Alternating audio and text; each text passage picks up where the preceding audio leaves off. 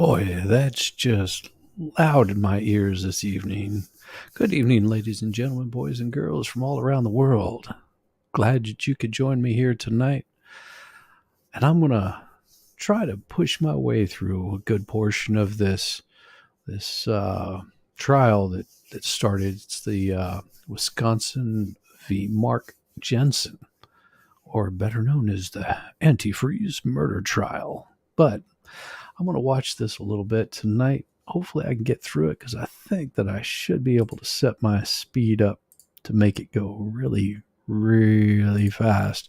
If it seems like it's going too fast for you, just drop something in the chat and I'll slow it down. But I'll be able to also skip through quite a bit. And then tomorrow, if it looks like this is pretty interesting, I may cover it a second night.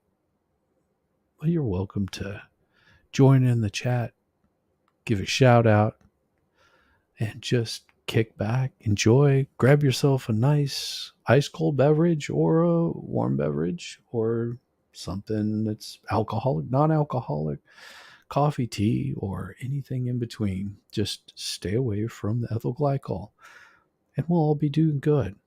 That's the only one that I recommend that you just absolutely stay away from. Not healthy, not good for you, cause a lot of pain. So let's see what happens with this fine gentleman. Guilty, not guilty, or maybe just make it stop. Put your vote in the poll. We'll tally it up at the end and see what people think. Welcome, welcome, and welcome.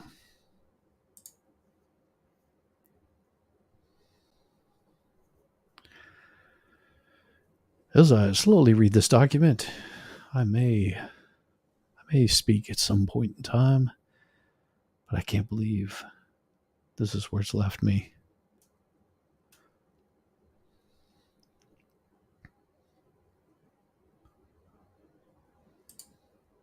Hello again, Rabbit.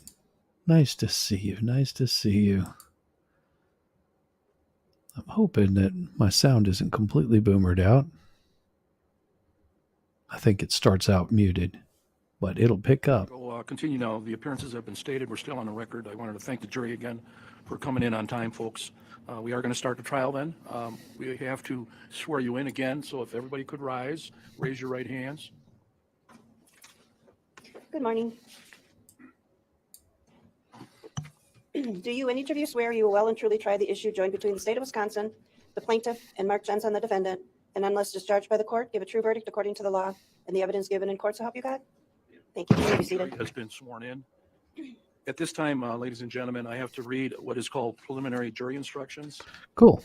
You'll have more skip instructions through after that. we finish the case, but these preliminary instructions notes to refresh your memory during your delivery. Yep. In antifreeze. Well, you'll be beyond a reasonable doubt. Let's that get to defendant is the guilty. Reasonable hypothesis. Let's get to the good You stuff. can reconcile turn a verdict of All right. not guilt sense. All right. Accurate All right. evidence called upon. Reasonable doubt is not about the truth, and you will. Opening statements. Here we go. That's what we're after. Wow, she looks like she could have a unibrow. Go ahead. I'm just waiting for you. Like I said, we'll wait. Maybe.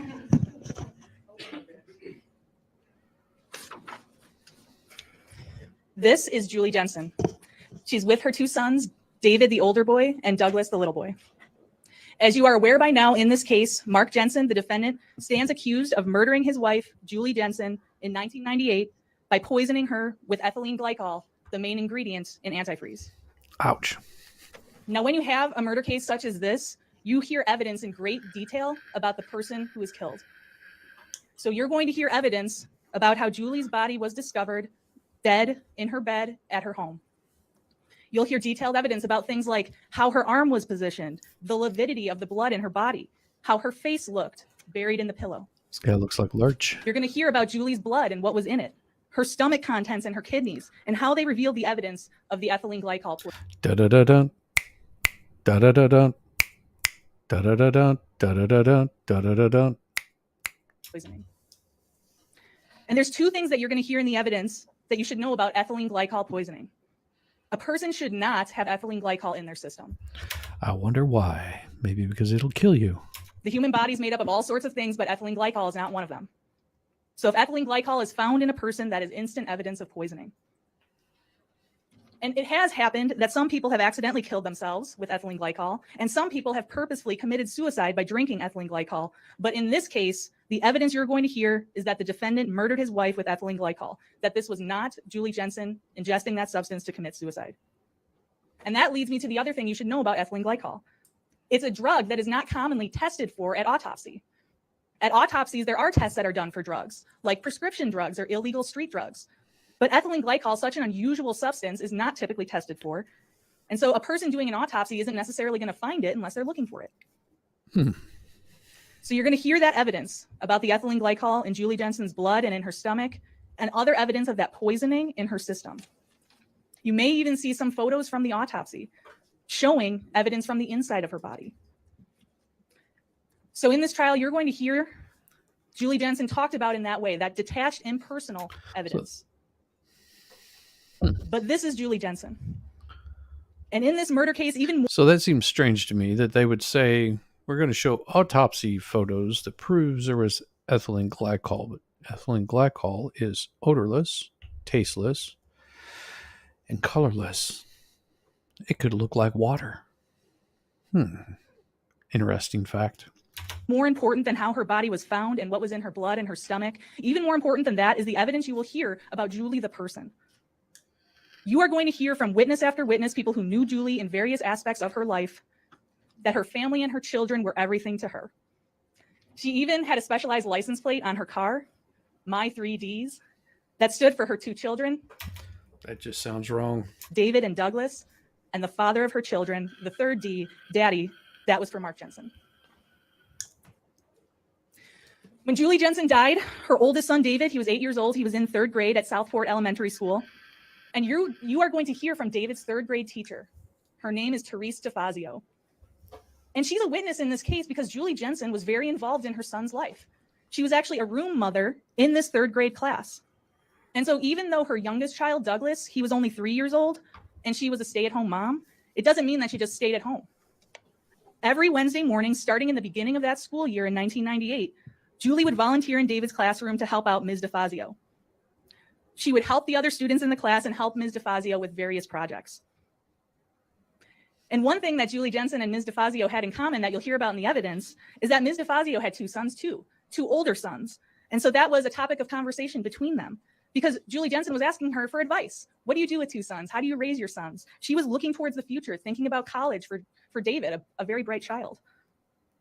And Julie Jensen was also a big part of her children's activities. She was the kind of mom who would make Halloween costumes for her kids by hand. She was good at crafts and sewing, and she was a good baker. And you're going to hear in this case a lot about the neighborhood. The Jensens lived in Pleasant Prairie in a neighborhood known as Carroll Beach, which is near the lake. They had a nice yard with a beautiful garden, a swimming pool, and you'll hear from the neighbors who often saw Julie playing in the yard with the children or neighborhood children coming over to the house because they had the swimming pool. But Julie Jensen also had a life outside her children. Before her oldest son was born, she worked as an assistant at a stock brokerage firm.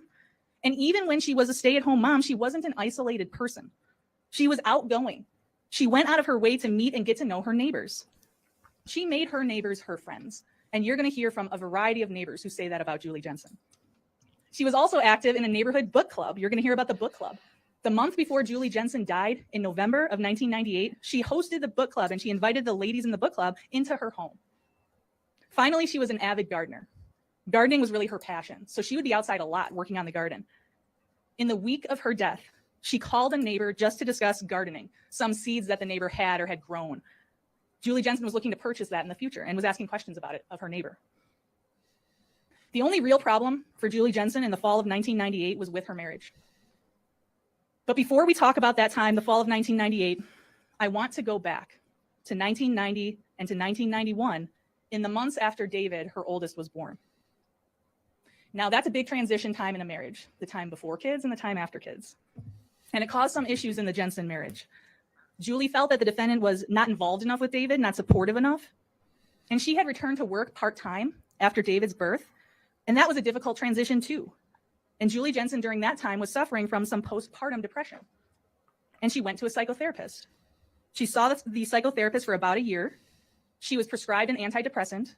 And the defendant also went to this psychotherapist several times too, because the therapist felt it was useful to see both the Jensens, and these sessions lasted about a year. So in this trial, if you hear about Julie Jensen's history of depression, that this is a suicide because she had a history of depression, well, that's it. The postpartum depression and seasonal affective disorder, when the seasons change, like fall, that she was treated for 1 year in 1990 to 1991. Julie Jensen did not have a history of suicide attempts. She did not have suicidal ideation. She had no suicide plans. And what a therapist is supposed to do, what you'll hear in the evidence, is ask someone, if they have signs of depression, to ask that person about risk of suicide. At no time did Julie Jensen ever say she was contemplating suicide. And in fact, she would cite her children. She could never do it because of her kids. And that's what happened in 1990 and 1991. And really what you're going to hear is the problem during that time period was with the Jensen marriage. In addition to Julie Jensen's concerns about the defendant's lack of involvement with David, she just felt the defendant didn't love her anymore. And she even contemplated divorce during that time period. Don't love me Julie Jensen began anymore. confiding in a coworker, a man named Perry Tariqa. He was going through a divorce and he also had a young child. Oh. And one weekend, Julie made the mistake of inviting Perry Tariqa to her home on a weekend when her husband was gone. And that weekend, she had sex. She had a fling with Perry Tariqa. Oh. So she cheated on her husband. Now, that's the only time Julie Jensen and Perry Tariqa were intimate. And you That's can a tell from the bad evidence that plan. Julie Jensen immediately regretted this. She cut off the relationship with this man immediately. And she even left her employment where they had worked together. And after that, Julie Jensen decided to not keep secrets from her husband again. And in this trial, I expect you'll hear from Perry Tariqa as a witness. I expect you'll hear about this relationship he and Julie Jensen had as coworkers at first, and then confiding in each other about their more personal issues. And you'll hear about during that time period, as Julie was contemplating divorce, she even went with Mr. Tariqa to his divorce lawyer. And in fact, in June of 1991, Julie Jensen did file for divorce, though obviously that didn't go through. The reason I am going back to 1990 and 1991 is because that changed everything in the Jensen marriage. You will hear in the evidence that the defendant never forgave Julie Melissa Jensen for that Jane. affair. Glad you came in. And by the Hello. way, there's no obligation to forgive a spouse for an affair. That's not required. Sometimes affairs break relationships, they break marriages. When that happens, divorce is always an option. Forgiveness is not required. But Mark Jensen did not file for divorce. Instead, he engaged in a campaign of covert harassment directed at his wife to degrade her and gratify him. Okay, that's crappy. In a case that is full of strange facts, this harassment over the course of years is perhaps the strangest. And here's how it would look. From time to time, starting after Julie's affair, someone would apparently be leaving pornographic images outside of the Jensen home, on the deck, in the shed, even, allegedly, mailing these pornographic images to the defendant's place of work and leaving them on his car at work. And so what were these images? Well, almost all of them appeared to be printed out computer photos, so in black and white, on regular paper. Only once was it an actual photograph that was left. And these photos were pornographic. They would show sexual activity, sometimes sexual intercourse, sometimes oral sex, sometimes a woman positioned as though she was about to perform oral sex on a man, and sometimes just naked photos of men with erect penises. Another feature of this Why harassment did you was show phone them any calls. other way? Far more than the occasional hang-up call that people got in the 1990s, over and over and over again, call after call of hang-ups. And a lot of this was directed towards Mark, he said, that he would get these harassing calls at work, that he would receive these harassing photos at work. And so over and over and over again, Julie Jensen reported this activity to the Pleasant Prairie Police Department, beginning in 1991 after that affair, and all the way through the beginning of 1998, this continued. An extremely long length of time, almost 7 years. And this happened so frequently, and Julie Jensen reported it to the police, that she actually asked to just speak to one officer, so she wouldn't have to say the whole story over and over again. And that officer ended up being Officer Ron Cosman. And so how it would work is most of the images were purportedly found by the defendant. That's what Julie told the police.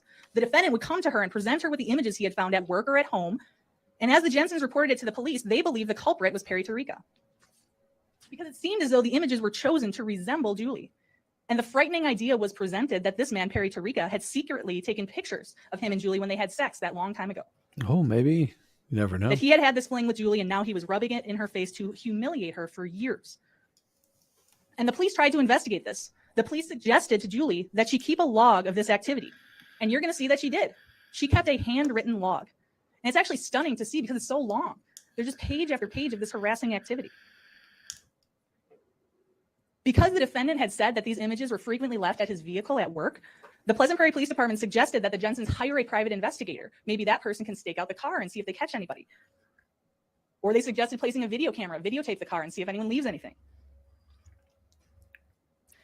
But these efforts didn't work. The defendant was aware of this private investigator. Good. Hey, and so while that private investigator was involved, nothing happened. The police also suggested putting a trace on the phone through the phone company. Cool Frogs. Remember, we're talking about the 90s, and so no caller ID. But when these traces were put on, the calls would stop. So the anonymous perpetrator could not be found that way. Woohoo. And so Officer Ron Cosman, he had a lot of contacts with Julie about this because of the harassment. And he was thinking about these traces. And he was thinking, well, how could these phone calls stop when we try to put these traces on? How could the... So what this trial is about, apparently, this gentleman right here that looks like Lurch. Yes, I said Lurch. He supposedly poisoned his wife with some ethylene glycol. It's what you'd find in antifreeze. We are at the opening statements, Tweety. That is where we are at. Hey, Vicky T, Divinity said. Yes, thank you very much. I appreciate it. Thank you. So these are all, yes, I do love my wife. She loves me. It's a good thing. But yeah, Cousin Lurch here supposedly killed his wife. This is a retrial.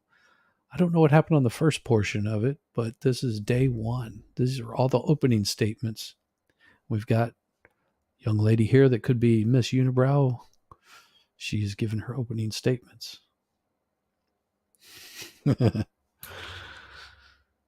Yes. perpetrator know to stop these calls? The only people who know about these traces are the Jensens and me, the police officer. And so Ron Cosman specifically asked Julie, for the last trace that was done, he asked her not to tell the defendant.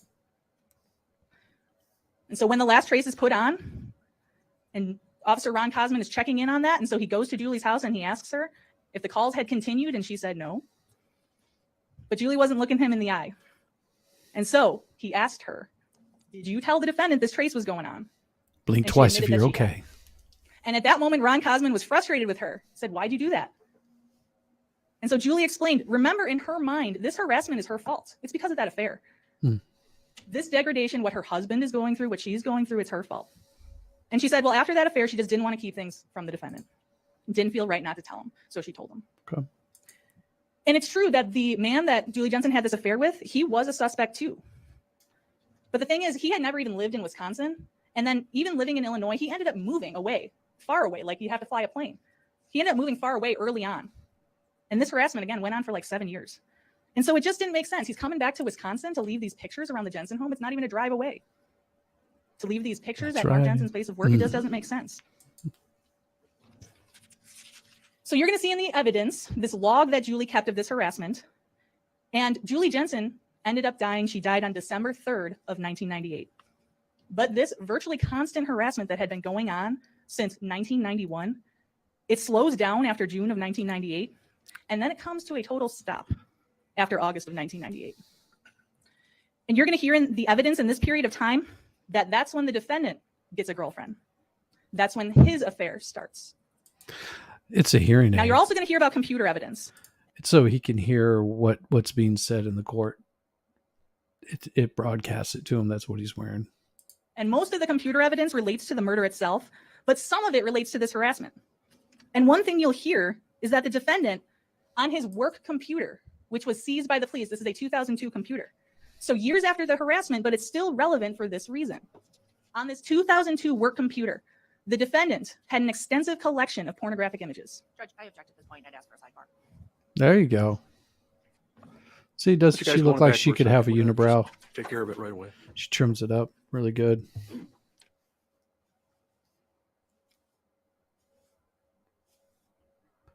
Da-da-da-dun. Da-da-da-dun. Da-da-da-dun. Da-da-da-dun. Da-da-da-dun. Cool part is I can skip over a lot of these sidebars. We don't think it's relevant. They can connect these 2,000. Gets a girlfriend. That's when his affair starts. Now, you're also going to hear about computer evidence. And most of the computer evidence relates to the murder itself, but some of it relates to this harassment. And one thing you'll hear is that the defendant, on his work computer, which was seized by the police, this is a 2002 computer. So years after the harassment, but it's still relevant for this reason. On this 2002 work computer, the defendant had an extensive collection of pornographic images. Judge, I object at this point. I'd ask for a sidebar.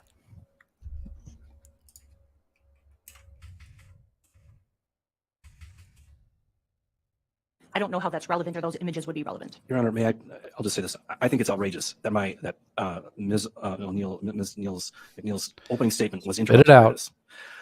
Defense counsel has known for years that this evidence had been admitted at the last trial. Look, it's Archie It was Bunker. defense counsel's intention to bring a motion to exclude this evidence. That motion should have been heard by this court. We had numerous pretrial motions. There's never been any question that this evidence was going to be admitted during the course of this trial. And this evidence is clearly critically relevant to the evidence the state is going to be presenting during the course of this case. These 2,200 penis photos that were on the defendant's computer demonstrate a number of things. 2,200 It demonstrates his penis odd photos. preoccupation with the male member. It demonstrates that his level of offense that he took, that his wife, Julie, had this affair with this Perry Tariqa, in which she had apparently performed fellatio upon Perry Tariqa, but it was something that she wouldn't do with him. These penis photos that were left around the house for years and years and years, according to the investigating officers, including a Detective Ellis, who was a private detective in this matter, reflected that somebody had an enormous array of pornography that they could tap in order to find penis photos that included a person that kind of looked like Julie and included a background where they could not exclude her bedroom as being the place where these photos were taken. There was ample testimony about this at the last trial. The relevance of the other X evidence has already been ruled upon by the Wisconsin Court of Appeals, and it's the law of the case in this matter. So to interrupt this opening statement on this basis is outrageous, and the objection should be overruled, and we should continue with this opening statement. I'll let you respond briefly. Thank you, Judge. I have to object when I think there's irrelevant, inadmissible evidence being presented. And I'm going to continue to do that during witnesses, even if they testified about it last time, because this court decides what's relevant in this case. Unless they can connect these 2002 penis pictures to the evidence prior to 1998, I don't understand how it's relevant. If the pictures that the Jensens were receiving were of someone giving fellatio, and these are just penis pictures, again, I'm not sure how it's relevant to the death of Julie Jensen. All right. What I'm going to say is the last statement by Ms. Krause would be a great statement at a closing argument, because we would have had all the evidence come in, and if the defense had made a motion on relevance and I had overruled it, the defense could argue, well, even though it came in, we don't think it's relevant. We're at opening statements. This is not my first rodeo. I don't see a lot of objection. Well, I think he's got a lot of porn on his computer. That's probably what he's looking at right now. He's looking at penis pics. At opening statements.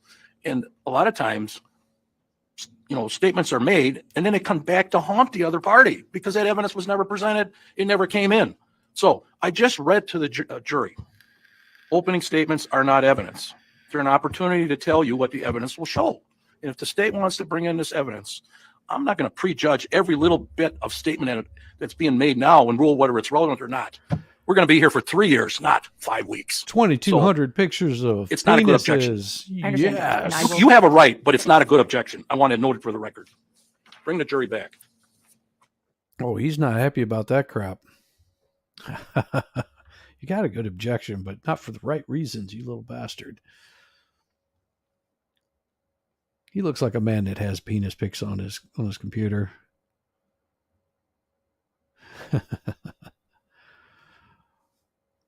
I mean, what else would he have on there? The male member is a glorious thing, and this is what I enjoy looking at on my nights off. The genitalia is with me. Patients, we are back on the record.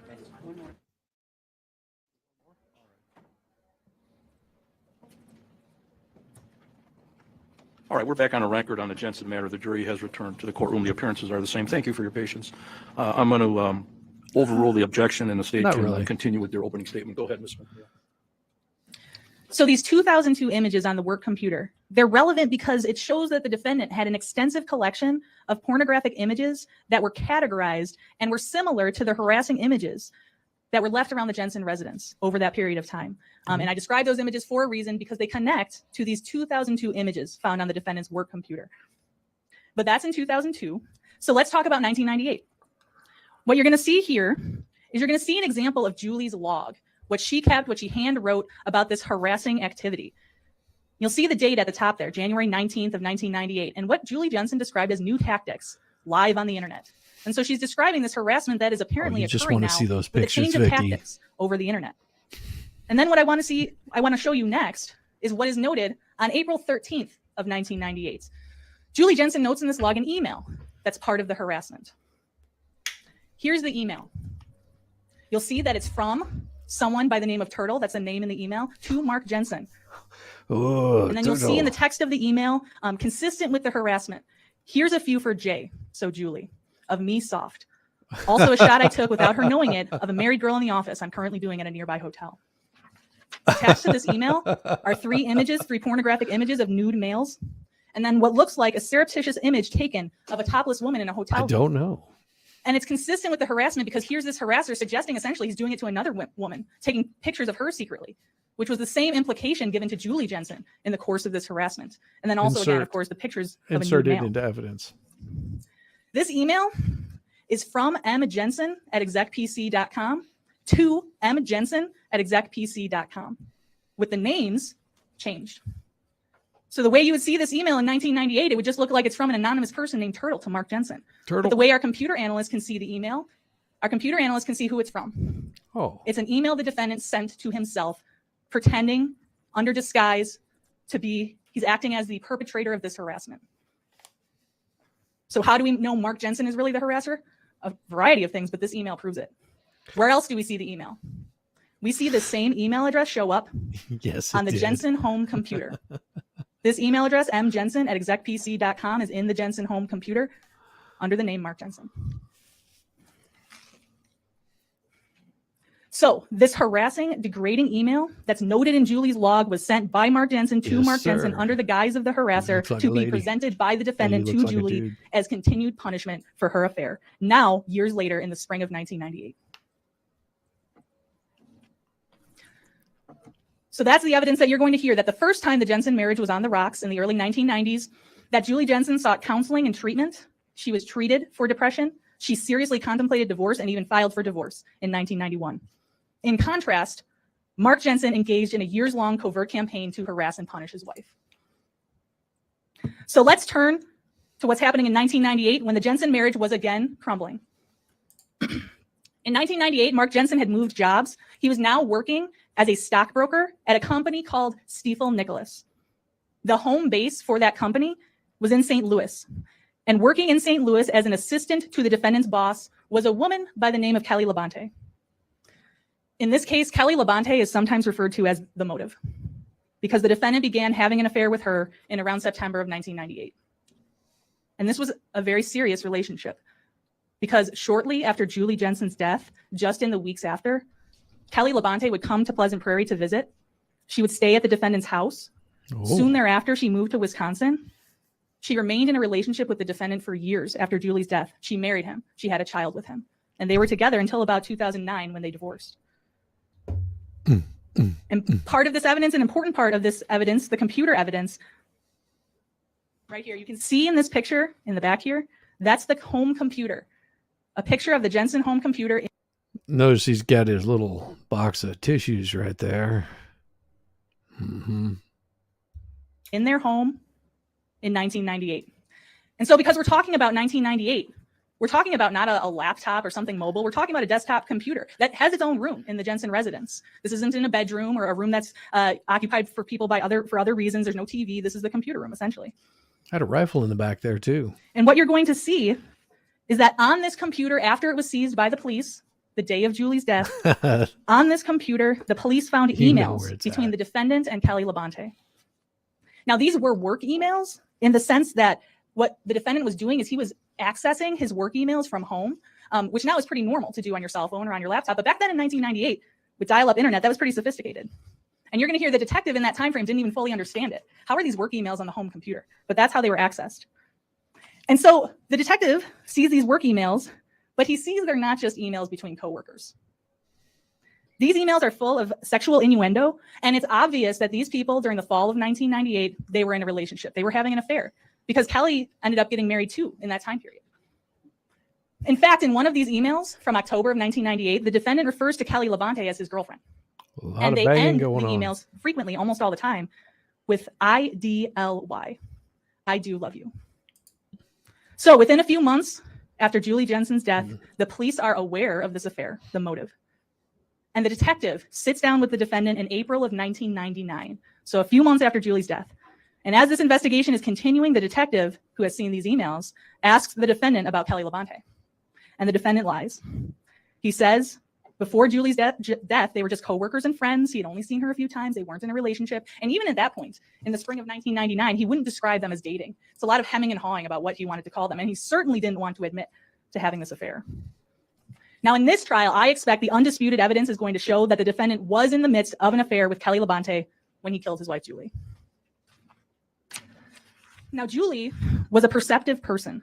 And in the fall of 1998, she noticed changes in her husband. She knew that something was wrong. Something had changed after her husband had started this new job at Stiefel Nicholas. And she even suspected that maybe there was another woman. Maybe her husband was having an affair. But the proof that the police had found was on the computer. And a critical part of the evidence that you're going to hear in this case is that Julie Jensen didn't know anything about computers. Now, nowadays, that sounds almost impossible in 2023, but life was different in 1998. People did exist without computers. They had grown up without computers. If you were an adult in 1998, you'd grown up without a computer. You started your work life, no computer. No one had these little computers in their pocket. And the internet itself was in its infancy. This is dial-up internet. You can probably hear it. That's not a when I say the computer words, in you're your yelling at me. pocket, lady. And so what you're going to hear in this case is that this internet, this incredibly slow internet, this is something that Julie Jensen never used. You're going to hear that Julie Jensen didn't have an email address. There's no evidence of her sending an email. You'll see that this computer evidence, that computer in the Jensen home, the internet was only used on that computer during times when the defendant was home. And Julie was a stay-at-home mom. So she had access to this computer all day long. But the computer analyst can tell when the internet was being accessed, the times. And they can tell that when Julie's home alone, no one's using the internet. It's only when the defendant is home, late at night, the early morning hours, when it's used during the daytime, it's on a weekend. Only on the weekend. Those are the times the internet is being used on this computer. And you're going to hear that there's also several documented times when we know from the evidence the defendant was out of town. There's no internet usage during those times. Julie Jensen did not use the computer or the internet back in 1998 when that was actually possible. You're even going to hear an anecdote from Therese DeFazio. Remember, she's the third grade teacher. Yep. You're going to hear that when Julie Jensen came to her classroom and offered to volunteer, Therese DeFazio thought, oh, it might be helpful. Maybe Julie can help the kids in their computer lab. And so Therese DeFazio suggested that, and Julie was like, oh no, I don't even know how to turn on a computer. You know, Julie wanted to be helpful, but she told Therese DeFazio way back at the beginning of the school year, I really can't help with the computers. I can maybe type if someone opens a program for me, but that's it. So with proof of the defendant's affair being on the computer, Julie didn't have proof, only suspicions. She and her husband were arguing all the time, and she said when the defendant wasn't arguing with her, he basically didn't speak to her at all. Their relationship in 1998, that fall, was just falling apart. And once again, as in 1990, 1991, Julie was contemplating divorce. Now, during this time period, there were a few people that Julie Jensen confided in. I imagine Particularly, you're going to hear these names a lot, particularly her neighbors, Margaret and Ted Voigt. Now, I call them Julie's neighbors, but you're going to see in the evidence that they were really more than neighbors. They were friends. Oh. They had lived next to each other for years. The Voights also had 2 children who were growing up. They both spent a lot of time outside. The Voight's children would come over to play in the pool. They would see Julie outside all the time, working on the garden. They would socialize with each other. They went out to dinners. They went to places like Six Flags with their kids. They went to the zoo or birthday parties. So they were friends. They were more than neighbors. In fact, you're going to hear in the evidence that Julie Jensen saw the Voights so confident. Everybody, make sure you say goodnight to Cool Frog.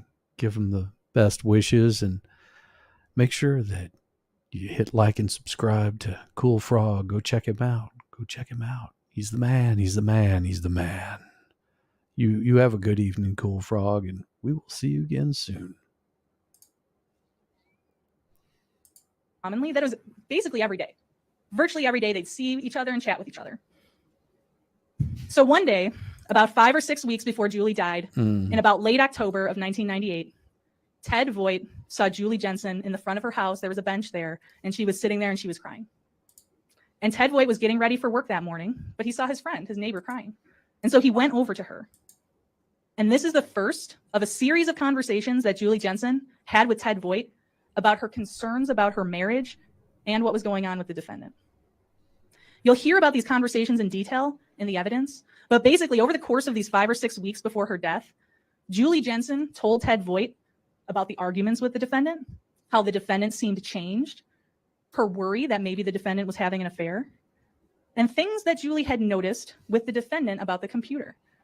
She talked about going by the computer and seeing sticky notes that he had written by the computer that were suspicious, that had weird words on them like syringe and names of drugs. And she saw the defendant on the computer. For instance, she'd be vacuuming in the hall outside, and she saw on the screen that he was looking up poisoning and then closed the door in her face. She described another time when the defendant had gone to work but left the computer on, and on the screen, there was a website about poisoning. Oh. So now, Poisoning. moving to late November, going to put up here a calendar that'll help you with the days. Moving to late November in the days before Julie's death, which happened on December 3rd, Julie confided in Therese DeFazio. And this was the last time she saw Therese DeFazio. And you'll hear Ms. DeFazio recount this sticky. conversation Little notes. and how she saw that They Julie still was have them. troubled and encouraged Julie to speak to her. And Julie told Ms. DeFazio that she was afraid that her husband was going to kill her. Now, Ms. DeFazio was shocked and she was taken aback, and she asked Julie why she would think something so serious. And Julie explained about that list, that weird sticky note. Oh, it was so weird. And then she explained so sticky. that she feared that her husband It might was try to kill her noted. with a drug overdose and make it look like a suicide. Again, Ms. DeFazio asked her why she thought her husband might do this. And Julie said there were other things that she couldn't explain.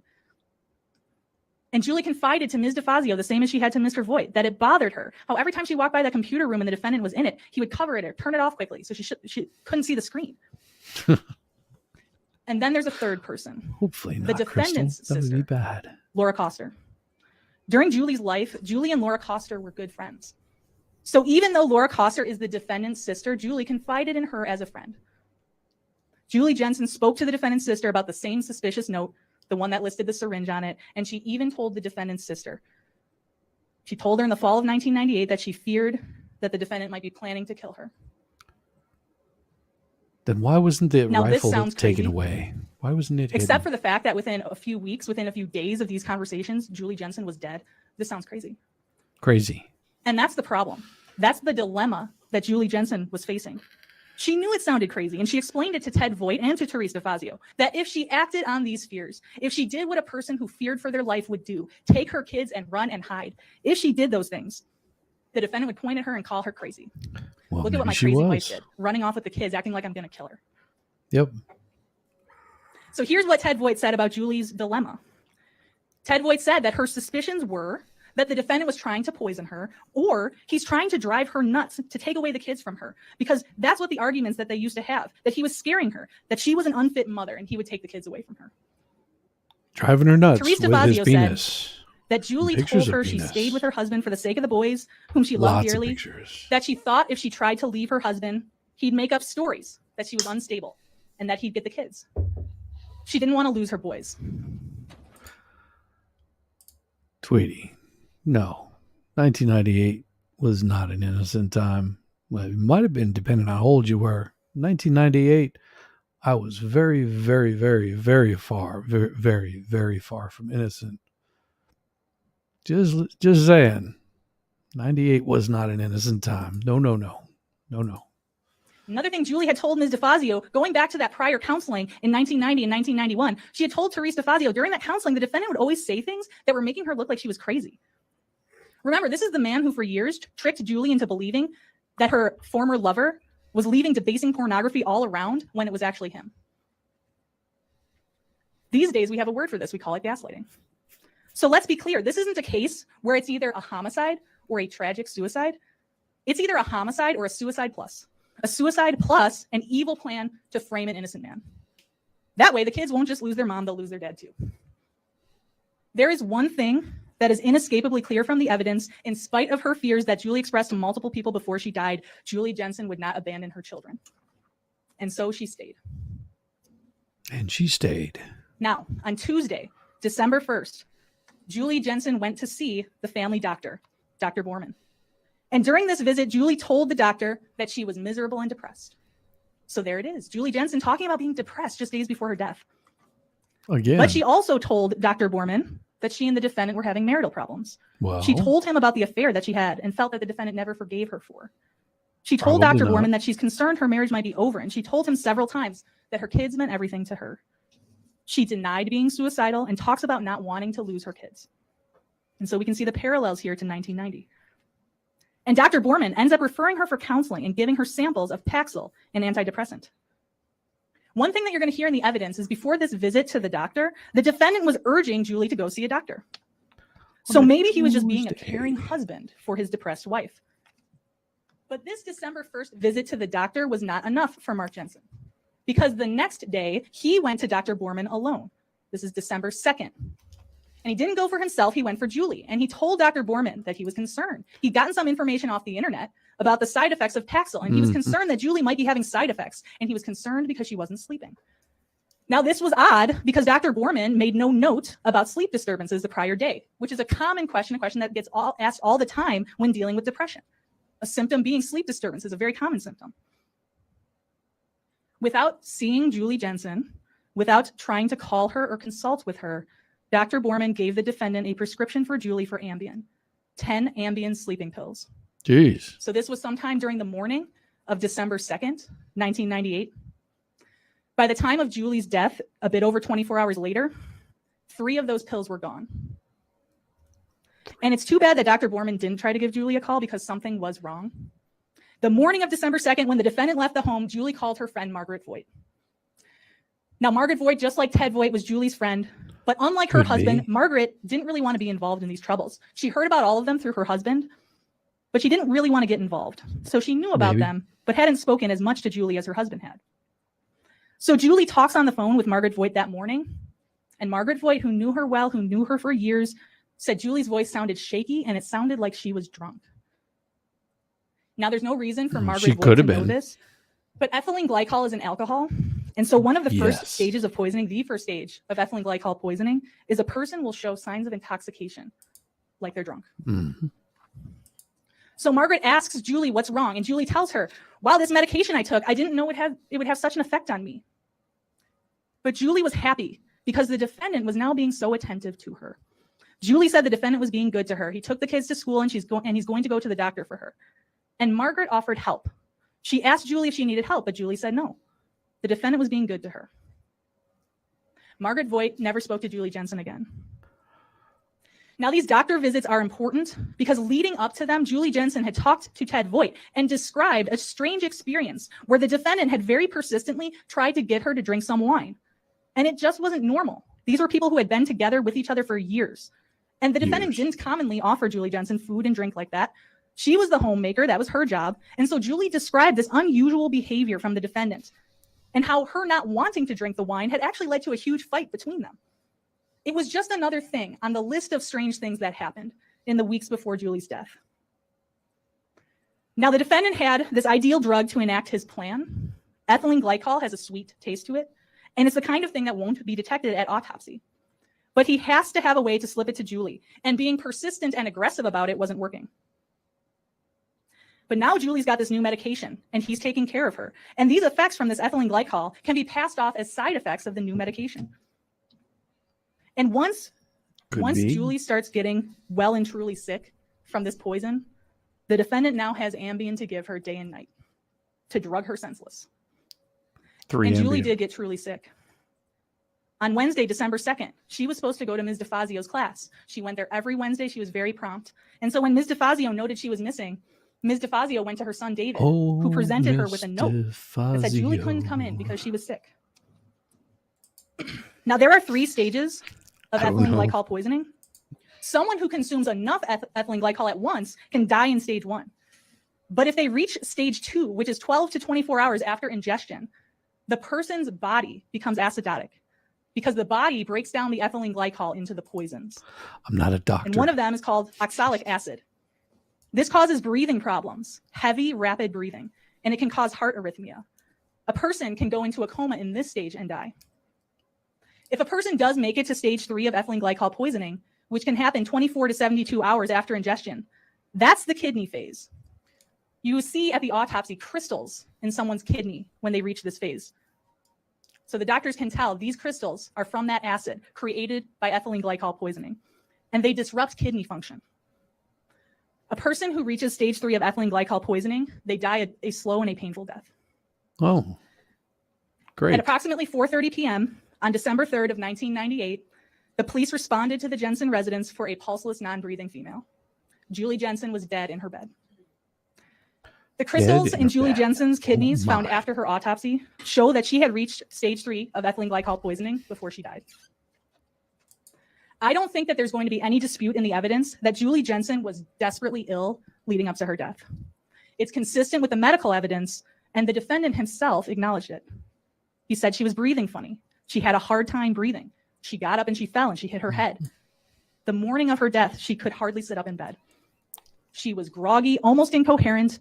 Her breathing was labored and raspy. It sounded like her windpipe was being restricted. The defendant said, I'm not even sure she was coherent. The defendant also adamantly said that that morning she did not get out of bed. So now we go to the sleeping pills. The thing about sleeping pills is you're supposed to take them when you're supposed to be sleeping. No. And the defendant described Julie Jensen taking the first one Wednesday morning, right after he got them. And then another one Wednesday night. And then a third one Thursday morning, the morning of her death, when she was so terribly ill she was incoherent. The defendant even describes how that morning he talked about Julie Jensen. She couldn't even choke down water. And she didn't get the water because she didn't get out of bed. He had to get it for her. So Julie Jensen didn't take a sleeping pill the morning of December 3rd. She was given a sleeping pill. She couldn't get out of bed. The defendant gave it to her. And the children saw their mother dying too. David was upset. He didn't want to go to school. He noticed his mom's breathing problems. David said she couldn't talk that morning. And the defendant said something weird to the detective who was talking to him about that morning. Always something weird. He said, there was a question between myself and the kids that morning about whether or not to call an ambulance, take her to the hospital. The kids are 8 and 3. You don't consult with an 8-year-old and a 3-year-old about taking your wife who can't breathe to the hospital. And also, Dr. Borman, who had given her that prescription, given the defendant the Ambien, he had told the defendant, if your wife's condition worsens, you got to get her to the ER. But Mark Jensen didn't listen to Dr. Borman or his kids for that matter. What the defendant said he did was that afternoon, the afternoon of December 3rd, he said he went to work. So now we come to a witness by the name of Aaron Dillard. And before I talk about what Aaron Dillard has to say, I want to talk about who Aaron Dillard is. He became a witness because he was someone in 2007 who was in the same area of the jail as Mark Jensen. Aaron Dillard is a liar and he is a con man. Oh. Aaron Dillard is willing to provide information, testimony about Mark Jensen to help himself. Oh. To help himself in the outcome of his criminal cases. Oh. So why call this lying con man as a witness? Someone who everyone acknowledges is a liar. Liar, liar. Well, what Aaron Dillard has to say fire. is that while he was in jail with the defendant told him what happened about killing his wife. And now again, I cannot be more clear that Aaron Dillard is not an inherently believable witness. He's the opposite. But what Aaron Dillard had to say is eye-opening. Because the only people who know what happened in the last moments of Julie Jensen's life, well, it's only one person, the person who was there, the defendant. And up until this point, up until 2007, a lot of people had spent a lot of time thinking about this case, law enforcement and medical examiners. In this case, we're actually going to be calling 2 medical examiners as witnesses. You're going to hear from Dr. Chambliss, who actually did the autopsy on Julie Jensen, and Dr. Mainland, who studied the case and ethylene glycol poisoning. And there were some unexplained things about this case. For instance, how Julie Jensen was found in her bed. She was found face down in her pillow to such an extent that you're going to see that her nose was actually shifted to the side. Oh. A very odd position for someone to be in who couldn't breathe. Also, she was laying awkwardly across her arm. So her arm was kind of beneath her diagonally. An odd position for someone to put themselves in. It looks like someone had simply rolled her over from her back to her face. And part of what happens is in an autopsy is that the doctors look for internal injuries. And there was some internal subcutaneous bruising on Julie's ribcage that aligned with how she was laying on her arm. And she also had some hemorrhages in the back of her neck area. Now, when someone's doing an autopsy, deciding that the manner of death is asphyxiation, that's often a decision that is based on excluding everything else. You have a person who's dead, and you can't say other ways that they died, but you see some signs of asphyxiation. So different maybe from strangulation, where there's actual force applied to someone's neck, but asphyxiation, where someone's breathing is stopped, like by forcing their face into a pillow. It's not going to leave the same signs. And so sometimes these signs can just be things that are seen, post-mortem artifacts that are seen, and they aren't signs of asphyxiation. But they are also consistent with someone who is suffocated. And so this leads us to what Aaron Dillard says the defendant told him. The defendant had a timing problem. He needed Julie Jensen to die on December 3rd before he got David from school. He could not bring his 8-year-old, who had already been wanting to take his mother to a doctor. He couldn't bring that 8-year-old back in the home where his mother was dying but not dead yet. Wow. So if Julie Jensen was alive by the time David Jensen was done with school, that was a problem for the defendant. And what Aaron Dillard said is that the defendant, he took the kids to school and to daycare, which is true. And the defendant returned home, but Julie Jensen was not dead. She was non-responsive, she was incoherent, but the defendant feared that she was actually breathing better. And so he first rolls her onto her face with her face in the pillow, and then he leaves the room, kind of hoping that that will do the job. But when the defendant returned to the room, Julie Jensen was still alive. And so he got on top of her, he pushed her face and her neck into a pillow, he sat on her back so she could not breathe, causing the pressure on her arm that she was laying on, causing the subcutaneous bruising, and then she died. That is the description that Aaron Dillard tells of what Mark Jensen told him. Oh. And there's other significant details that Aaron Dillard gives, details about the medications, getting the Paxil, how the defendant's, his plan was to slip her antifreeze in juice when she's taking this medication. How Julie was acting drunk. The defendant apparently told Aaron Dillard that Julie was acting drunk. And then also getting the Ambien to sedate Julie. Now I want to be clear that Julie Jensen, untreated, Dr. and she was Feely untreated, back there. would have died of ethylene glycol Officer poisoning. Feely is so it is that poisoning what this case now. is truly about. But the significance of Aaron Dillard is not that he is a truth teller, but he's also not a doctor, he's not a toxicologist, he's not a forensic pathologist or a detective, and he certainly can't speak to the dead. And the way Aaron Dillard was able to give details to explain some of the unexplained things in this case was eye-opening, even to people who had thought about the case for a long time. And not being a doctor or a medical examiner or a psychic, the only way Aaron Dillard could do that is if he heard it from the mouth of the defendant. I heard it through but Aaron the Dillard is not the only grapevine. person the defendant talked to. You heard about Kelly Labonte being referred to as Mark Jensen's motive. Now it's time to get to Mark Jensen's mistake. And that person is Ed Klug. Ed Klug is Mark Jensen's mistake because on a drunken night, the defendant revealed to Ed Klug before Julie's murder that he was looking on the computer for ways to kill his wife. Mark Jensen knew Ed Klug because they both had moved to Stiefel Nicholas in 1998. Mark Jensen had joined the firm earlier, and he was actually involved in helping open Ed Klug's branch in Appleton. In fact, Kelly Labonte was there too. And so Mark Jensen actually wasn't so helpful in opening that branch, according to what Ed Klug saw. And so then they know each other from that, and they end up together at a big conference. You're going to hear about this conference that took place in St. Louis in early November of 1998. So before Julie's death, the big company conference. Big company. And Mark Jensen and Ed Klug, they know each other, but they both recently joined this company, so they don't know a bunch of people. And so they end up hanging out in the hotel.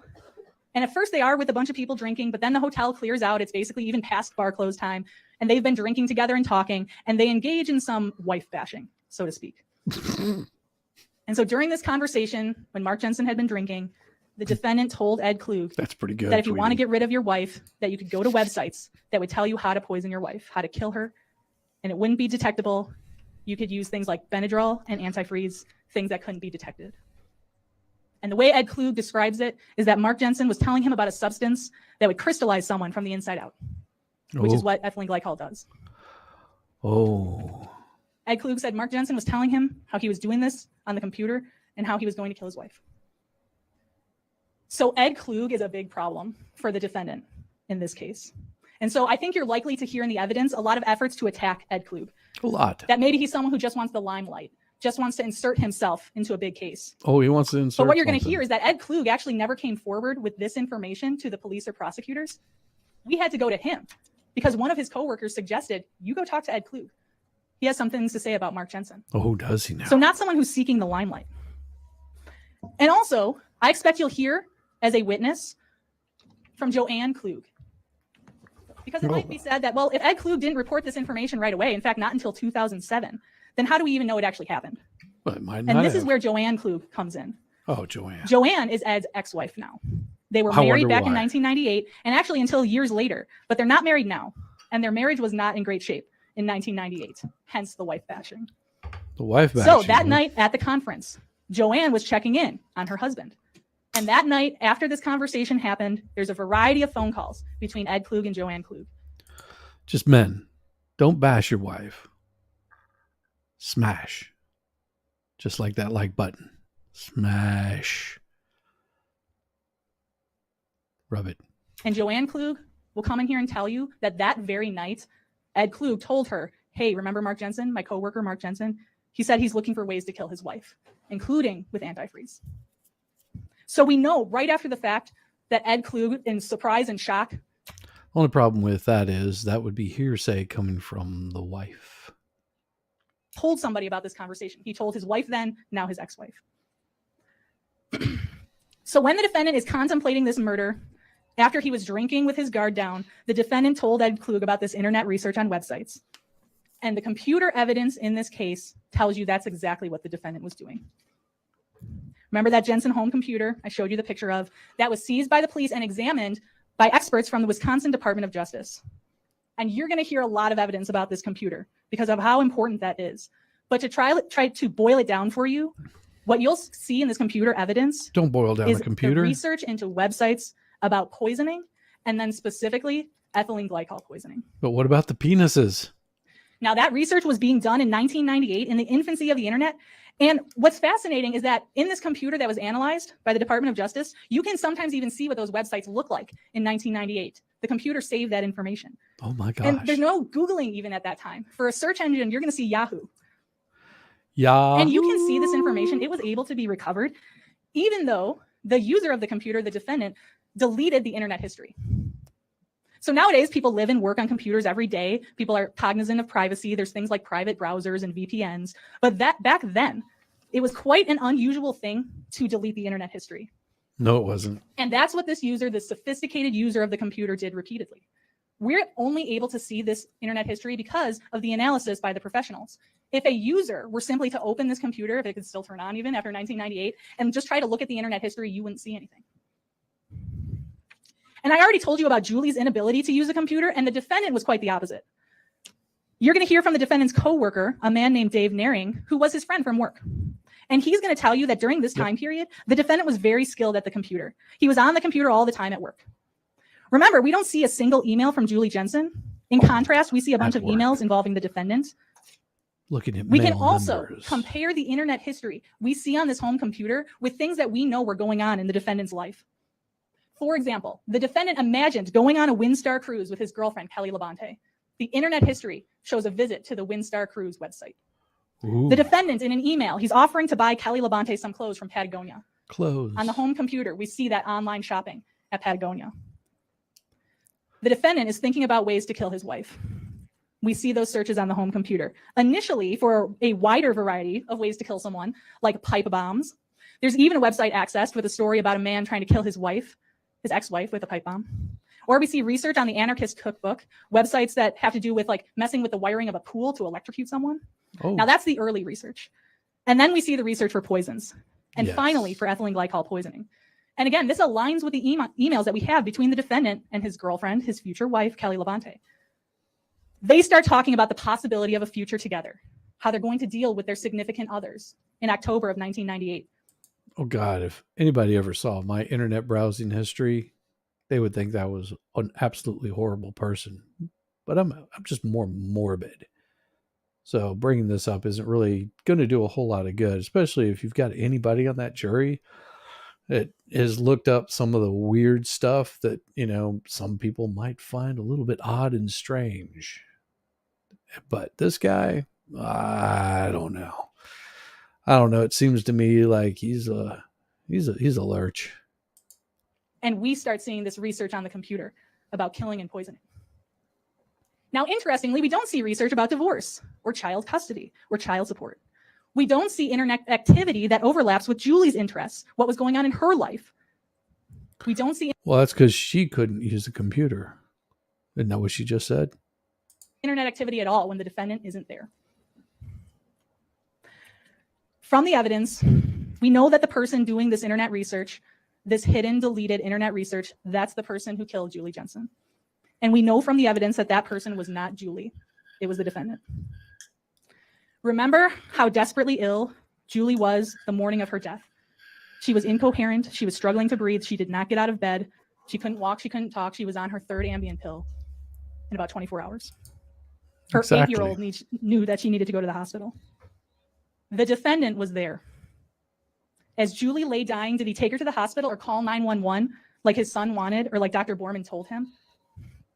No, that's when he gave her the sleeping pill. No, because she already said that. Why would you listen to your children? I don't know. She's walking all over herself, and she sounds like she's getting really winded. She needs to close this up pretty quick. I think she's pretty much made her point, but she needs to get to the end of the story. And as Julie lay dying that morning of December 3rd, 1998, he went to the computer room, and that morning, he searched for ethylene glycol poisoning. Oh my gosh.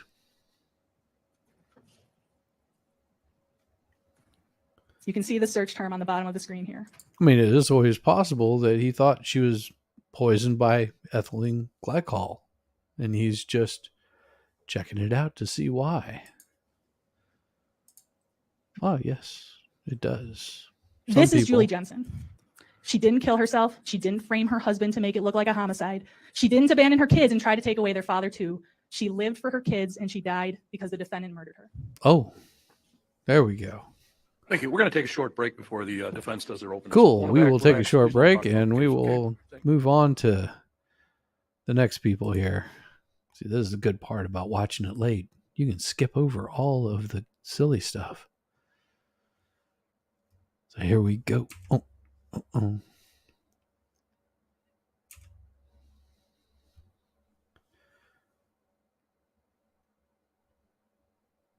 I just expect her to break out and start doing the Vogue dance.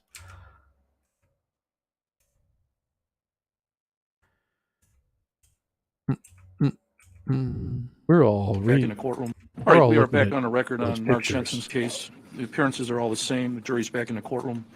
The defense is going to do their opening statement. Attorney Renner, you can proceed anytime you're ready. Thank you.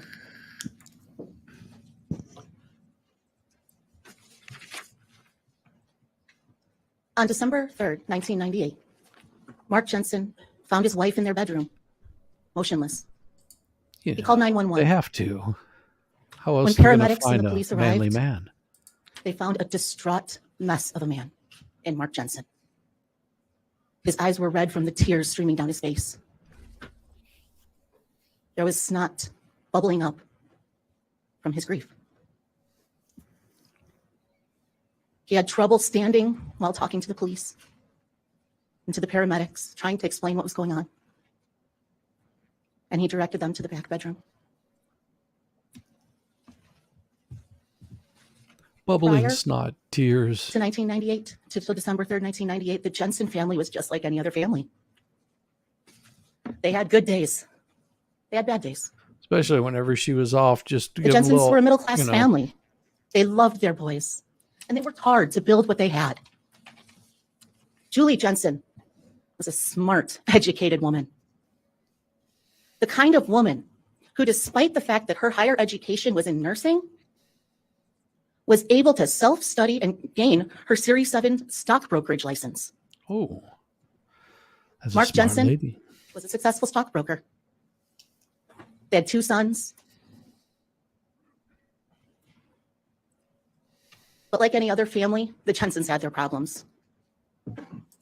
She's trying not to cry. Back in 1990-91, Julie Jensen cheated on her husband.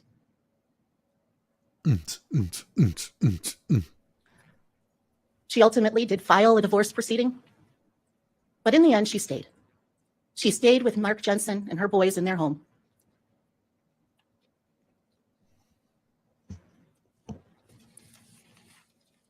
And Julie is diagnosed with depression.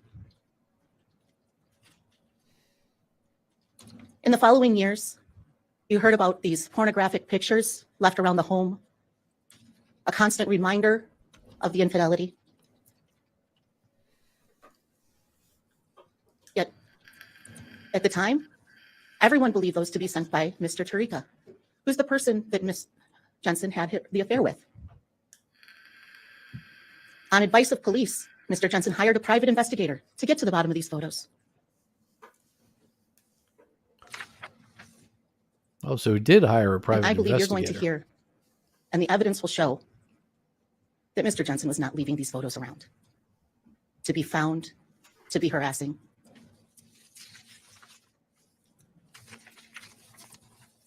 As I stated, though, Julie Jensen was diagnosed with depression first in 1991. Ultimately, she ends up getting medications.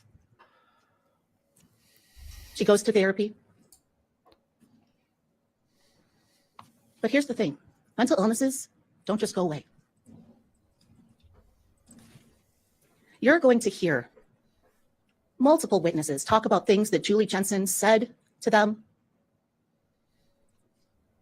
One of the stories you're going to hear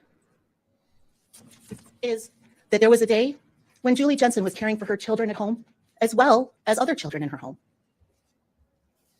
When she called the parents of one of these children, one of her best friends, Laura Coster, Could be. and said, "Your son just smeared feces all over my bathroom." That's a Laura bad called idea. Mark, and both of them rushed home to figure out what was going on. Yet when Don't they got spread there, the feces into there's bathrooms. no feces all over the bathroom. No feces. There's no smell of cleaning products or anything that would have explained why it's not there anymore. Somebody may have rubbed it off. You're going to hear that that was the point when Laura Coster decided that maybe Julie shouldn't be caring for my child anymore. She's You're seeing gonna hear feces on about a bathroom day walls. When Julie was at her dentist's office in the weeks leading up to her death, crying, upset, and saying that she wanted to take her life. Oh,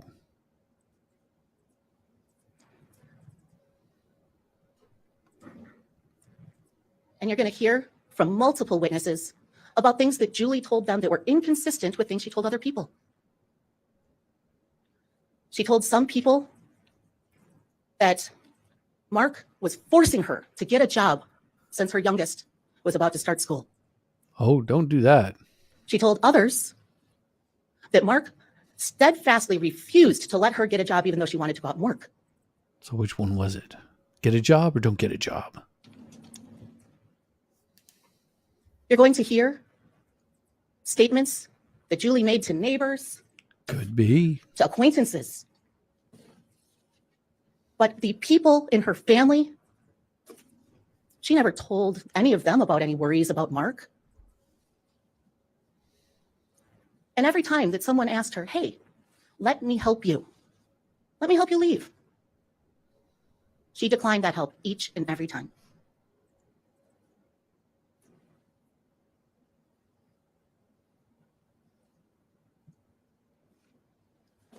What brings us here today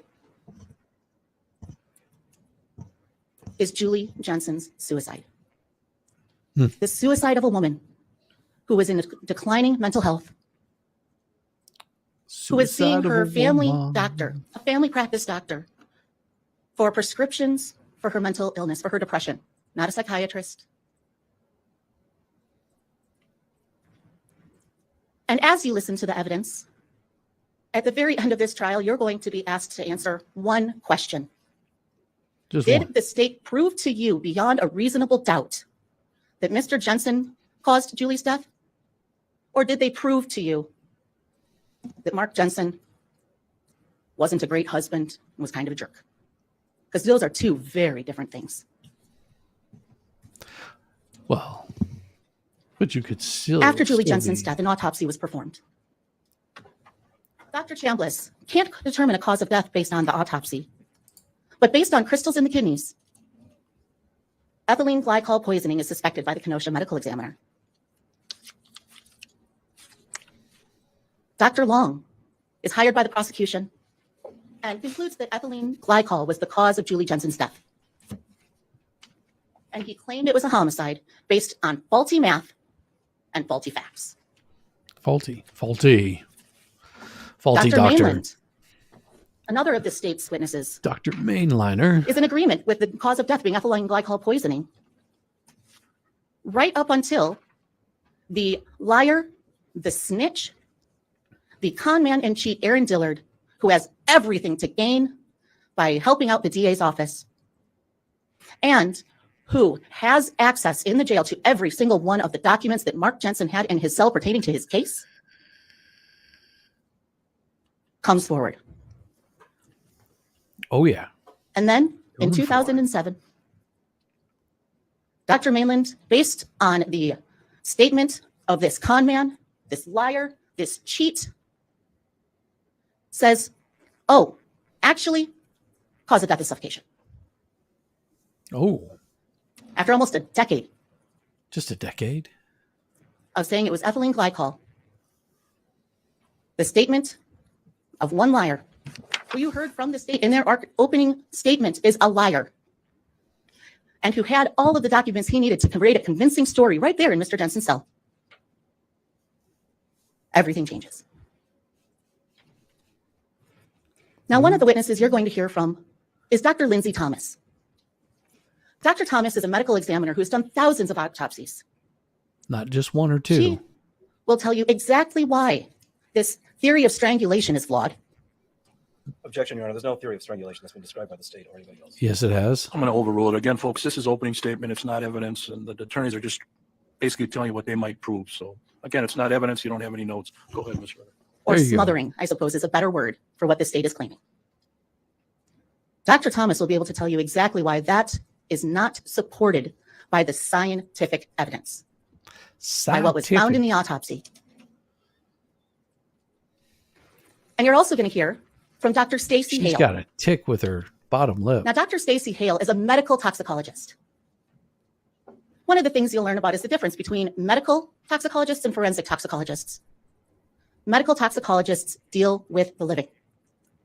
They Stop deal doing with that. people who are coming into the emergency room, A thing with her mouth. suffering from poisoning, Stop doing suffering it. from other issues that have a toxicological basis, which is a big fancy way of Creepy. saying it's got a chemical in the body basis. And she's going to be able to explain to you exactly why Dr. Long's testimony, Yes. Dr. Long's analysis, and Dr. Long's findings are all flawed.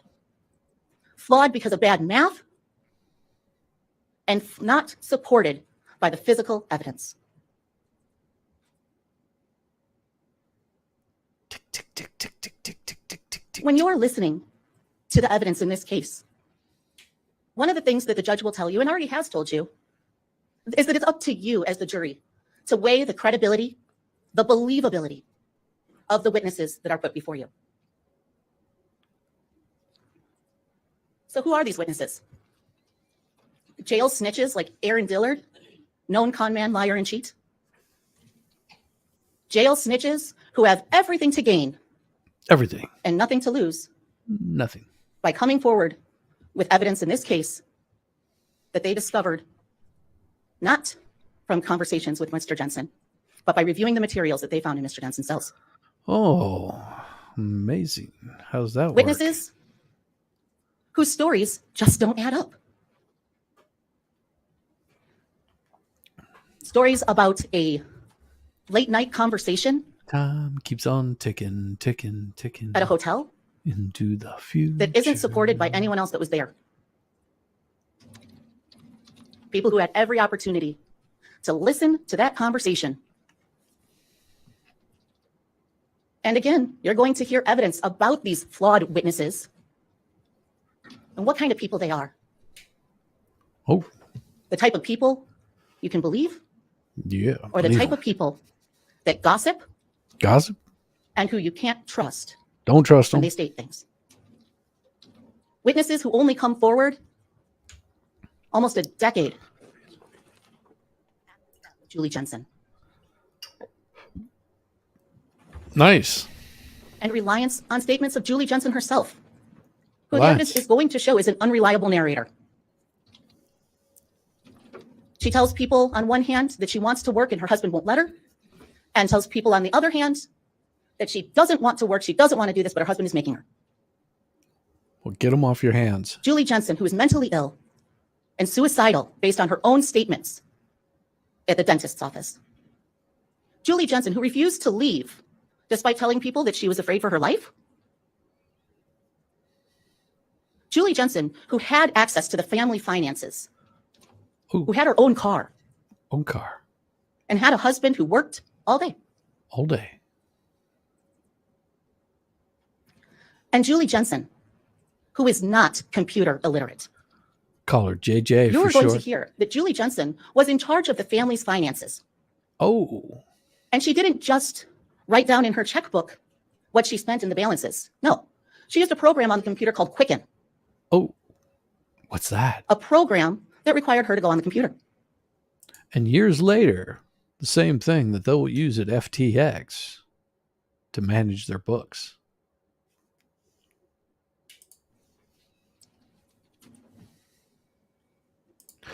And I wasn't ignoring it, Tweety. I don't believe there was a suicide note found because I think she was trying to frame her husband. That's their theory on this. Quicken, guilty. Yes. Let's talk a little bit more about this computer evidence. Because the computer evidence from the Jensen home computer you're going to hear came from a single user on the computer. Now remember, this is back in 1998, the days of dial-up, right? Oh, yeah. We all remember, well, maybe not all of us, but a good chunk of us are going to remember that obnoxious sound that the dial-up modem made. We're also going to have to remember that this was the days before you could stick your internet connection into your wall for the cable, Stick it. before the days where you had a separate line that came into your house just for internet. In the days of dial-up, you had to plug in the computer to your phone line, to your landline Well, yes. in the home. Now, the state makes a big deal about the majority of the computer activity, because not all. The majority happens after Mr. Jensen comes home from work and the entire family is at home. But remember this. Yeah. If you were in a dial-up situation, you were on the computer and the school called to say that your son was sick or there was an emergency, they got a busy signal. Yes. The evidence is going to show that Julie Jensen had just as much access to this computer. The evidence will show that both Mr. Jensen and Mrs. Jensen used this computer. Juno And was wouldn't horrible. it make sense if, when you are at home and your kids are at school and your husband is at work, that you want to have that phone line available in case something happens? And that you, as a responsible parent, would do your online searching when your whole family is at home, when you don't have to be worried about what your 3-year-old is doing running around the house, when you don't have to worry that every second you spend on the internet could be the moment that the emergency call is coming in and getting a busy signal instead of being able to get a hold of you. Emergency. Emergency.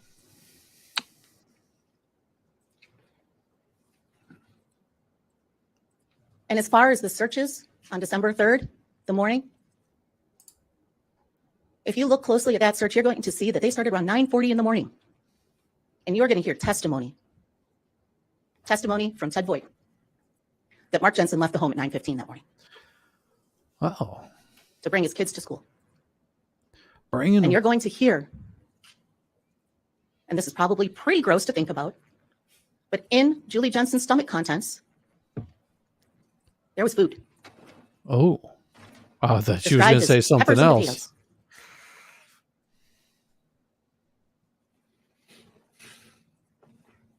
Why is that important? Well, if Miss Jensen is well enough to get up and eat, is she well enough to use a computer? Oh, that's a weak Now, defense. most of us have done searches on the internet, on Yahoo or Google. Yeah. It doesn't take the most intelligence to pop up a search engine and type in some words. And Julie Jensen, a smart, educated woman Smart. who lists on Educated. her resume computer skills, I'm who is using educated. computer programs to track the family's finances, is not computer illiterate.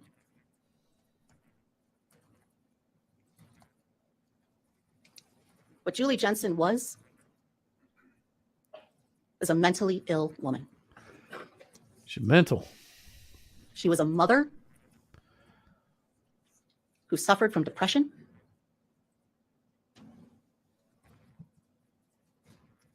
and a person who made allegations against her husband, not to the people that were closest to her in her life, Still garbage. but to acquaintances. Julie Jensen is an unreliable narrator, and the evidence will show that. The evidence will also show that Julie Jensen was at high risk for suicide. High risk. Dr. Sarah West is one of the people you are going to hear from in this trial as well. Well, what does Dr. Terry have West to say? did an analysis. She did it Well, post-mortem, of course, Batman, I'm Dr. West. but she did an analysis of Julie Jensen, and she's going to explain to you exactly why Julie Jensen was at high risk for suicide.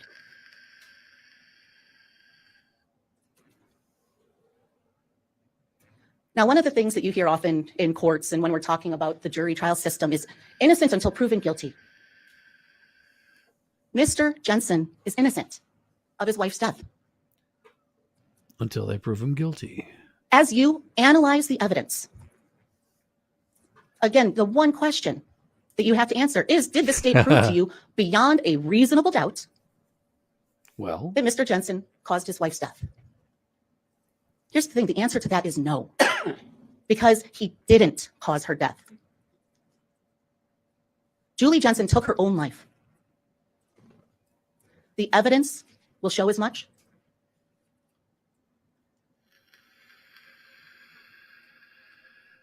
And at the end of this case, all the lawyers will come back up here and they're going to ask you to find, from the state, you're going to hear them ask that you find the defendant guilty, find him. to find this innocent man guilty. Objection, Your Honor. The state's not going to ask the jury to find this innocent man guilty. Oh, that's Again, not it's what we're opening going to statements. say. Just show what you're going to do in your case, Ms. Runner. But the evidence in this case is absolutely going to show that Ms. Jensen was suicidal. The evidence is going to show that Mr. Jensen, while not being perfect, is not a murderer. And for that reason, we will be asking you at the end of this case to find Mr. Jensen not guilty, to hold the state to their burden of proof, and ultimately to weigh all of the evidence that you hear, because that evidence will prove to you that Mr. Jensen is not a murderer. This woman couldn't play poker to save her life. She would lose so badly. That tick is giving her away. He is innocent, and he is not guilty. Thank you. All right, we're going to start the evidence portion. If we could have pencils and notepads given out to the jury.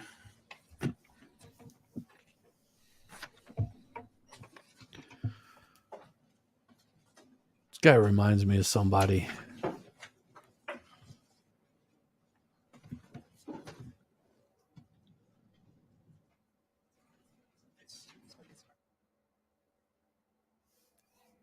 Come on. Come on. The witness. Yeah, we're not going to use that. So that should go in the corner somewhere. Get rid of that. Get rid of it. Move it. Judge is looking at all those penis pictures right now going, God, why are these people wasting my time? Pencils, notepads, that's for the jury. First witness. State calls Ruth Forwell to the stand. Swear him in. Okay. Remain standing, raise your right hand. When you come up here, I'll swear you in. You solemnly swear the testimony is meant to be the truth, whole truth, nothing but the truth, so help you God. I do. You can have a seat. Get as close as you can to the microphone. If you give us your first and last name and spell both of your names for the court reporter. Ruth Vorwald, RUTH VORWALD. Go ahead, Mr. Jamboy. Can you move that microphone a little bit? Go, Ruth. Which one? No, don't lick the microphone. Is that better? That's the one we want. All right. Don't lick the microphone. I know you want to. Don't do it. Good morning, Ms. Vorwell. Good morning. Can you tell me where you lived in December of 1998? Yes, 9005 3rd Avenue, Pleasant Prairie, which is in Carroll Beach. And is that location in Kenosha County in the state of Wisconsin? That's correct. Yes. Did you know or come to know a person by the name of Julie Jensen? Yes, I did. She was actually a very good friend And of mine. grandmas need So love tell us too. about when you first met Julie Jensen and the circumstances surrounding that. So my husband and I were new to Carroll Beach. We weren't from the area. We built our house. And I had a young son at the time, Nicholas, and I would push him in the neighborhood in the stroller. And then Julie would be walking in the neighborhood pushing her son, David, in the stroller. About what year was this? That would have been 91, the summer of 91. So tell us how you came to meet Julie. How about put them in the summer of stroller and push So again, the just stroller in the neighborhood, around? pushing our sons in the stroller. Don't push them And into then the stroller. I was working in Highland Park Painful. at the time and saying, I didn't know people in my neighborhood, was kind of struggling to meet people because I wasn't from there. And one of my friends said, well, I have a book club. And that's how I've gotten to know people in my neighborhood. So I said, wow, that's a great idea. Can you give How me the many information, times how do you you do think it? And she she read explained it. 50 Shades And of so Julie was Grey? the first person that I asked to be in book club with me. And is that the first time you met her, is when you asked her to be in the book club? No, I had met her, like I said, in the summer of 91, just pushing our sons in the stroller. We would stop and, say hi to each other and visit. But when I really got to know Julie was really in 92 when I started my book club because we had, regular contact then. Okay. So it was in, sometime in 1992 that Julie became a member of your book club? Correct. And aside from the book club, did you see Julie out and about on other occasions? Absolutely. Because again, we had young children. We would do play dates. We would have birthday parties. All the neighborhood kids would have birthday parties together. They would do trick or treating together. Julie, I can't remember what year, but put in a swimming pool in her backyard. And she was so kind and offered to have a swim day with all the kids. I want to say it was Friday afternoons. So we would regularly get together, even Easter, do Easter egg hunts, just different things with our children as the year, went on. Did you notice that there were some things that Julie particularly enjoyed doing with the Typical children? stuff. Oh my gosh. She was a very outside person. She was always outside in the yard playing with her boys. They would go on bike rides. They would go on walks. She liked to hike. Those are the things that I like to do too. So I think that was another reason why we bonded. We love doing things outside with our boys and the different activities that we would do. Good So, mom. where was your house in relation to the Jensen residence? So they're on Lakeshore Drive. They were the second house from Lakeshore Drive, the second No. house south. And around the corner is 3rd Avenue. And I was right on the corner of 3rd Avenue. I'm going to direct your attention to the can you see a television screen? Either maybe that one right there might be the easiest one for you to see. That one in the corner. I don't I'm know. directing your attention to Archie, that. come on. I don't see anything. It was in the exhibit. I need to. Okay, just a minute. Come on, Archie. Get it together. Everybody's got some weird ticks with their mouths over here. Must be something in the water in Kenosha.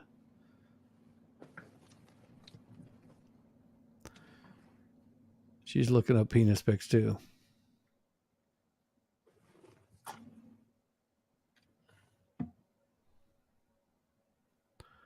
This looks like a very, very sweet lady. Now, directing your attention to the screen, the screen that's most visible to you. Can you? Could be. Whoops. Oh, it's a black It was there. screen. Yep. So your residence, I'll move over here, is 9005 3rd Avenue, right there. Correct. Yep. And then the Jensen residence was right around here. That is correct. It was the second one. So the corner. this is a more current photo, but back in 1998, with 0.2 trees as big as they are here, miles. it was smaller. Yeah, a lot smaller. So you could kind of see that. Could you see the Jensen backyard from your backyard? Yes. Yeah, I could. They were stone's throw away.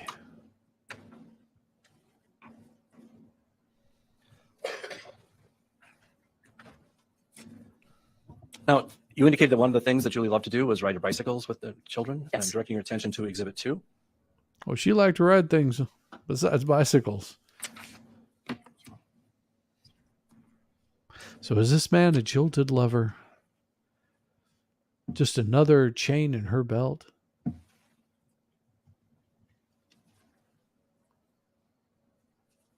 And can you tell the jury what that photograph depicts? That's a very normal photo of Julie being with David and Douglas. And considering the size of David and Douglas versus Julie at that time, can you tell us what year it appears that photo was taken in? I'm thinking that was the year before she died. I'm thinking the fall of the year before she died because the year that she passed, she had the shorter haircut. So 1997? This photo was taken in 1997, you think? Yes. Yes. Okay. And Douglas would have been 2 years old. That Okay. looks right. Now, between the time when you first met Julie and then she became a member of your book club, between 1992 and December 3rd, 1998, how often in the course of a normal month would you see or speak with Julie? Well, for sure monthly because of book club. And then many times in between, again, just depending on what was going on. If it was just a play date or an activity at school. I was very active at Southport School where both of our boys went. I was a site parent for a couple of years. So we would do fundraisers and that for the school. Again, it just depends. But in the summer, we saw each other a lot more just because of the weather being beautiful and being in Carroll Beach. That's the time to really be outside.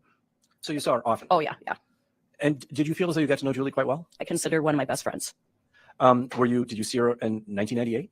Yes, definitely. When was the last time that you remember seeing Julie before her death? So I saw her twice. And again, to see a calendar from that year, I'd have to look at a calendar. But I saw her on 2 occasions. One, she hosted book club, and that would have been the second Tuesday in November. And then the second time I saw her, my son Matthew was turning 5, and I had a bumper bowling party, and we invited all the younger kids in the neighborhood. So Douglas, was at that birthday party. So what's a bumper bowling party? So they're so little that they can't hit the ball down the lane very well. So they have bumpers. So if it There's hits no the gutters? bumper, yeah, no gutters. Okay. Gives them a Bumper chance to actually babies. knock a pin down. That might be my only chance. Yeah. To learn bowling. So she didn't have David at that birthday party? No, because Matthew was 5. So it was Doug, because David was the age of my older son, Nicholas. So Douglas came to the party. And what is Matthew's birthday? November 9th. And so was this birthday party on the Saturday preceding or the Saturday following December 9th? It would have been after, because we went to Disney World and got back literally the night before trick or treating. And I needed that weekend break, because we drove down there and it's exhausting. And so I wanted to do it the weekend after his birthday. So the Saturday after November 9th is when you saw Julie at your son's birthday celebration. Correct. We saw the Julie at the So, directing your birthday attention to Exhibit party. 3.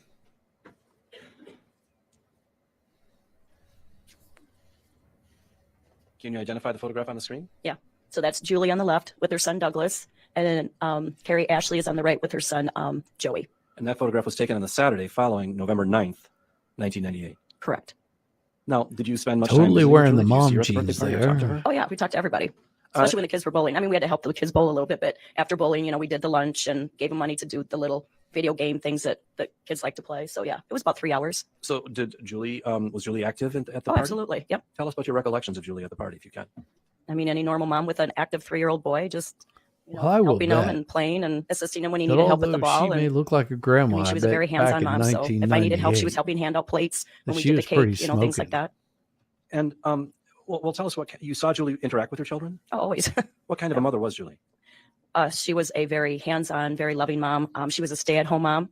And the one thing I think that I really admired, because I felt I wish I could have done this more because I was a full-time working mom, she was always doing different activities with the boys, not just outside in the yard, but they would do arts and crafts. And she would, get an art book and look at a different craft they could do together and read to them. She Oh, they've come back. devoted her time and They have come attention to back her with a boys and vengeance. whatever she could do with them to make their life better.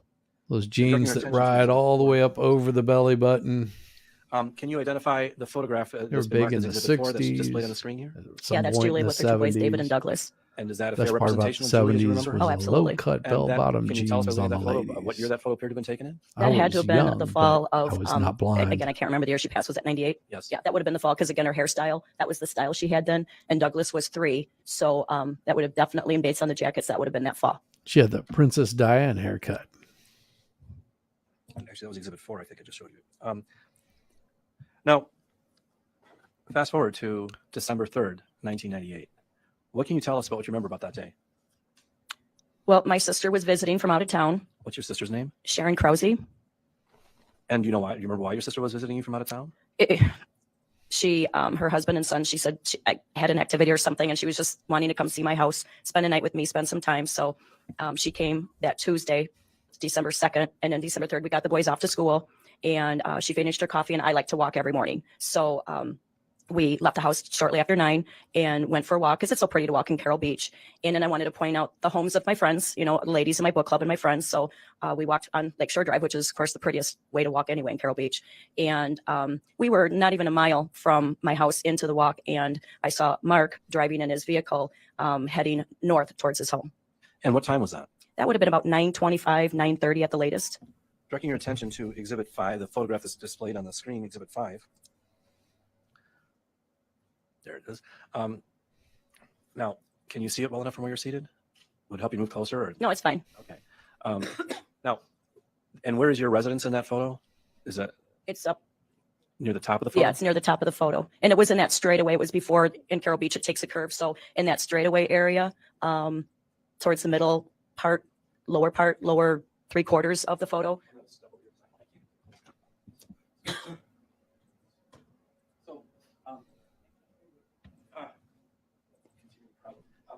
Can you show us? It would have been before 104th. So north. You're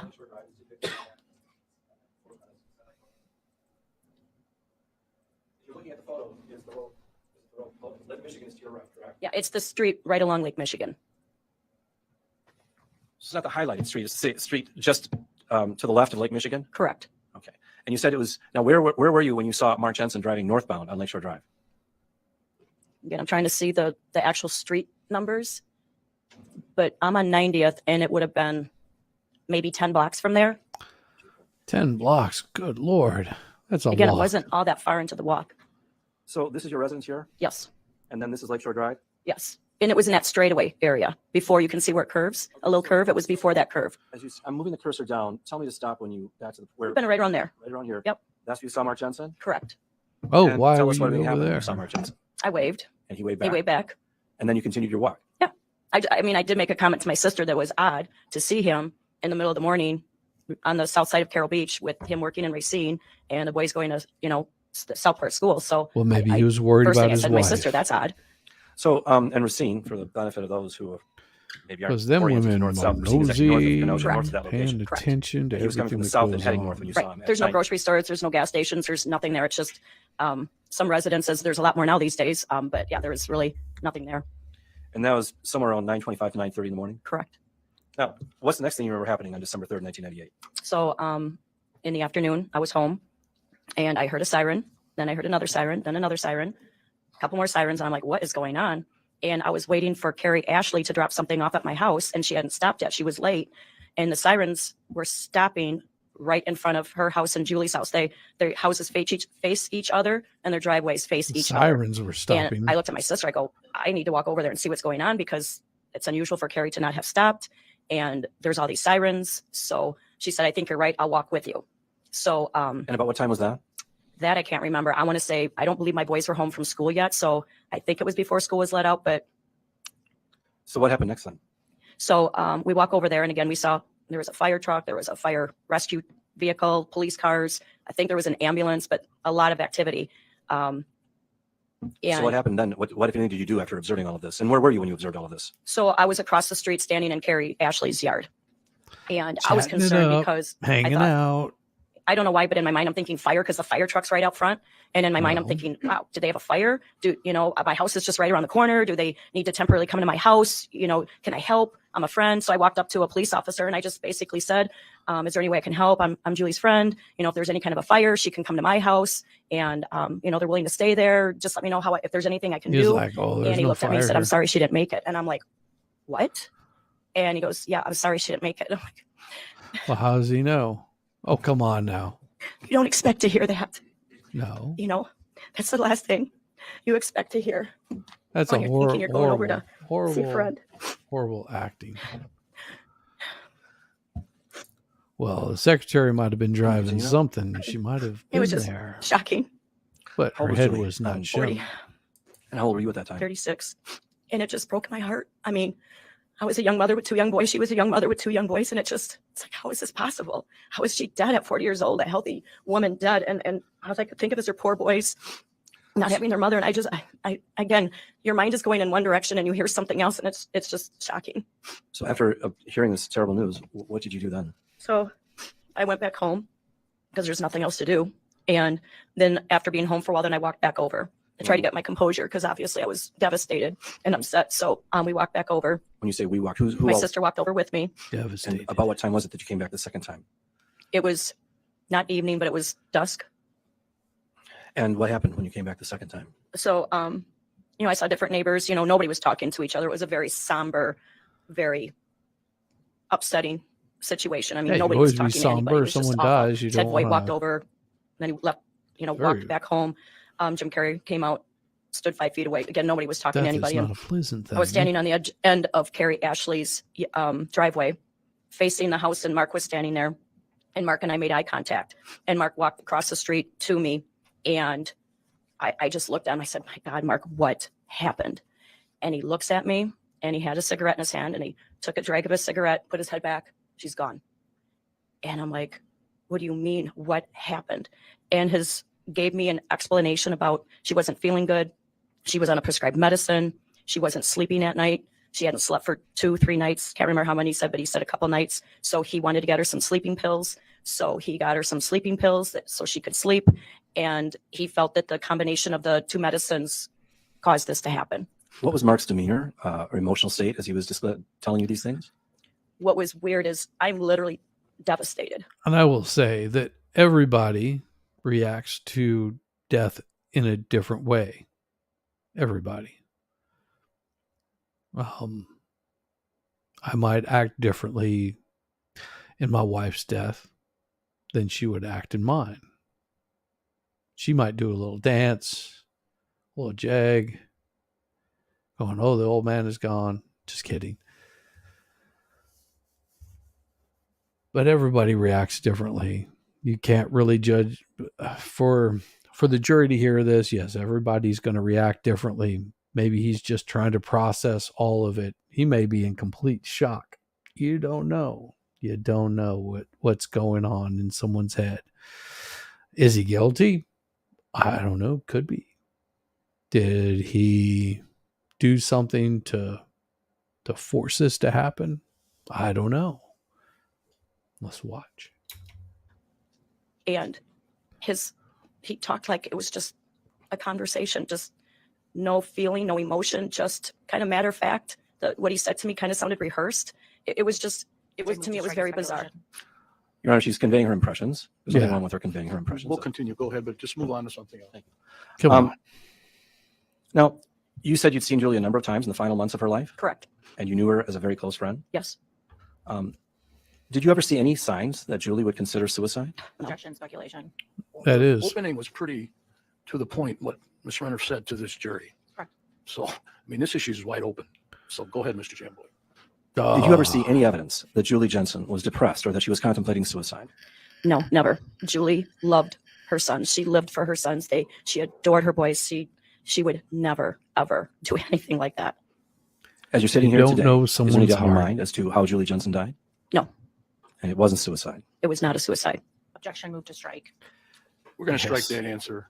There you Well, go. in your estimation, in your opinion, do you have an opinion after knowing Julie for several years, spending time at her house, spending time with her and her children? Judge, I'm going to move to It's going to be stricken. We're not going to get into her One moment, please. opinion. She's not an Yeah, expert. Judge, She talked about that she tell him. wasn't suicidal. I'll allow all that, but we're not going to have witnesses say it's not suicide. This witness. Thank you. So let's move There on. you go. There you go.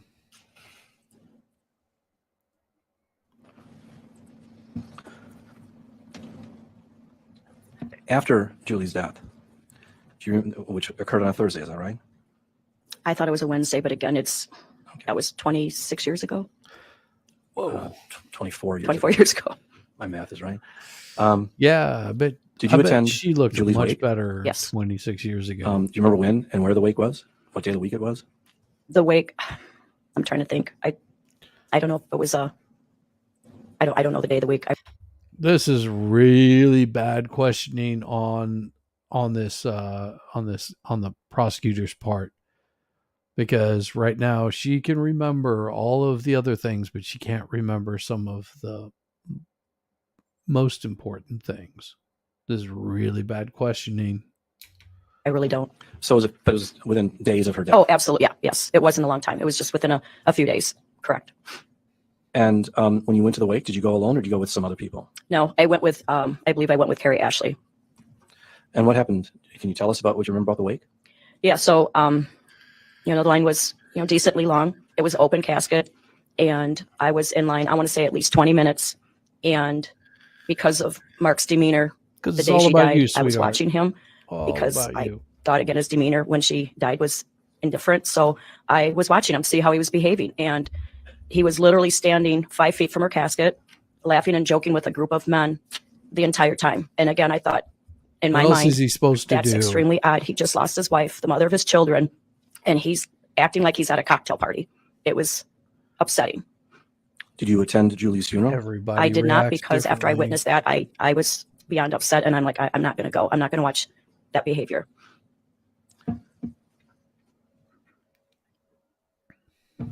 Thank you, Ms. Worrell. I don't have any further questions, Your Who's Honor. going to do the cross for the defense? I am, Judge. All right, if we could just say the attorney's name for the court reporter, who's ever doing the cross. Attorney Bridget Krause. Go ahead. And Judge, I need to stand because I can't see the witness. Stand. Just hold the microphone up, though. I don't know if the microphone's going to get up that.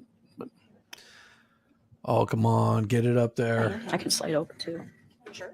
We could switch seats if you want. Can you see the witness now? I can. Thank you, Judge. Go ahead. We're not using that. I use this. Okay, it's fine. Ms. Forwald, you said you know Julie Jensen since 1991. Correct. You were a neighbor. Correct. You lived behind her. Correct. Your backyards were Kitty corner. kitty corner, so not right behind her. Correct. And you said during the time that you met her in 1991, it was as a neighbor. Yes. And that relationship changed as you had more contact with each other. Yes. You had children that were similar ages, Yes. similar interests, Yes. and you started a book club. Yes. And when you started this book club, you testified that you asked Julie Jensen to join it. Yes. She was the first person I actually asked. And after you asked Julie, other members of the neighborhood joined this book club. Yes. And it'd be fair to say that the purpose of a book club is to talk about books. Yes. And that's what your book club did. Yes. You would pick a book the meeting before, and then when you came to that book club, you would talk about books. Yes. Some people, book clubs become wine clubs. But for you, you guys really talked about the books that you had picked. Yeah. The first hour would always be social. So, catching up, what's going on, what are your kids doing? Are you traveling? Any trips? What's going on Any with their new school? tattoos? And then the second part would be discussing the book. So I want to talk about that social hour that you just mentioned. During the social hour, did Julie Jensen mention that she had received treatment for depression? Not to me. Did Julie Jensen mention that she had had an affair on her husband? I heard about that. Yes, I did hear about that, but it wasn't discussed at a book club. So I'm talking specifically about that 1 Oh. hour of social time. Just Okay. that. Did book Julie club. Jensen tell you that she had filed for divorce on her husband? No. Or that she was unhappy? No. Now, you talked a little bit about that December 3rd date, so I want to take you back to that date, okay? You said you spoke to law enforcement officers on that day when you first went over to the Jensen's house. Correct. After Julie Jensen passed away, you didn't speak to law enforcement officers again. Correct. You didn't call the Pleasant Prairie Police Department with any concerns that you had. No. You didn't call the Pleasant Prairie Police Department after the funeral about any concerns you had. No, because I heard they were already involved, so there was nothing to call. Ma'am, I understand that, but I'm asking you very specific questions. And you didn't call the Pleasant Prairie Police Department about any observations you made at the funeral. No, again, they were already involved, so I didn't. I mean, you knew they were involved and you knew they were investigating. Well, yeah, that's their And job. even knowing that, you didn't contact them about any of this information that you provided to this jury today. Well, I know it took, I believe, 3 years to determine cause of death. Ma'am, and did you contact the Pleasant Prairie Police Department Answer any the point question. when you knew they were Woman. investigating the death of Julie Jensen? I did not. The first time you spoke to someone in this case was the prosecution. After they determined cause of death, then I Ma'am, did.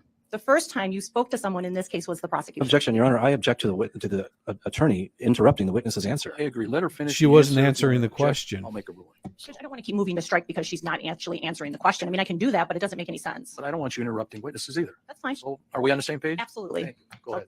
So we'd move to strike. Her last answer is unresponsive. Objection. The answer was not unresponsive. I agree. She could not Yes, it finish was. it. So ask the question again and we'll see what it is. Thank you, Judge. The first time you spoke to anyone in this case was the prosecution, That is correct. and that was after Mr. Jensen had been charged. I can't say if it was after he was charged. It was after it came out her cause of death. And after, before you actually spoke to the prosecution, you had talked to a number of neighbors Correct. about what they heard or what they had been told. Correct. And that was prior to you talking to the prosecution, Well, yeah, it was 3 years. and probably after you talked to the prosecution. We're all friends and neighbors. So you continue to talk about what you had heard or what you had observed. Well, in all honesty, we really all wanted to forget that day and what went on because that's not a pleasant memory. Nobody wants to keep all of that inside them because it's not fun to talk about. We lost a friend. So it wasn't like we were constantly talking about it. We actually didn't talk about it a lot.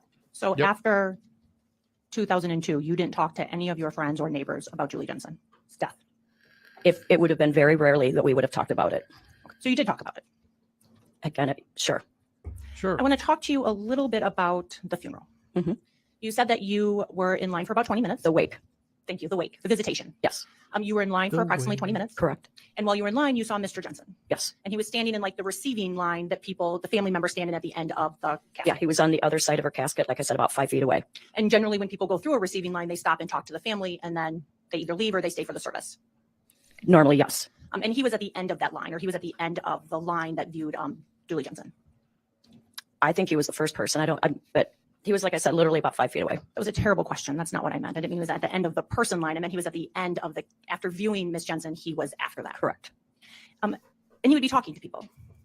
Like, my observation was there was a group of friends and he was talking to them for a considerable amount of time. So it wasn't a constant flow of people. And again, that's my observation. Did you know who those individuals were? I did not. Did you Well, know if thank they you were for friends of Julie naming. Jensen? I did not know the people. You didn't know if they were family members of Julie Jensen? The family members that I knew, that wasn't them. But you don't know if they were family members of Julie Jensen? No. You don't know what that conversation was? Correct. You don't know if people were telling stories about how they knew her, about things that they did I have with no her? idea what was being said. You don't know if they were telling funny anecdotes about things that may have happened in her life Right. That's when correct. she was a child. You don't know any of that information. I do not. Nope. You also know that many people consider a visitation or a funeral a celebration of life, Yes, Yes. it can. a time to talk and reminisce about the person that has passed away, Yep, that's possible. the Yep. loved one. Right. You weren't with the family prior to the visitation. I was not. You weren't involved in any service with a pastor prior to the visitation. You weren't involved with anything that happened after the visitation with a pastor or with family. Correct. What you observed was that 20 minutes that you were standing in line. Yes. And as you yourself testified, you were watching him because you didn't like the way that he responded or the way his demeanor on December 3rd. Correct. I'm going to go back to December 3rd, Ms. Warwick. You said that you had been at the residence and then you left the residence. Correct. And then after a while, you walked back over there. Yes. And when you walked back over there, that's when you observed Mark Jensen across the street. Yes. He didn't turn his back and walk back into the house. After we talked, I went home. Prior to him walking across the street, once you guys had made eye contact, he didn't turn his back on you and walk into the house. No, he crossed the Over street. to talk to you. Correct. To talk to the other neighbors that were there. I don't know who else he talked to. I know he talked to me because Were other neighbors around you? behind me, I don't know if they could hear. So he actually walked across because he saw you making eye contact with him and he knew you were Julie's friend. Objection calls for speculation as to why the defendant walked across. This witness only knows what he did, not why he did it. That's a good objection. You made eye contact with Mr. Jensen? Yes. And at that point, he walked across the street Yes. and he talked to you Correct. and he knew you were Julie's friend? Yes. And when he talked to you, you asked him what had happened I did. and he responded to what had happened. You weren't in the home immediately after Mr. Jensen found Miss Jensen. No. You don't know how he reacted to finding Miss Jensen. Correct. You don't know how he responded to paramedics or law enforcement that initially saw him. Correct. I did not.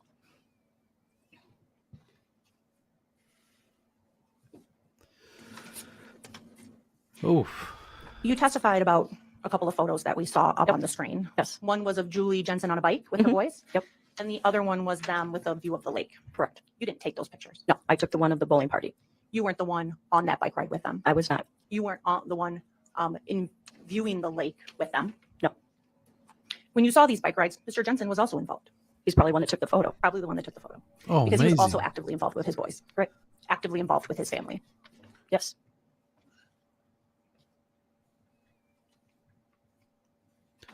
Does that One second, make him please, a killer or not?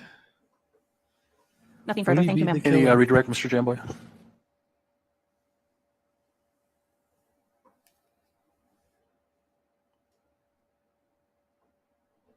Well, let's just Okay, skip Court. forward.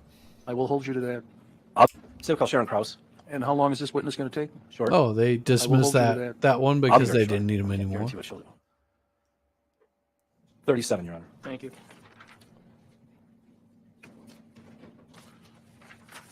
All right, come on. Let's get there. Ah, I love the lag. Love the lagginess of this one.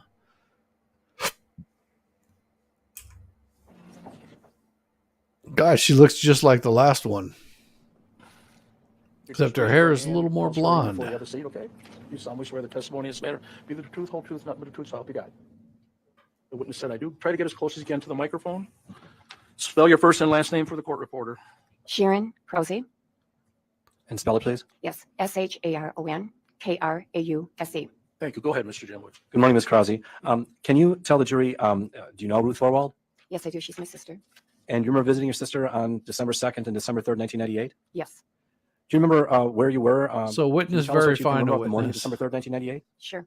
We got up and she got the boys off to school. She said, we're going for a walk at 9. We ate. I'd like to have my coffee. And she wanted to get going. She's very prompt on her scheduling. So we went for a walk.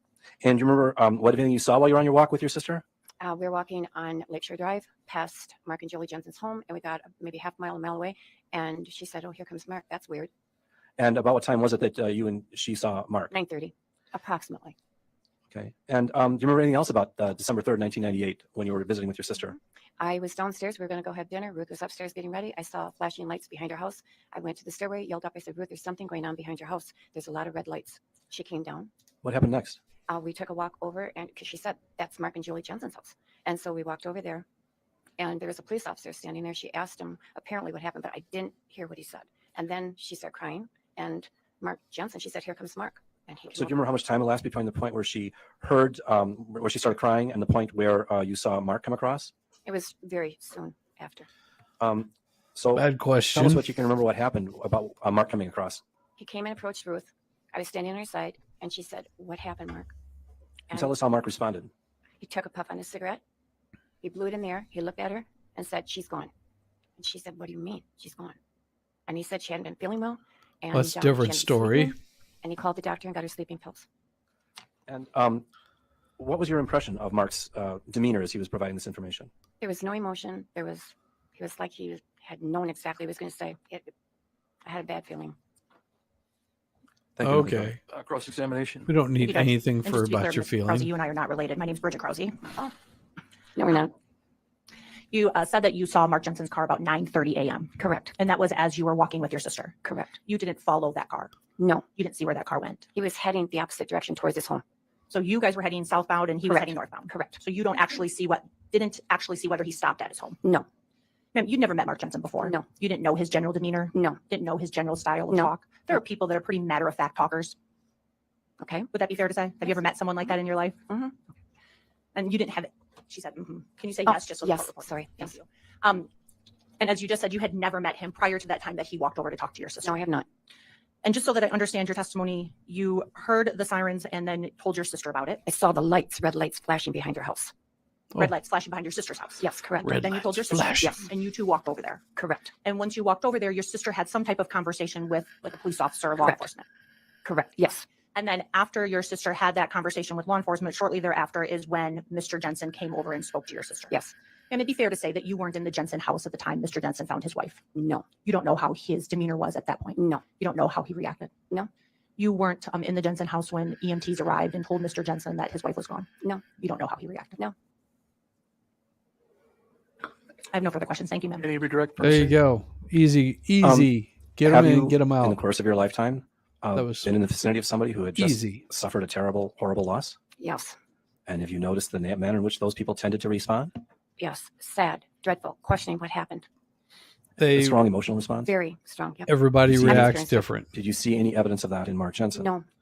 Nothing further. Everybody Any acts cross on- different. Very quickly, again, ma'am, you weren't in the home when Mark Jensen found out that his wife had passed. Objection asked and answered. Yeah, but you went into it again, so she can ask it. And ma'am, you weren't present when he spoke to his pastor at the home that night. No. Thank you. All right, you're excused. Thank you for coming. Have a good day. There you go. Short, sweet, good questions. Very close to the lunch hour, Mr. See you Chamberlain. bye. Oh, yeah, Your Honor, we don't have a witness. It'll take Thank 2 you. minutes. Okay, Oh, they folks, don't have another Be back witness. by 1:15, okay? Please don't talk about the case. We're moving forward. Let's see who we can get in here. Okay, thank you. But I can see her. I can see her no matter where you sit. So You can come up here by the witness stand. I can see her on corners. Remain standing, raise your right hand, I'll swear you in. You solemnly swear the testimony is meant to be the truth, whole truth, nothing but the truth, so help you God. Thank you. You can have a seat. Get as close as you can to the microphone and spell your first and last name for the reporter. Therese, Therese, DeFazio, capital DE, capital FAZIO. Thank you. Go ahead, Ms. McNeil. Ms. DeFazio, in 1998, where did you work? Fazio. I worked at Southport Elementary School. Were you a teacher there? Yes. Come on down, What grade did you South teach? I Bar. taught third grade at Meet that some time. friends of mine. And how long did you work at Southport Elementary School? Oh, over 20 years. Are you retired now? Yes. And when did you retire? June of 2013. Okay, so I just have a couple questions about the school first. Back in 1998, when did school start? It started a little bit before 8 o'clock. So in the morning time, it would be a little bit before 8 o'clock.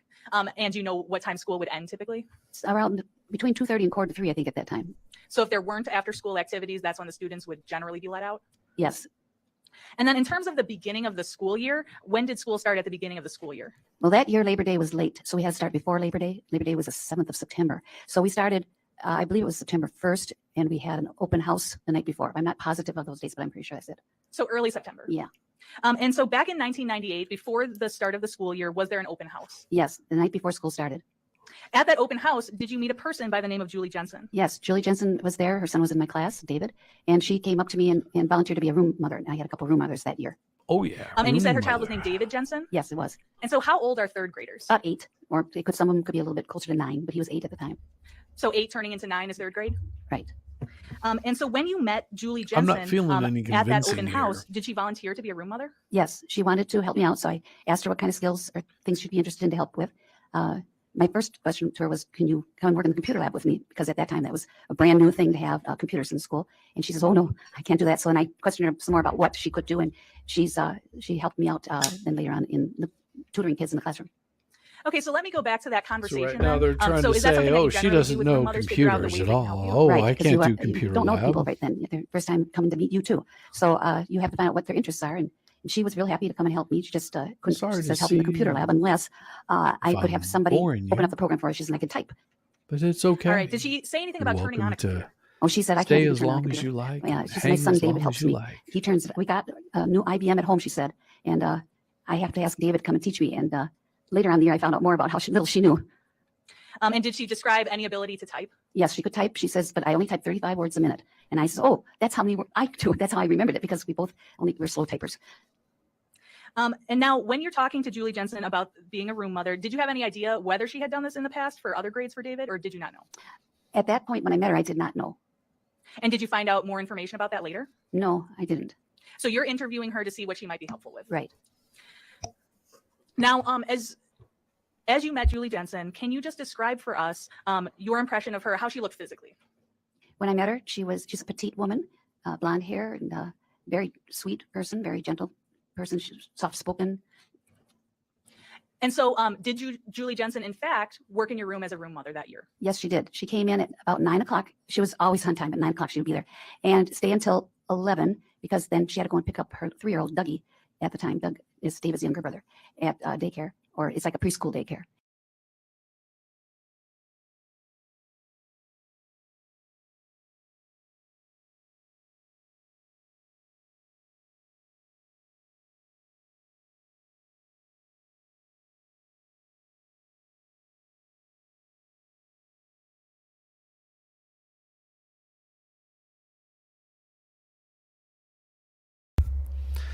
Sorry to see that a lot of folks have dropped off. I apologize if it was offensive or rude. I appreciate you guys for coming in and hanging out.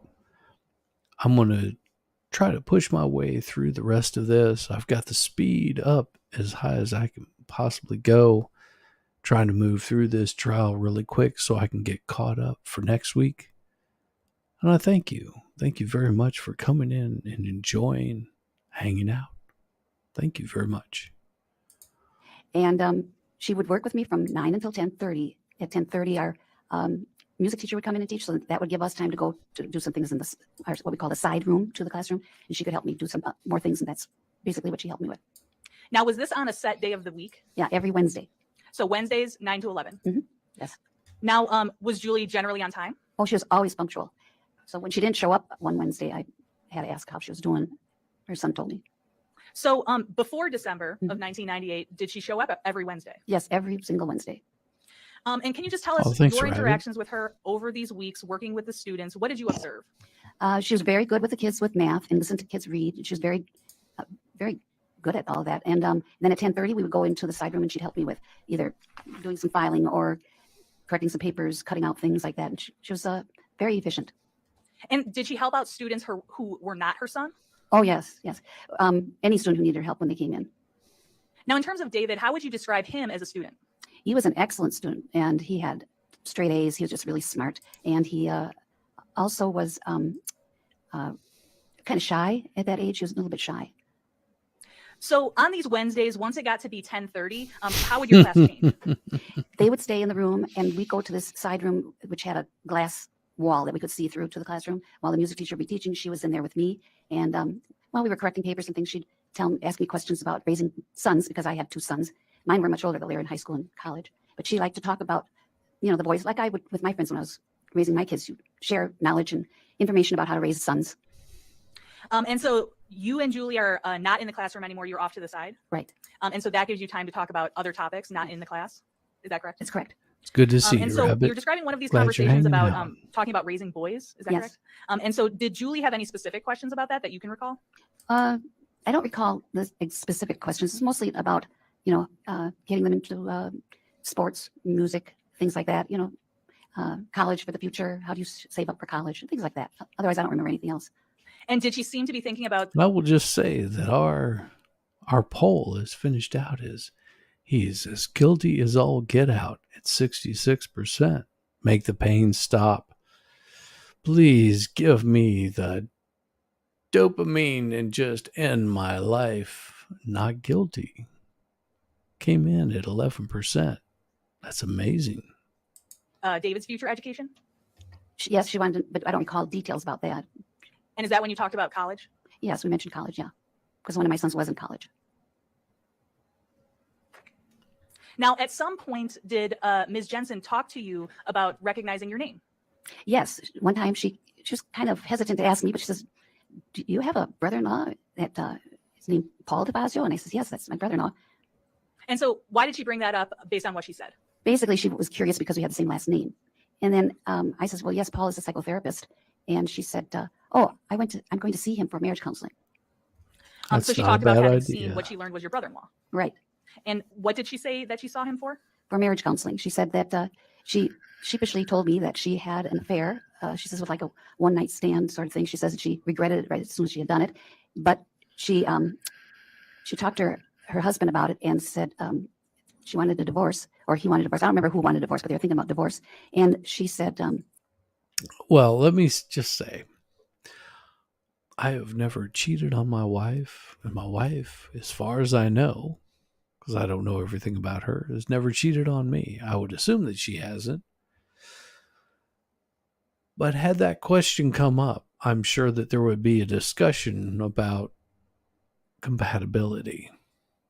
Now, is it possible that this gentleman right here said, well, my wife cheated on me and now I'm just going to spend the next, I don't know how many years just driving her nuts? Could be. Could be that, maybe he was torturing her to say, hey, you're a horrible person. I've known people on both sides of this aspect. I had not a real close personal friend, but someone that I worked with, a coworker that cheated on her husband and actually got knocked up. And they were friends of that particular family.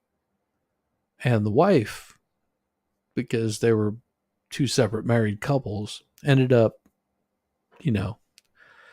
doing a little bit of funky stuff there. And the man that was cheated upon stayed with his wife. Of course, he was not a very attractive man. He was definitely getting a really, really gorgeous wife. But she wanted to step out, and that's what she did. And she stepped out with a friend of the family. And the wife found out about this because, of course, girl ended up pregnant. The wife said, well, you're going to take care of this child. It's your child. You're a piece of garbage. And I'm sure she held it over him for the rest of his life. I never heard much back from it, but I do know that husband of a woman that got knocked up by another man stayed with his wife and raised the kid and was very involved with his kid. Which, for me, I don't think I could do something like that. I think I would have probably moved on with my life and said, see you, bye. Not my kid, not my wife, not the person I married. Luckily, I've never had that problem. So, I don't know how everybody reacts a little bit different. On the other aspect, I've seen, a man cheat on his wife and the wife just next day, see you, bye, packing my bags, you're gone, we're out of here. Love is a mysterious thing. People do things because, one, they may not want to be lonely, or two, they don't see it as big of a transgression as others. Everybody reacts differently in a situation. And if you're judging this man based on how he may have how he may have reacted, the things he may have done or said, I don't know.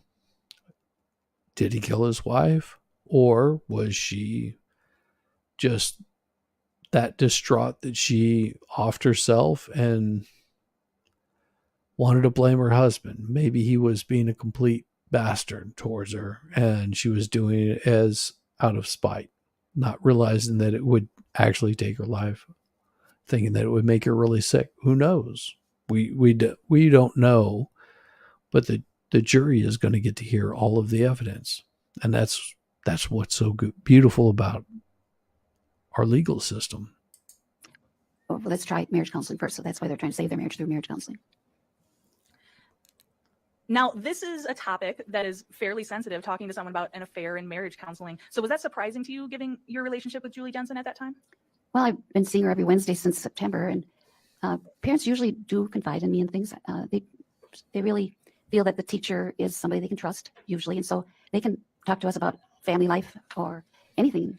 You know, they just open up. And so other parents have talked to you about detailed family life? Yes. Oh, yeah. Over the years, many times. Now, did Ms. Jensen tell you anything at all about how her husband reacted or treated her after the affair? She said that he was watching everything she did and asking her where she was going when she'd go out, what time she'd be back. She says a lot more than he would normally. He was being very controlling over where she went and what she did. And did she describe anything where she believed that her husband was critical of her? She said, this happened later on about conversation we were having one Wednesday. She said that, I'm trying to think, before conferences, she was talking to me about, she was worried about the conferences that were coming up on November 18th. And so we had a conversation about that. And she said, she wanted to know what I was going to bring up. And I said, well, you know your son, he's a wonderful kid, he's just great. But I was going to bring up something about David having tics and eye tics. And I know that she didn't want me to bring that up because she said he'll be very, he'd yell at me. That's how she said it. He'll yell at me if you bring that up. And so he, meaning her husband, right? Yes. And so this was something, you said, a conversation that occurred leading up to the time of conferences? Right. It was the Wednesday before conferences. And in terms of these facial tics, what do you mean by that for David? His eye would have like a tick in it, you know, blinking. And I don't know, I can't remember how to explain that. I mean, it's just the eye is bouncing around a little bit, you know, the eyelid. And so this was important enough to you that you brought it up with Ms. Jensen? Well, I only brought it up because she was so worried about conferences coming up. And this was something that you were going to say at the conference? Right. And the expectation would be that Julie would be there, but also Mark Jensen. Yes. And when Julie was describing to you her concerns about this conference, had she talked about a prior conference she had attended about David? She said when David was in second grade, that conference was fine. They went to the conference. She says he sat there quiet. Mark sat there quietly and they had a conversation with the teacher. But she says when we got home, he yelled at me and told me I'm a terrible mother and I don't take care of the kids. And I says, well, isn't David a straight A student in second grade? She says, oh yeah, he's a good student. But he would nitpick and find some little thing that he'd bring up that came up at the conference and would just yell at her. And so then how did that cause you to react when this conference actually happened? Well, when we had the conference, it was November 18th. I was careful in how I approached anything. I tried to be as positive as I could, which was easy because David was a wonderful student and no behavioral problems. And then I just kind of gently brought the conversation around to the eye tics and said, I think you should take him to a doctor and find out why he's having those eye tics. I said, I'm not a doctor and you need to have a professional take a look at him. And you said that was November 18th of 1998. Is that Yes. accurate? Yes. Okay. And so then, was that a Wednesday? It you all recall? gets to Yes, the it was. point. And so then the next time you would have seen Julie Jensen, is that the next week? Yes, on November 25th. She came in at a regular time. And at that time, were you particularly interested in how the conference had went for her at home? Right. I asked her, I says, so when you got home, did you get yelled at or did everything go fine? She says, well, he told me I can call the doctor after I pestered him several times. She says about the doctor. He finally admitted, yes, you can go and call the doctor. But then he wouldn't speak to me at all. She said he would just ignore me, pretend I wasn't there. And when you were talking to Julie Jensen on November 25th, did you make any observations about her demeanor? Yes. We Really went into want to the see the side defense room on at about this. 10:30. She'd been doing fine all morning. And then we brought him into the into the side room. And I said, is something bothering you? And she was kind of like doing this with her hands. I said, come on, tell me what's the matter. She said, I don't think I should tell you. She goes, and I said, well, when you're ready, I'm here for you. I'll listen. And so you made that gesture with your hands. Would you describe that as hand wringing? Yes.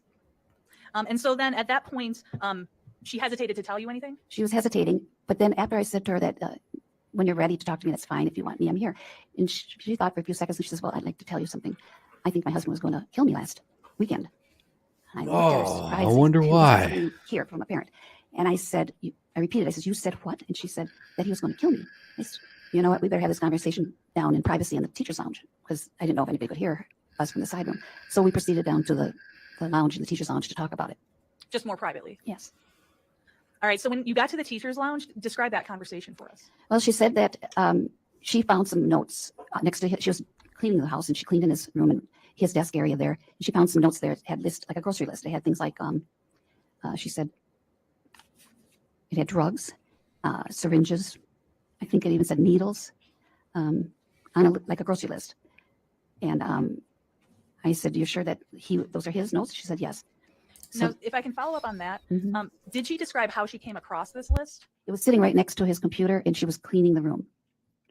And so she brought that up to you as something that caused her concern? Yes, Okay. because she said he never took drugs, so she didn't, and she wasn't thinking he ever needed a syringe or a needle or anything. So she just couldn't understand why that note was there. And when you're having this conversation with her, did she say anything else about the computer? Whenever she'd come into the room and he was on the computer, he'd either turn the screen or turn it off and wouldn't let her see what he was doing. And she asked him once, "Well, why are you always turning off the computer?" And he'd say, "Well, I'm done with my work for today." And again, this is on the topic of things she saw that she thought were concerning. Yes. And so when Ms. Jensen is talking to you about this list, which has drugs on it, did she say anything about what that made her think? She was worried that he was going to try and kill her with an overdose of some kind of drug. And what were your thoughts when you heard this? I said to her, if you're in danger and you're feeling you're going to have something happen to you, you need to tell someone in authority. So first of all, I said, you need to call the police. She's in Pleasant Prairie, so I said, And I would just say that this sounds very suspect. That kind of information just seems really sus. I have a hard time buying part of this. Some of it seems like it's mixed in with a narrative of what may not even be entirely true. I mean, think about this. Imagine a man is cheating on his wife and he is searching out lingerie for his mistress, his girlfriend, whatever it might be. Just imagine that he's doing that. So tell me, do you think he'd want his wife to see that? Maybe it's something that he's getting ready to get for his wife. There could be any number of reasons why he didn't want to share his screen. Maybe he was looking at dirty pictures, and of course on dial-up that takes a while to come up. I mean, so far they haven't really proven that he's done anything. This is all speculation. Speculation leads to the wrong ideas of what might be going on. you'd call the Pleasant Prairie Police. She says, "Oh, I've already done that. I've talked to someone over there." And then I says, "Well," and I picked up the phone book and I said, "We should look up Women's Horizons." I says, "They can help you too. If you feel that you're in danger with him, you need to go to Women's Horizons and get some help." And she said, "I have to be here for my boys." She says, "I'm not going to leave my boys." And I said, "Well, you can take your children to Women's Horizons." And she says, "Oh, no, I can't. He knows a lot of people in this town." And she says, "He'd find me and he'd probably tell everybody Absolutely, that I was crazy. And my kids would be Absolutely, taken away from Rabbit. me." That's absolutely right. Now, before we move past this list, did Julie ever describe to you when talking about this list an incident where her husband was offering her something to eat or drink? Yes, he brought her something to drink one day, and she says, "I wouldn't take it." She says, "Since I saw those notes, I have been eating out of anything that I pick up or I have made, or I go out to eat." She says, "I have not taken anything from him because I'm afraid he's going to put something, like if there is a poison or something." That just into the drink." sounds And suspect right she didn't there. want to take that That's chance. speculation. Why is she not And so objecting when to you were any of talking this? to her about getting help and offering her various options, what did she say she was going to do? She says, "I'm going to get a plan. I'm working on one right now." She says, "I'm trying to get a place in Illinois. A friend has said he'd get me a place in Illinois where I can hide out. I can take the boys with me." She says, "I've told the police about it. I'm trying to get a job but she says it's kind of difficult because Dougie's own." Interesting story. Not too long ago, had a somewhat of a family friend that had gotten a little bit tipsy one night, and while her husband was upstairs asleep, or supposedly asleep because he's a heavy drinker, she started kissing another man in their house in the living room. He came down and lost his shit, which I understand. Wouldn't you? You come down and you see your wife kissing another man. You'd be a little bit angry. Well, she was determining whether they were going to get divorced or not. She moved out, and I'll leave it at that. Nobody's died in this situation, but I will say that they are back together again. They worked out whatever issues they had. And from the outside, I could make speculations on multiple levels. But who am I to say what was going on inside their relationship? That's the problem with seeing something like this, is she's making speculations of what's going on inside of a relationship. She has no idea. Maybe this woman's absolutely lying to her. Maybe she's just giving her absolute bullshit story. Who knows?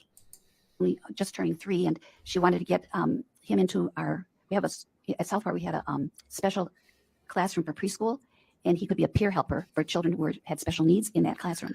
But she hadn't gotten to that yet. She was about to. She also had been looking for jobs, but she says because Dougie was only in this preschool daycare for a couple hours, 2.5 hours in the morning, she says that nobody's going to hire me for something like that. So she was not sure what she could do with that, but she was going to try. And Okay, so she wasn't rejecting help or saying she was going to do nothing. She just described a different way of doing it. yeah, different way of doing it. Now, when you're hearing this conversation with Ms. Jensen, what did you do after hearing these things? Well, we were finishing up our conversation about 11 o'clock. I had to get back to my classroom because the music teacher was in there and leaves at 11. She had to go pick up Dougie. So I looked her straight in the eye and held onto her shoulders. And I says, Julie, you need to get some help. And if you need any help, you need to call right away to get it. It could be Women's Horizons, it could be your police officer you talk to. I said, but you need to get some help. And she's. And I will also say, with aspect to this young lady, that all of her friends rallied around her. All of her friends were, oh, well, it's horrible that you're having to move out. And that she never took any responsibility for her actions. Oh, it was a mistake. It was an accident. I screwed up. But as soon as he was basically shunning her and saying, I don't want to have anything to do with you, it was all about him being so horrible, so bad. She was the one that screwed up. I'm not saying that he would offer or anything like that. That's not anything like the type of person that he is. But it's really, you don't know what goes on inside a relationship. And this, I cannot, it is so hard for me to believe that defense is actually letting this shit go through. Says, I will. I'm getting my plan together. I'm going to be ready in another week or 2. I'll be ready to go. And so then I told her, well, she asked me not to tell anyone. I said, but I have to tell my principal this. I can't keep a secret like this. So right up after I went back to my classroom, lunch came around about 40 minutes later. I went to the principal and told her what happened. And so we both knew about it. Now, when you're having this conversation about Ms. Jensen's fear about her husband killing her, was the idea of suicide ever brought up? She never mentioned suicide. No. And did she ever say anything to you about whether she would commit suicide? Oh, she said to me that she was doing all this to protect her relationship with her kids, because she said, I would never leave my children. And she said, I got this plan going so I could take my children. If I don't have a plan, she said, he will just make sure that he gets a good lawyer to say that I'm crazy and I will not get my kids or even visitation rights. And as he should, because if she is crazy, wouldn't you want him to do that? And so did Ms. Jensen ever specifically deny to you that she would commit suicide? Well, I never asked her about suicide at all. We never talked about suicide.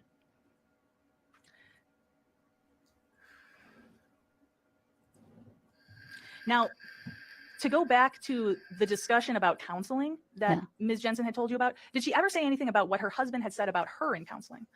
He said, she told me that whenever they went to counseling, Mark would tell lies to the counselor, the psychotherapist it is. So she would tell, she said that she would tell what was going on. He'd make up lies and tell lies all the time about her to make her look like she had a mental problem. And so when Ms. Jensen is describing Maybe her she current did. concern about leaving her husband, was it similar to that she was afraid her husband would make up lies about her? Yes.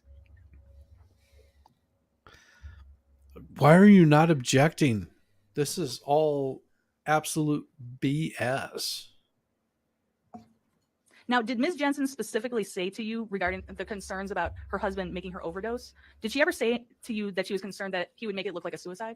Yes, that's what she thought. That's why she didn't want to drink anything. She thought for sure he was trying to get her to drink some kind of drug or poison that would kill her. So it seems to me odd that all of a sudden she's taking Ambien, that she is taking juice from him, that she's taking anything from him at any point in time.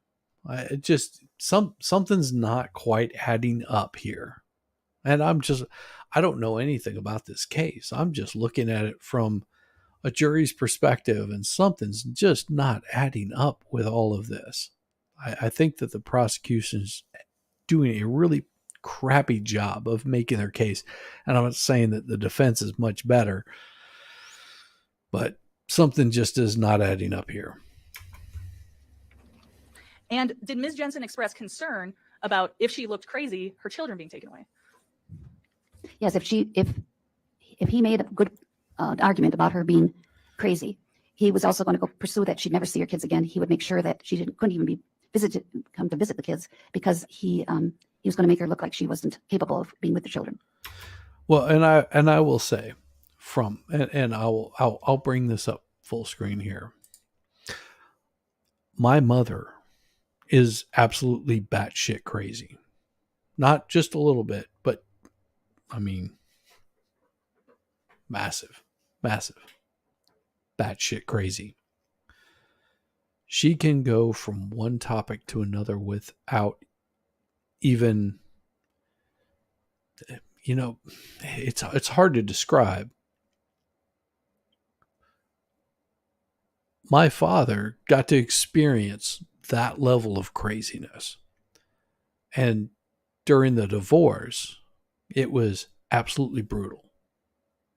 Now, I didn't attend any of these divorce proceedings at all. But I know from hearing my mother talk how brutal it was. My mother was also the type of person that would do some really whacked out stuff. And my father was concerned for our safety. Women can be very, very, very vindictive. Absolutely very vindictive. To the point that my mother, there's a 2-week vacation that my father was granted with the kids. So we do this vacation.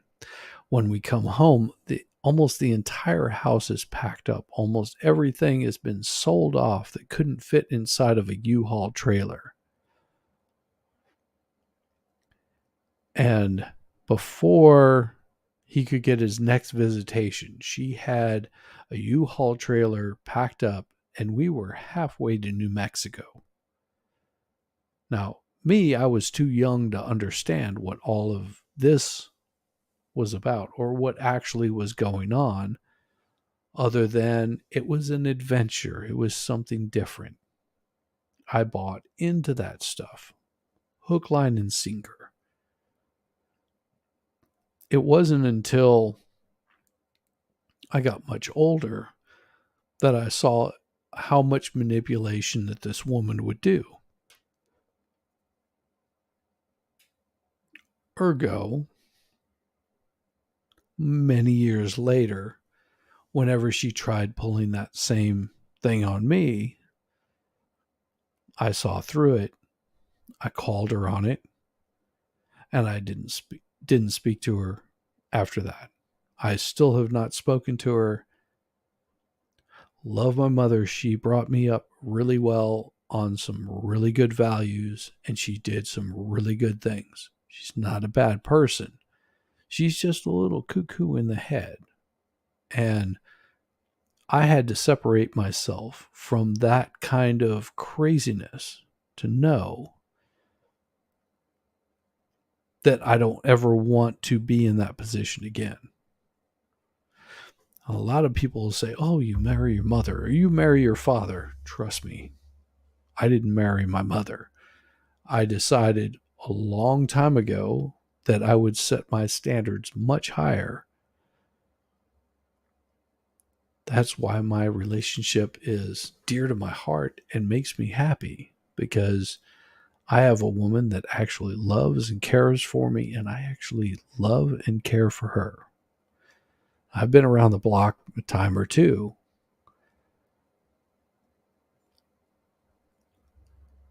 and my wife didn't judge me for all of my absolute horrid behavior before I met her. And my wife may have been around the block once, but I didn't judge her for that. And once we got to know each other, we found that we actually enjoy each other's company immensely. Now, my wife is smart. She's not a dummy. She actually went to college. I never went to college. I didn't even go to a trade school. If you consider military a trade school, great. And at some point in time, my mother-in-law was a bit concerned because I didn't speak to my mother anymore. And once I actually sit down and explain to her the reason why, because I didn't want to bring this kind of vitriol and drama and attitude and anger and problems and issues into a new relationship, that I wanted to spend time with my wife and enjoy her company. And my wife we are politically opposites.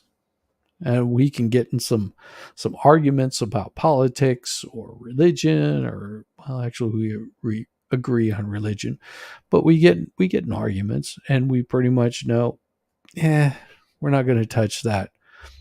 How about this? We go and do something. We go hang out. We go grab a drink at a bar that we've never been to, try something that we've never done before. And that's where we find our enjoyment. We find the enjoyment in each other. We may not agree all the time, but man, that would just be so boring if we agreed all the time. But back to my absolute horrid person of a mother. Why would I want to ever introduce my mother to my wife to basically say, this is a horrible person, and please watch out for her because she's going to hurt you?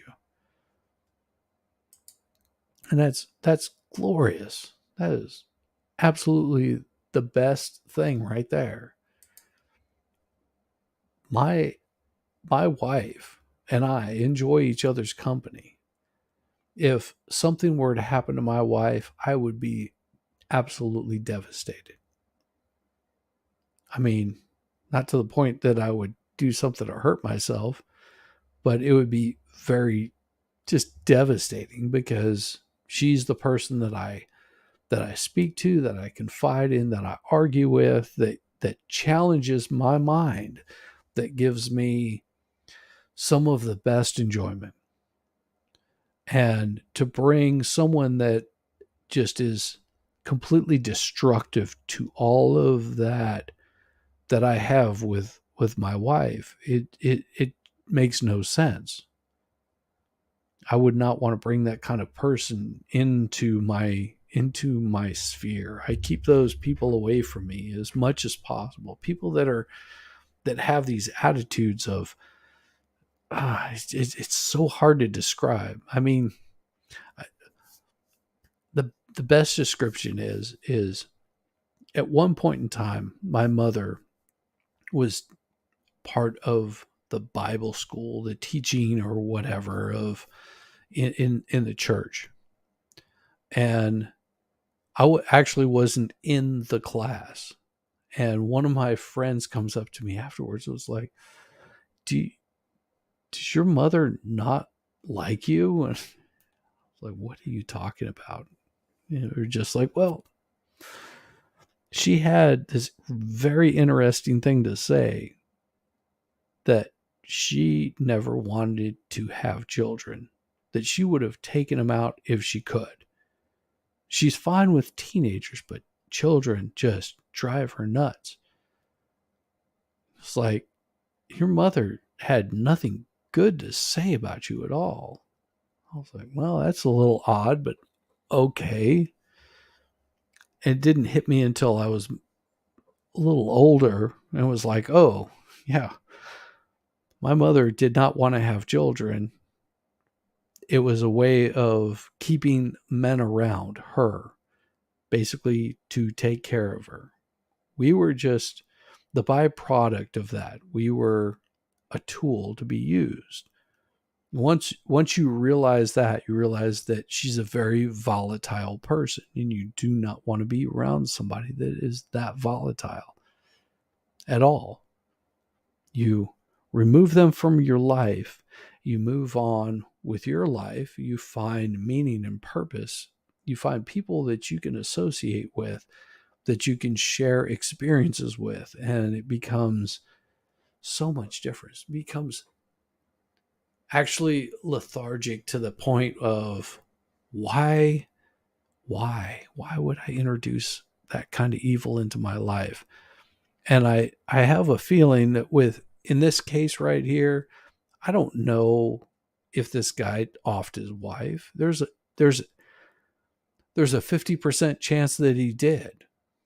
Maybe he is just an absolute shit. Maybe she is that kind of person like my mother was, that she would do anything, absolutely anything to be spiteful to my father.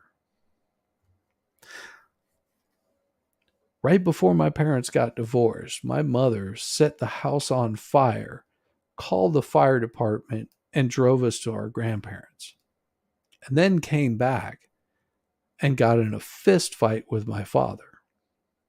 And whenever you talk about, you'll hear someone like Drex talk about German Shepherd. Oh, that was my mother 100%. She would get up in my father's face, and my father was more used to women that were caring and kind, and he loved my mother, so he would back off from it.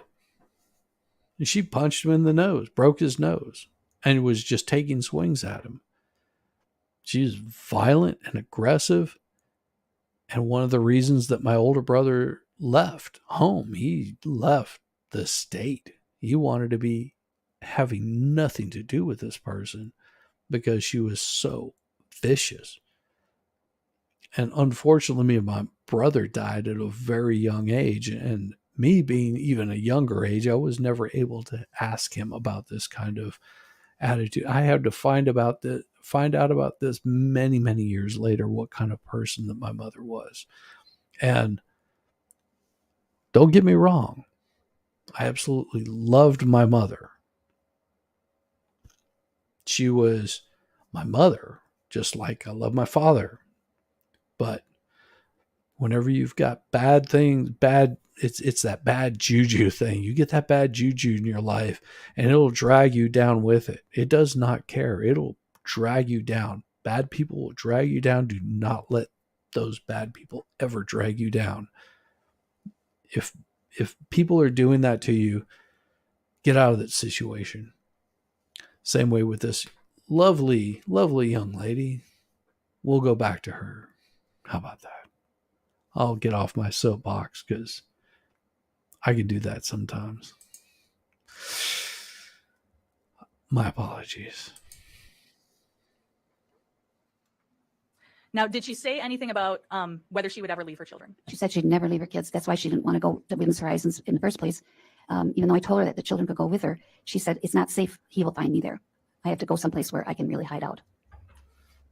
Now, when Ms. Jensen, during this conversation, when she talked to you about this list of items, including the drugs and the syringe, did she ever tell you whether she gave that information to anybody else?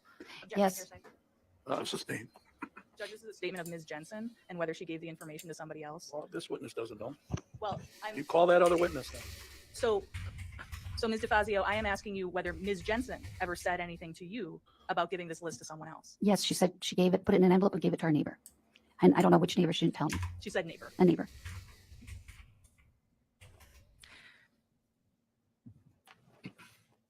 Now, this is all occurring on November 25th of 1998, this Yes. conversation? Is that correct? Yes, that's the last time I saw her alive. So the next Wednesday, would that have been December 2nd of 1998? Yes, it would be. And that Wednesday, were you expecting Ms. Jensen to be in your classroom at 9 a.m.? Yes. And since it was a little after 9 and she was punctual, I said to David, is your mom coming today? And he said, oh, I forgot to give you a note. So he brought up the note and it said, sorry, I can't come today. I'm sick. Can David go walking home with his friend Eric Shore instead of taking the bus tonight? And I said, instead she was sick. So I said to David, David, it says here that she's sick. I says, what kind of sickness does she have? And he says, she's coughing really hard. And my dad won't let me go in. Sorry, ma'am. I'm going to move to strike this as hearsay. I'm going to strike that answer. Yeah. So judge is a statement As you of should. the child about his mother's condition. Oh, we didn't get it. You didn't lay that foundation like that. She just made the statement. So if Um, you want to start over, I'll let you start over. Thank you. So Ms. DeFazio, once you read the letter and it said something about Julie being sick, did you then talk to David? Yes, And when you were talking to David, was he expressing concern about his mother? yes, she was coughing so hard. He wanted to go and say goodbye to her before school started. And I still move to strike as hearsay. Well, I believe the foundation is laid about David Jensen expressing concern about his mother. Go back in the jury room, folks.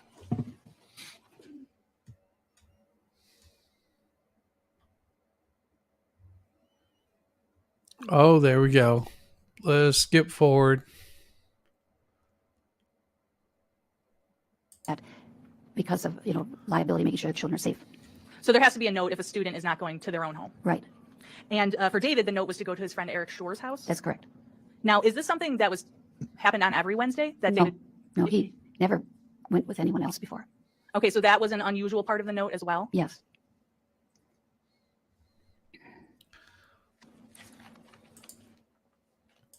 Now, also consider this and just think about it.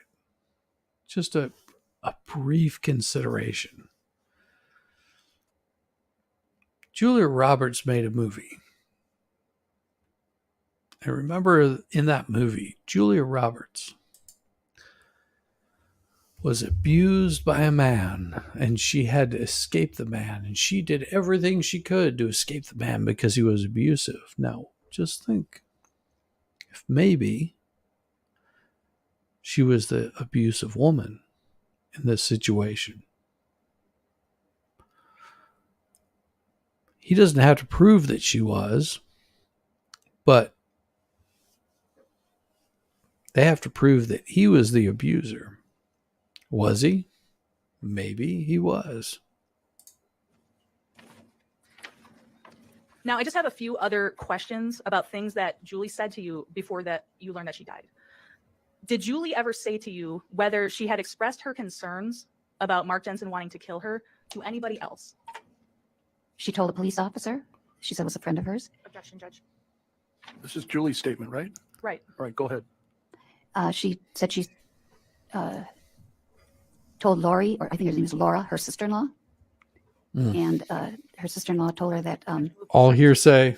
So right now the question is just who did Julie say that she told? So you've mentioned the police officer Yeah. and her sister-in-law. Do you recall anybody else? and her friend, the neighbor.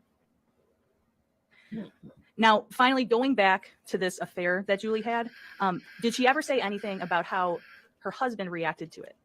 She said he was angry and he just started being more controlling over her. Do you blame him? Do you blame him for being more controlling over a woman that cannot control herself? That's stepping out. Makes a man wonder, well, is it possible that maybe these kids aren't mine because she's clearly not being satisfied at home and she's feeling the need to maybe do things with other guys. Maybe he's a little more paying attention to what she's doing. I mean, think about it. If my wife, I find out because she opened up to me and said, "Oh, I've like stepped out on you like 4 times and like, doing guys in our marital bed." Do you think that I might be a little suspicious of her actions, that I might be a little more wanting to make sure I know where she's at and what she's doing, because clearly she does not have impulse control?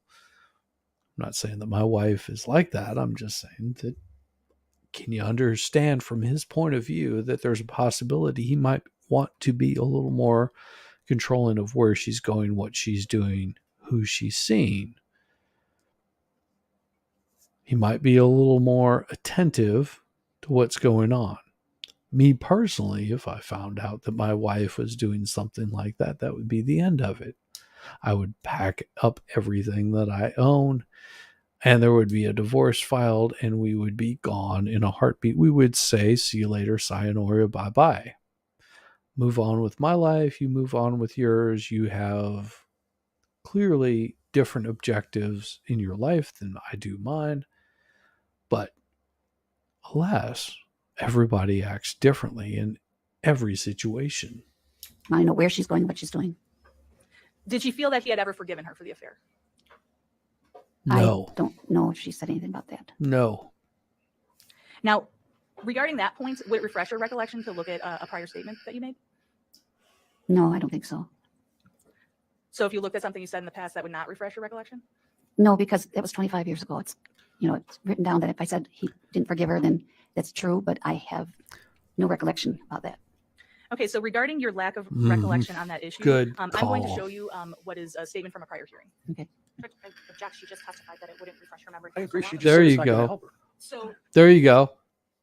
Don't if let he it in. testifies to lack of Don't let it recollection, in. then the hearsay Don't let it exception would be in. For the prior testimony of an Understand. Good job on She the just said it's not defense. going to help her. Right, but this is not to refresh recollection. This is the prior statements of a witness who now cannot remember. So this She said it's Doesn't not going matter. to help her.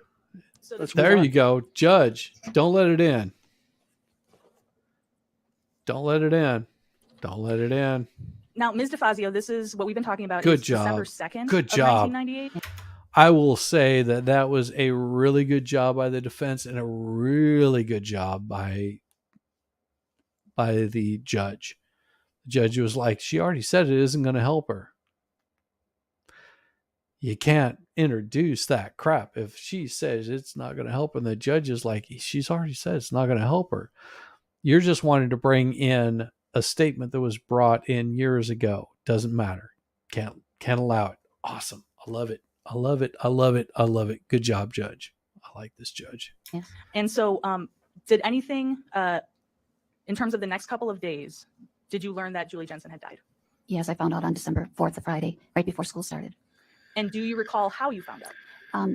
Mrs. Ashley, Carrie Ashley, she came up to me. She's one of the parents in my room. And she came up to me and said, did you hear Julie died? There's a whole bunch of police around the house and yellow caution tape, she said. And so, when you had heard that, what was your reaction? Well, right away I thought, oh my God, what is going on here? I remembered our conversation about her saying that he was going to try to kill her. So I sent a Of note down course. to the principal. It was just the bell had just Why rung wouldn't you to start not school. remember So I sent that? a note down to the principal saying, I need to talk to a police officer right away. Did you hear Julie Jensen died? So she arranged for the officer Ratsberg to come in and talk to me after she got somebody to watch my classroom. And so, is this something happening that very Friday? Yes, And so, after you spoke with Detective Ratsberg, did you also write something about what your recollections were? I did, but he told me to write a general summary because he had taken extensive notes and went through a lot of questioning. And my principal was there too. She took extensive notes. He said, I said to him when he asked me to write the summary, I says, well, do I have to write every single detail I just told you? And he says, no, just write a summary of this, of what you remember about what Julie has told you in your conversations and what she had said to you about her feelings about her husband. And so, that's what you did on December 4th of 1998. Is that accurate? That's right. I did it at home.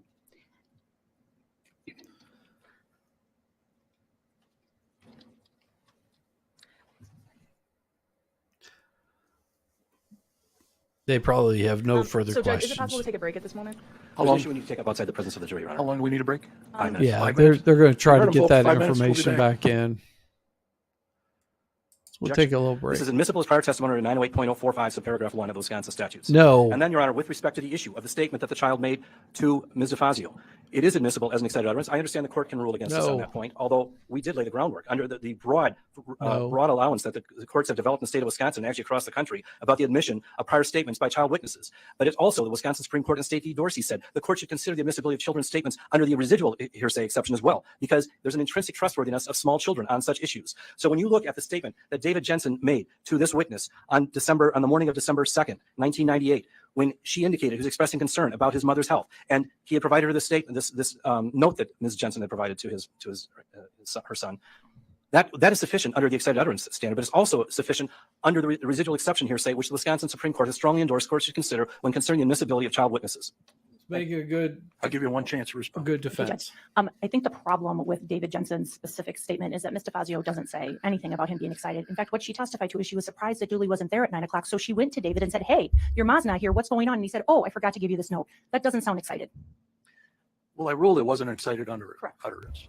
Correct. Yes. So I don't have anything to add to that. I think they can call that witness and he can testify to it. As to the impeachment of their own witness, if they lay the foundation correctly and don't try to refresh her memory, then I think they can do that. But they can't try to refresh her memory. That's the problem. There you go.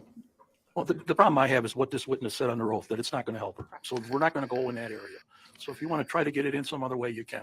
So bring the jury back. There you go. Bring him back.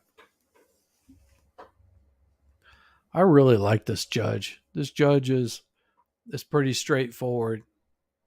He's not taking one side or the other.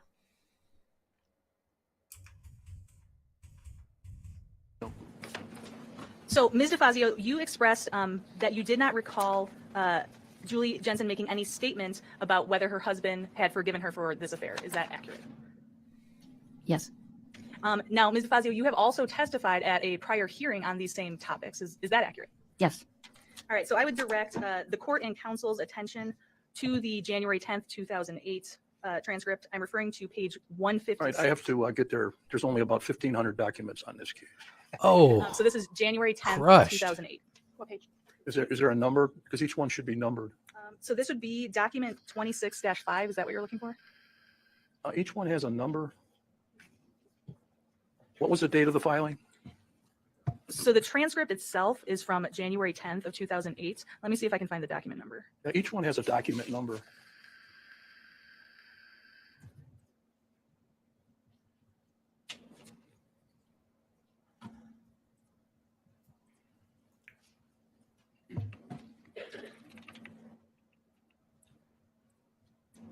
Did you say January 10th, 2008? That is accurate. And what page? 156. 156. January 10th, And I am referring to 2008. lines. Good let me get the correct Lord. lines here. It's right in the middle of that page.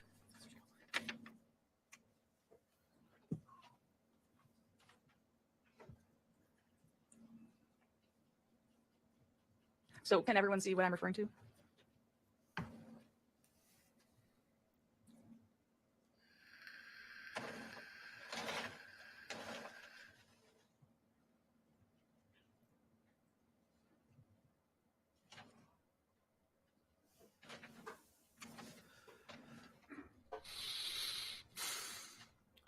Come on.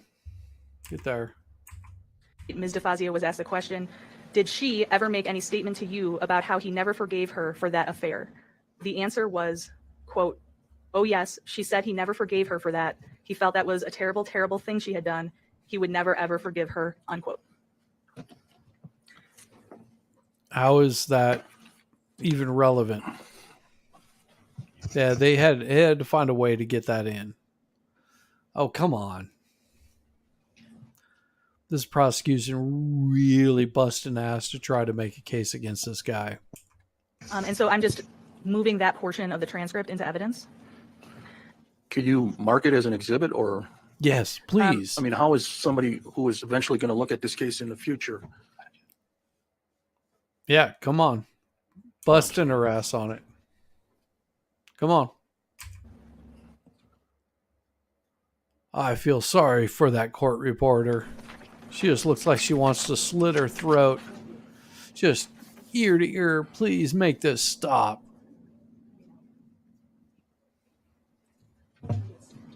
Sure. This will be 6. Come on. Let's get there. The evidence. All right, it'll be received, subject to cross. moving into evidence. Wait a second. Hey, you see this So right for here? the record, this will be State's Exhibit 6 that the state is. Do you see who that is right there? Do you know who this is right there? Everybody. Come on now. Look. Who is that right there? Does that or does it not look like Photo Chad? We're talking about Kyle Rittenhouse. Come on. You see it. You see it. You see it right there. Carl Rittenhouse. This is the guy that everybody lambasted.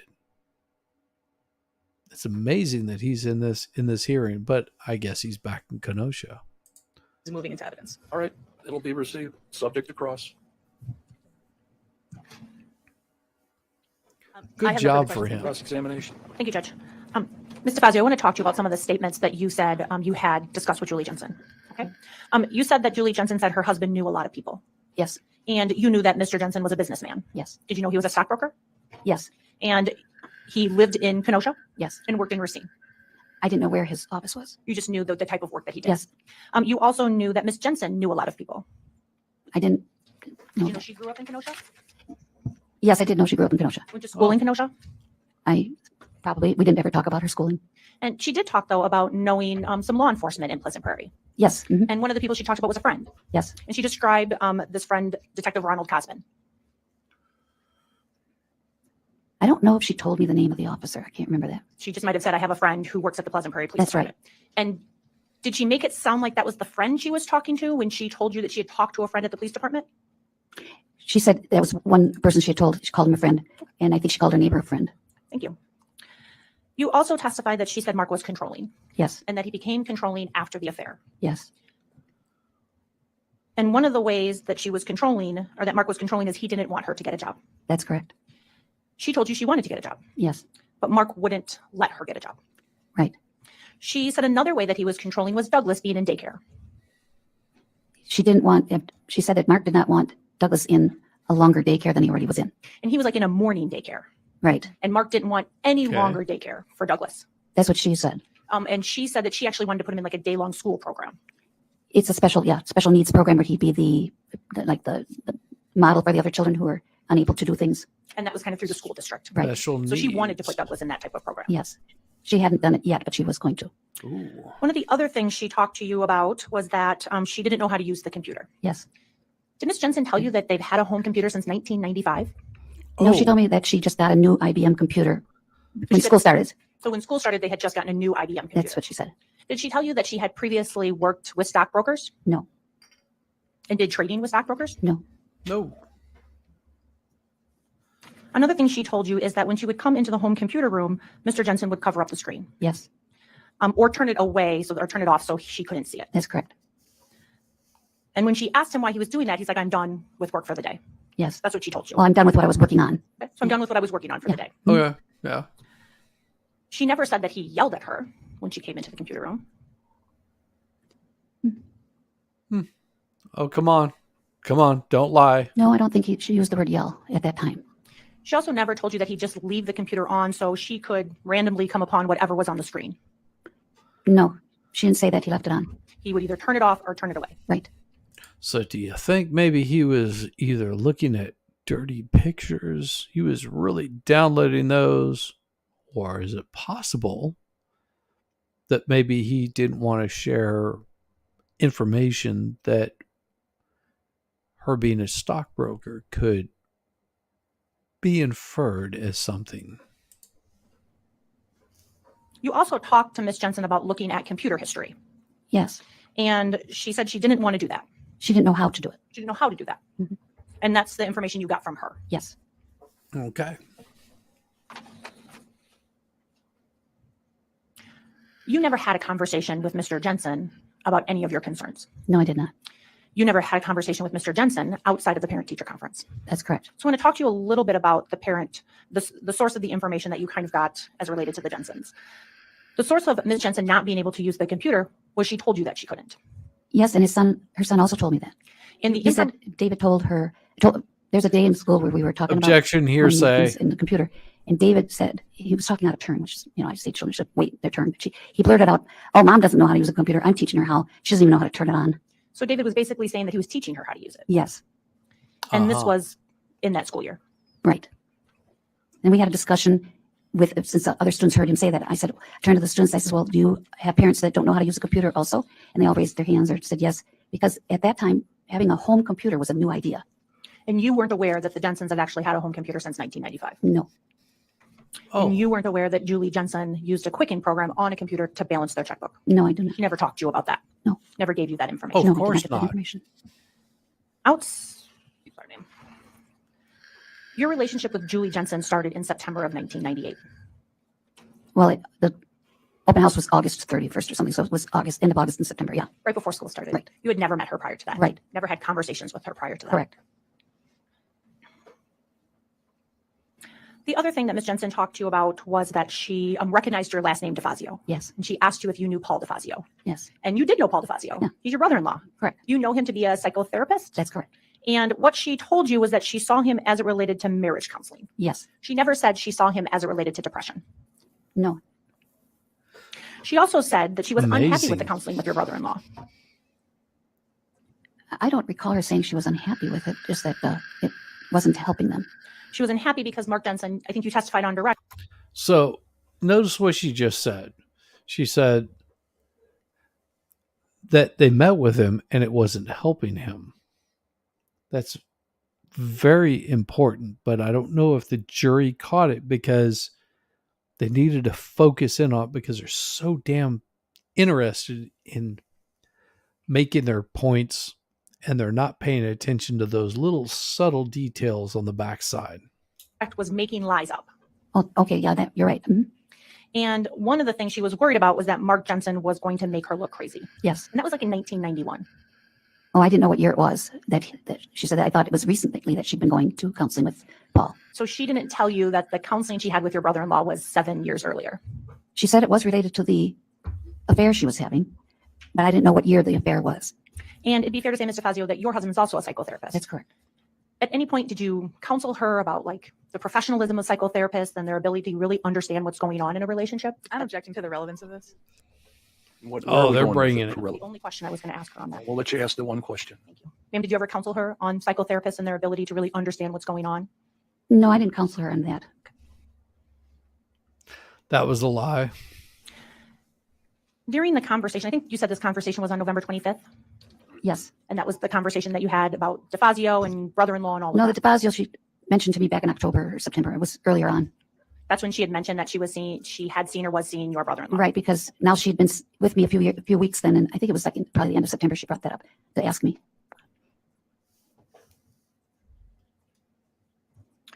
One of the things she did talk to you about is that she had an affair, Yes, and she told her husband about it, yes, and there was a conversation about them having a divorce. yes, And at that time, David was a young child. yes.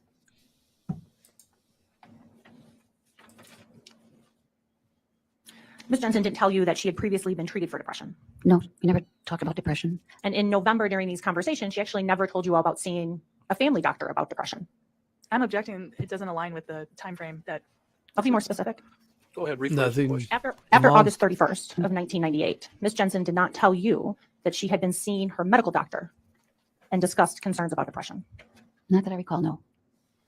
I don't remember ever having a conversation about depression with her. Oh, amazing. How did that happen? You testified a little bit about Julie Jensen making statements to you that she was afraid her husband would make her look unstable. Yes, And she was afraid of losing her children if her husband made her look unstable. yes, Again, this information came from Julie Jensen. yes. Mr. Jensen never said this to you. No.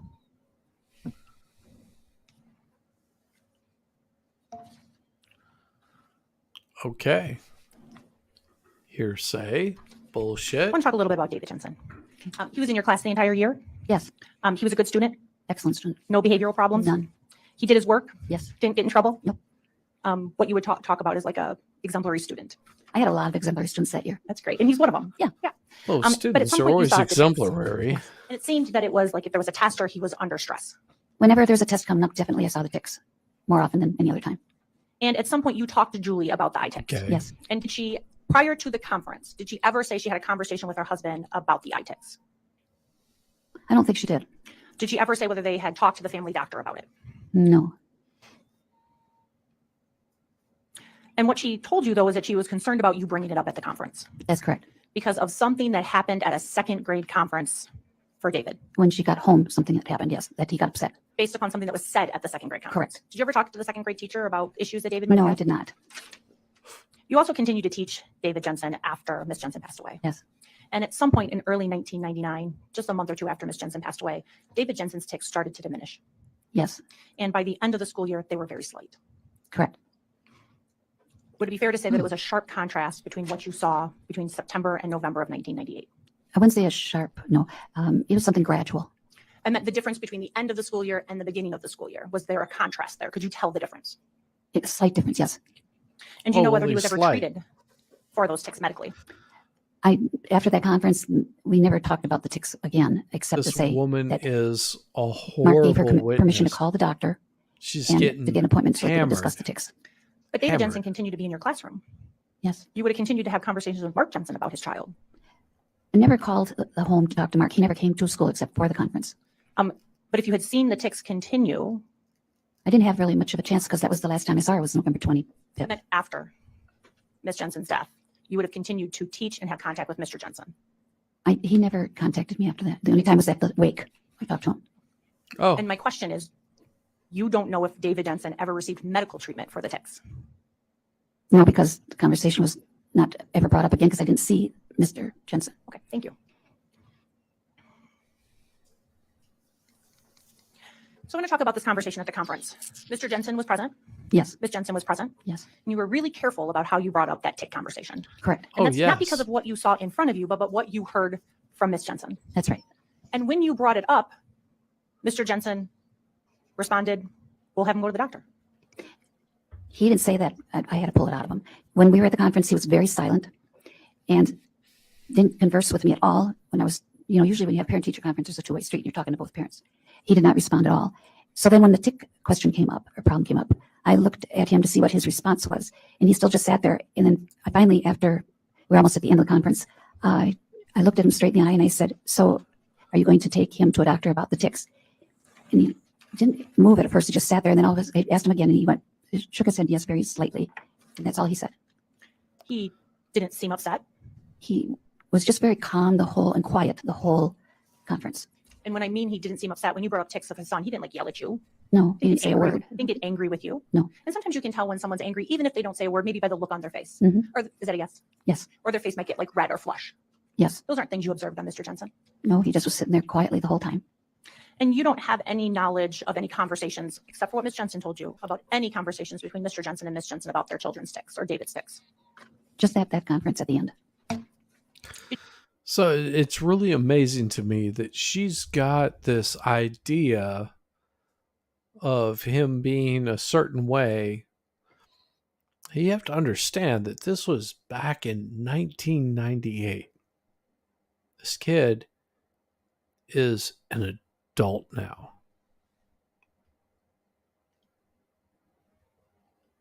Did Julie talk to you about her family, her immediate family, No. her home life? No.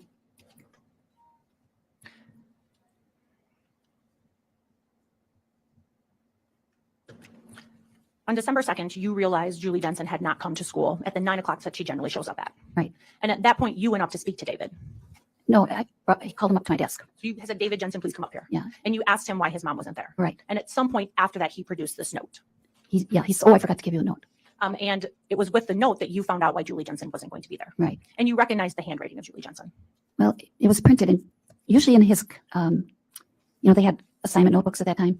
If she had anything to say in the assignment notebook, she always wrote in cursive. And that note was just printed. You recognized the handwriting. I figured it was her because I didn't know any better. Ma'am, you already testified that you gave a statement on December 4th, 1998.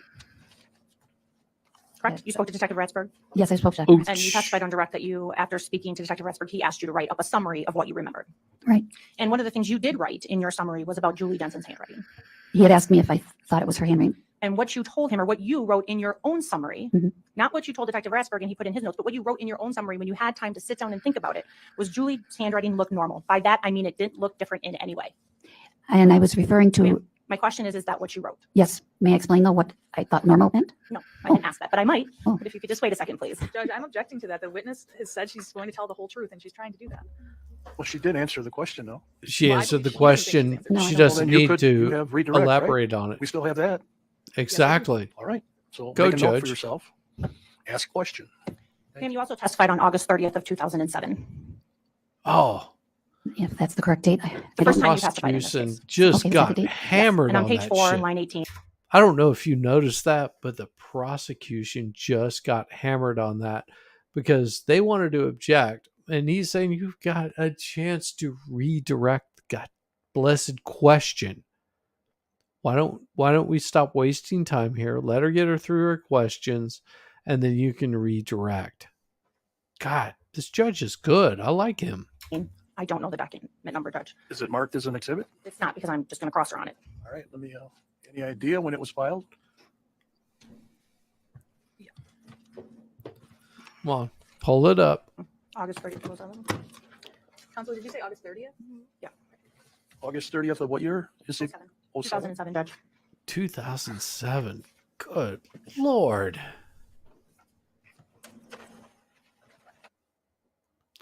Oh, come on now. Is it in a transcript? Yes, date the transcript. Is it a motion? January 10th of 2020? Come on. Get your shit together, people. Normal, like? You, There we go. ma'am, you were asked, and the handwriting looked normal, like? And you answered right? Like it had looked before. Your answer was yes.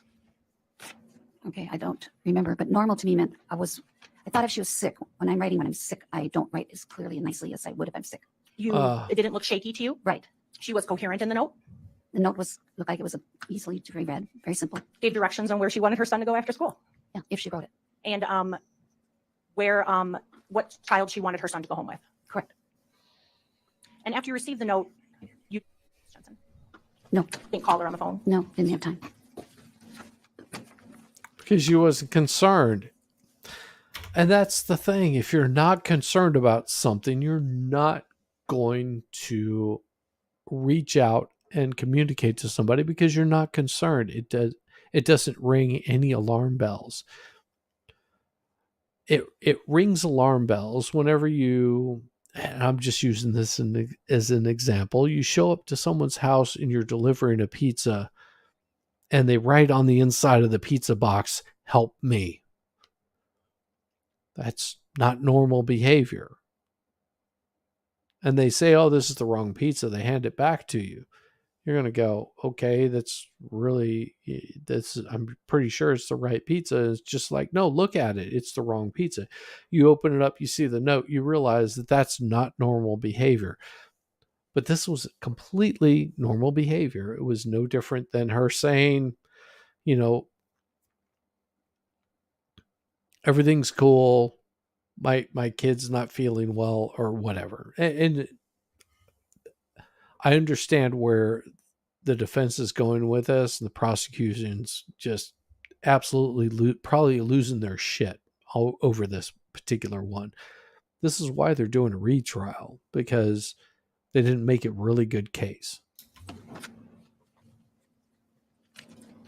I want to go to that conversation that you had on November 25th. Although I will say this fucker still looks smug as all get out. And she made this statement to you that she thought her husband was going to kill you. Mhm. Okay. Yes, okay, At some point, she said that she saw a list yes, just sitting out next to the computer. yes, And on that list, it had information or it listed drugs yes, and syringes. yes. And I think today you added needles. Yeah, I remember that she had said needles. I don't remember putting that in my summary though. And she said that her husband doesn't use Uh-huh. drugs. That's correct. She didn't think he did, she said. Did she talk to you about his use of prescription drugs? No, Was he diabetic? And based upon the statement she made to you, you suggested she contact law enforcement. yes, And she told you she has this friend that she's talked to at the Pleasant Prairie Police Department. correct. You also discussed with her going to a women's shelter. Yes, And she said no. So my question is, who is this friend at the police department? that's correct. She couldn't go without her kids. Right. And you said that's okay because you can take your kids. She says I'm worried about them being in a place like that. She didn't want to bring them there. I get that. But you told her that don't worry, you can take your kids. I did. And she said she was working on a different plan. Yes, And that plan was offered by a friend. yes, And that was for her to go someplace to hide out. correct. She didn't have the place yet. No, he The friend said was still working on I it. was working on it. And it was going to be in Illinois, she said. And they were going to find a place in a week or two. Correct. She also said that, I'm sorry, ma'am. Did she tell you that her friend had offered her money? No. Did she tell you that her friend had already offered her a place and she turned them down? No.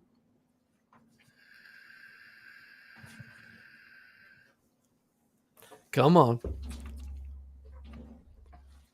Get to the next question.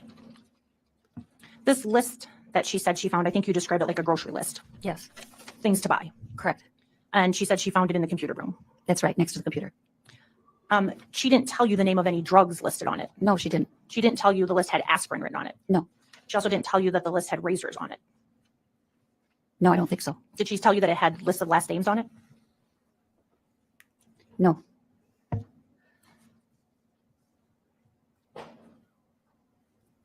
And when she was talking to you during these kind of confidant meetings that you had in the Side room. side room, Yeah. she didn't tell you she had gone to nursing school previously. No, not that I recall. Now that's interesting. She didn't mention that she had gone to nursing school. What do nurses tend to know a little bit about?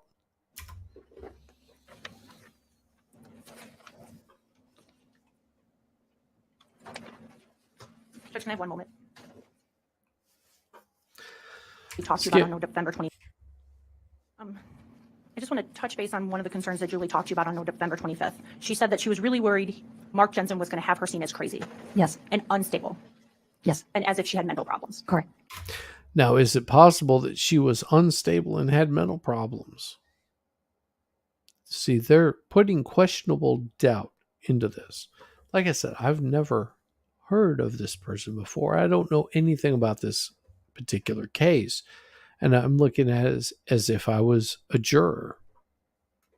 So, what exactly is going on? Nothing further. Thank you, ma'am. Any redirect from the state? Yes, just a few things to clarify, Ms. DeFazio.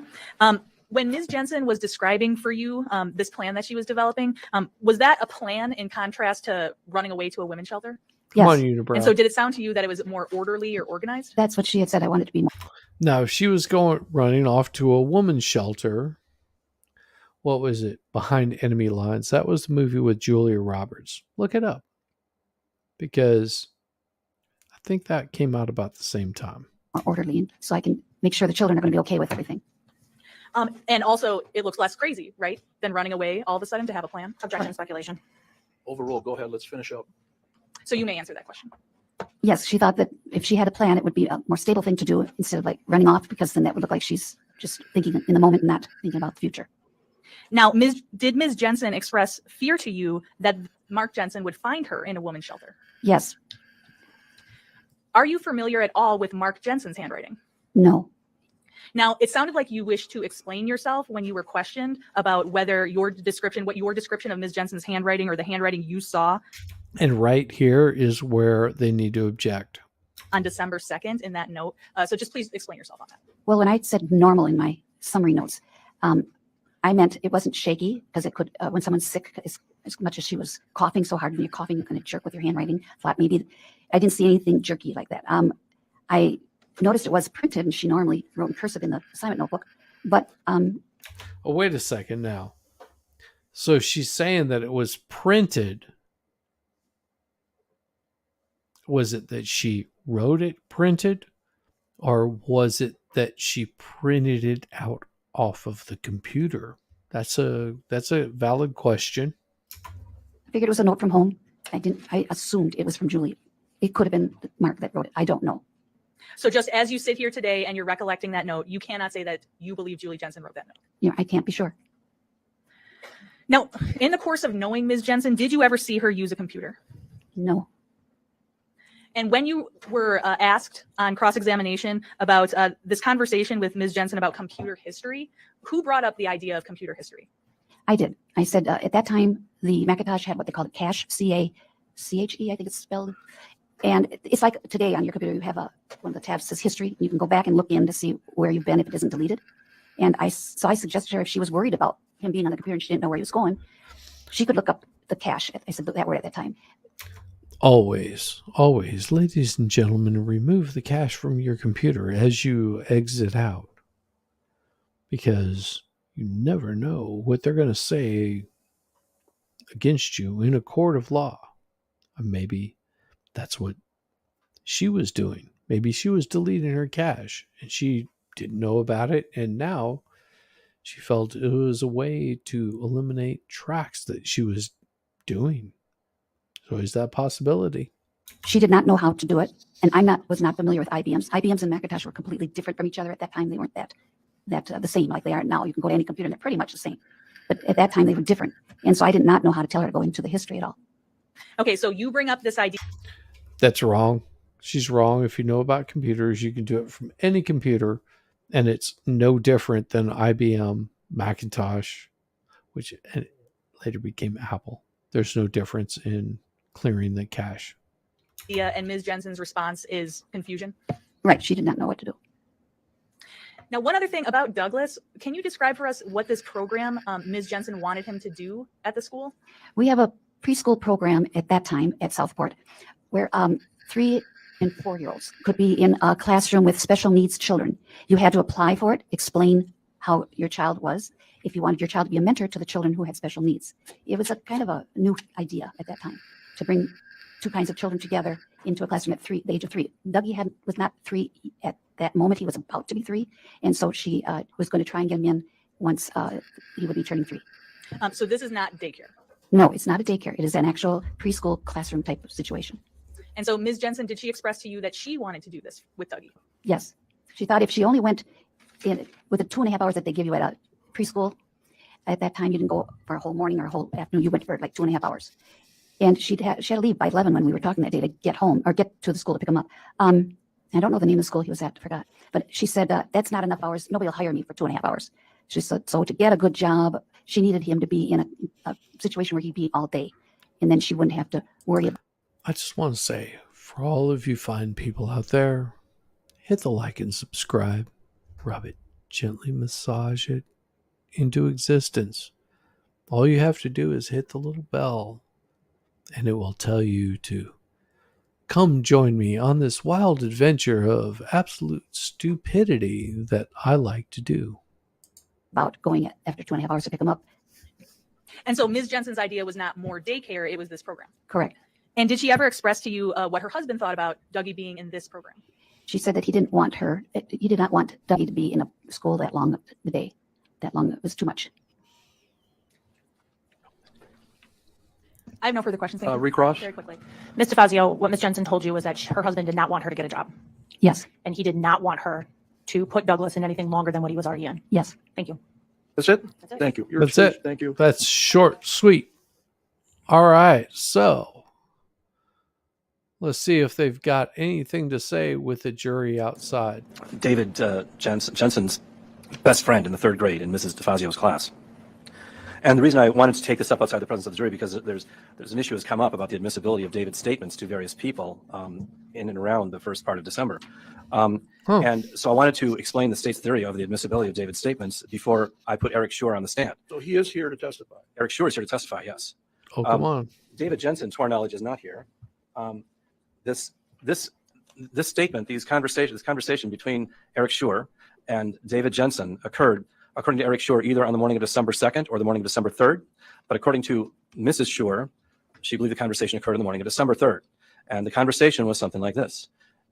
David had come to school and he was telling Eric, his best friend, that his mother was sick and his dad wouldn't take her to the hospital. And David demonstrated to Eric how his mother was breathing. And he gave a deep, rasping breathing sound, something like this. Okay. This is horrible, horrible part on the defense. No. At the time of the last trial, there was an objection on hearsay grounds, and it was overruled on hearsay grounds. Even though David and Eric Schur didn't testify that David appeared upset or anything like that, it was the Judge Schrader at that time, it was admissible as an excited utterance, nonetheless, given the greater latitude standard that applies to children. Since that time, Your Honor, there's been a United States Supreme Court decision about statements that children make. That's called Ohio versus Clark. That addresses the Confrontation Clause issues. And then there's been a Wisconsin Supreme Court decision called State versus Mercado. Now, see, I'm not an attorney, so I could not quote these actual citations, but it seems to me that they're trying to make sure that defense for this alleged killer are allowed in. And that deals with applying the residual hearsay exception to the statements of small children. In Mercado, it was a sexual assault case, and the children were aged 4 to 7 years of age. And so we go first to section 908.0, section 908. I'm just going to stop you. Did this court talk about an excited utterance in that decision? Now, this is a really important question that the judge is asking. Pay attention. That you're, No, they talked about the exception under the residual hearsay rule. okay, that's what I want to know. It's so the section 908.03 reads that the following are not excluded by the hearsay rule, even though the declarant is available as a witness. And then you go down to sub 24. And sub 24, which is known as the residual hearsay exception, but in the statute on parent 24 reads other exceptions, a statement not specifically covered by any of the foregoing exceptions, but having comparable circumstantial guarantees of trustworthiness. Now, the Wisconsin Supreme Court in State v. Mercado. And in case you don't know what's going on, they're trying to get things brought in that may have not been brought in the prior trial. 2021 Wis 2nd 296, and the Northwestern site is 953 Northwest 2nd 337. Now at page 350 of the Northwest version of this decision, the Wisconsin Supreme Court addressed the applicability of Welcome back, the Lainey. residual hearsay exception to the statements of children. And it's sub D of Glad the to decision. see you Actually, it back. starts at 349. Welcome back. And 349 paragraph 54. They're talking about the child's statement at a video recording, but what they say is, we address the admissibility of NG's video recording under the residual hearsay exception 908.03 sub 24 with stats. And then in determining the admissibility of a statement by a child under the residual hearsay exception, the court applied the following 5 factors. And they indicate we have set up 5 factors that the court looked to in determining whether a video recording of the child's statement meets circumstantial guarantees of trustworthiness. First, the attributes of the child making the statement should be examined, including age, ability to communicate verbally. Well, I will say this, and kudos to Joe, because I got a chance to catch some of Hogue Law's stuff, and although I didn't agree with a lot of what he had to say, I will say that somebody that has suffered a stroke, and he's not an old man. I believe I'm older than Hogue, and my heart really goes out to that gentleman. He's got a wife, he's got kids, and that is much kudos to Joe on that, because Joe is such a very kind person. And I've watched a lot of his stuff, and he is so impressive. And I will say that, my heart goes out to his family. Deepest heart, because that's got to be absolutely rough on his family.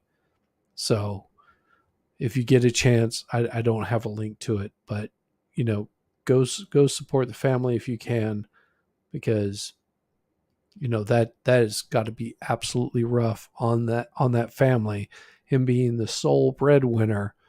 And Hogue Law has always been so full of life and just throwing out the law like unbelievable.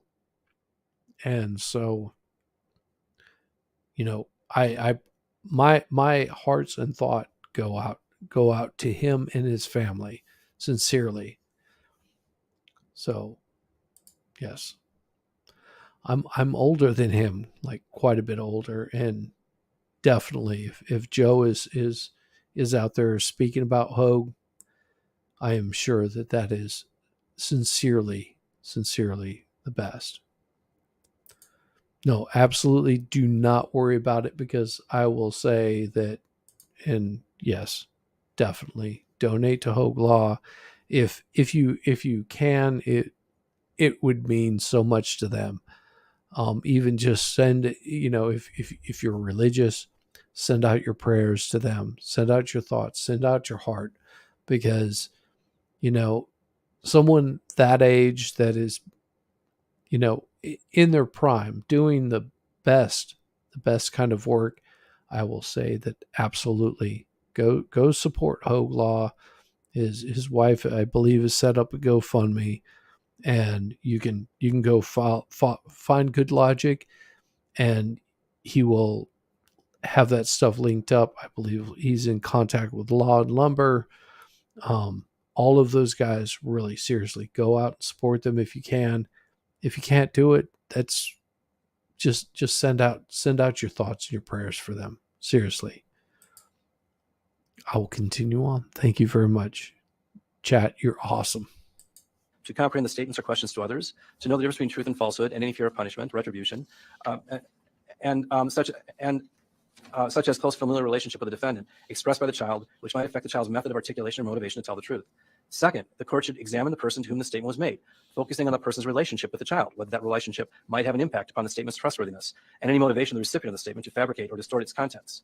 Third, the court should review the circumstances under which the statement was made, including in relation to the time of the alleged assault, or in this instance, the alleged incident, the availability of a person in whom the child might confide, and other contextual factors which might enhance or detract from the statement's trustworthiness.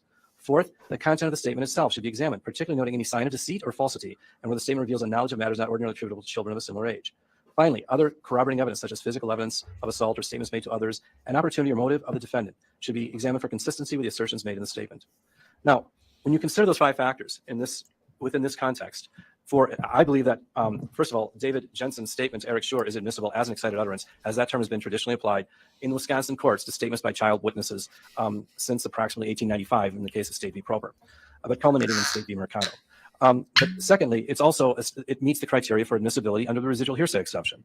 That is, David Jensen had no motive to lie to Eric Shore at the time that he was telling his best friend in the world what was going on in his life at that precise moment. He just got into school and he was telling Eric, my mom's really sick and my dad won't take her to the hospital. And then he showed Eric how his mother had been breathing. Now, this statement was made, we believe, on the morning of December 3rd, because Mrs. Shore, Eric Shore's mother, will testify that Eric relayed to her the statement that David had made to Eric the previous morning. And she said that occurred on Friday morning, that Eric told her about David's statement on Friday morning, which was the morning after Julie's death. But Laura Shore had not yet heard of Julie's death when her son first told her about this. So the state believes that, first of all, I believe if you apply the sub 24 and you apply the excited utterance standard to the statement that David Jensen made to Therese DeFazio on December 2nd, it qualifies as both an excited utterance, but it also qualifies under the residual exception of the hearsay rule. What's the Wisconsin site on this case that you keep talking about? State v. Mercado, it's 2021 WIS 2nd 2. It's just WIS 2. I'm sorry, yeah, WI 2. I'm sorry, it's 2021 WI 2. 395 WIS 2nd 296. 297? 296. 96. All right. 953 Northwest 2nd 337. But it's 395 Wisconsin 2nd, right? Yes, Your Honor. If you've got the hard books back there, it's 395. I still keep the hard books. I'm old school. I wish I could find a place that have Here's what happens in Oh trials. yeah, We have Judge is issues that come old up that school. nobody, I like him. can predict, and they're based upon rulings and how cases are coming in. And then the attorneys argue and they cite cases. And I think the prudent thing for the court and myself is to read that case and give the defense an opportunity to come up with some sort of response. So we're going to call another witness. I'll make a decision in the morning before we start as to this witness. That's good ruling. I like this, Judge. So, Judge, then this does affect our plan because this affects 2 different witnesses. So what we would like to do is we have one other live witness who we can call right now. And then I think we should probably get into the videos that we can play. That'd be wonderful. Okay. And so I think we should probably Just so you guys know, you see this gentleman right back here. You know who that is, right? That's Photo Chad right there. That's Photo Chad from Kyle Rittenhouse. Because this is in Waukesha. He's kicking back right here in the courtroom, and I hope the best for this young man right here, really, because he went through a lot of shit. So just so you know, let's see if I can pull that off of there. Yeah, that's Photo Chad back there. He's kicking back there. address this before we bring Watching the jury this back in. whole We have thing. a proposed instruction to read to the jury before the videos. Have you shown it to the defense? Is there any objection? No. Can I have the instruction? Absolutely. You're funny, Darth Idiot. Is it a good ruling? I'm not a pro skater. No, I never have been. The first and last time that I skated, I was probably about 12 years old, and it was on a banana board. If you know what that is, then you know that I was horrible. So do we have it printed? It's right here. Is Okay. it printed? It's written out. What's a woman? He gave me one. Okay. All right, so we have an agreement. What I read to the jury before, you're going to do the video testimony, correct? Yes. All right. That is accurate. And Judge, I would just like to, because our next witness I think is not very long. So what I would like is to technically make sure it's going to play. Sure, because we got to take our break yet. I mean, I'm not a camel. Okay. It was out on record, Your Honor. So we'll take a break and you can work on the video. When would you be back, Your Honor? We'll give you 10 minutes, 10 after 3. Harry Ashley. All right. Damn, isn't it awesome that I can just skip over all of the bullshit so we don't have to sit there and wait? Come on. Come up here, ma'am, all the way up front, and you remain standing and raise your right hand. When you come up here, I will swear you in. Now just take this into consideration. All of these old women that you've seen up there 20 years ago, 20 years ago, 30 years ago, those were some pretty smoking hot women. Just remember that. You solemnly swear the testimony of this man to be the truth, whole truth, nothing but the truth, so help you God? Thank you. Try to get as close as you can to the microphone. Spell your Yes. first and last name for the recorder. Darth, you're hilarious. Carrie, I love it. Ashley, Ashley. Thank you. Go ahead, Ms. McNeil. Ms. Ashley, can you tell us back in 1998, where were you living? I was living 9025 Lakeshore Drive in Pleasant Prairie. Okay, and is that in Kenosha County, Wisconsin? Yes, it is. Now, is that sometimes called the Carroll Beach neighborhood? Yes. And is that located near Lake Michigan? Yes, we live directly on Lake Michigan. So if you walk too far in your backyard, you're in the lake? Yes. Now, can you tell us about, by 1998? The way they can remember is because they were actually prepped a little bit by the prosecutor. It's not a bad thing. Some of it is brought up because they want to give them the recollection of what happened 20 years ago, and they're trying to put out a story. So it's not a bad thing. There's nothing wrong with that, but the bad part about that is because whenever defense comes up, they're able to actually call them out on all of their bullshit on things that they weren't prepped on, that they actually have knowledge right there of something they may have stated earlier. So it's pretty easy to call them out on it. It really is. How long had you lived there? We moved in spring of 1992. So when you moved into this Carroll Beach neighborhood, did you meet a person by the name of Julie Jensen? Shortly after we moved, yes, she came over to introduce herself. And where did Ms. Jensen live in relationship to you? Directly across the street. And so is it correct that she was living in her home before you lived in your home? Yes. And when you moved in, you said she introduced herself? Yes. And so during this time period that we're talking about, from 1992 when you moved in until the end of 1998, how frequently would you see Julie Jensen? We were in the same book club, so every month, and our sons were good friends, both in the same classes at school, same age. And then, so whenever they had play dates and whenever we were outside playing with our kids and we saw each other outside, we would join each other. So I guess it would depend on the time of year, a lot more frequently in summer when everyone was outside. Otherwise, definitely once a month at book club. Now, you said that you had a son that was the same age as one of Julie's sons. Is that correct? Yes, actually, two were, Andy and David were in the same grade, same age, and Douglas and my younger son were, they were 3 years old at that time, 4 years old. So they hadn't started school yet. And so would the children play together? David and Andy would, yes. The younger two, no, not so much. And when David and Andy would play, would you often see Julie Jensen during those times? Yes. And just to be clear, your son Andy, did he go to Southport Elementary School? Yes, he did.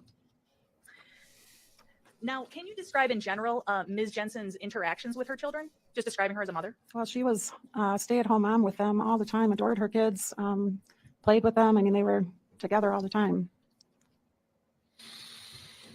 And did you notice anything different about that at any point, or was that consistent with Ms. Jensen? I did not notice anything different at any point.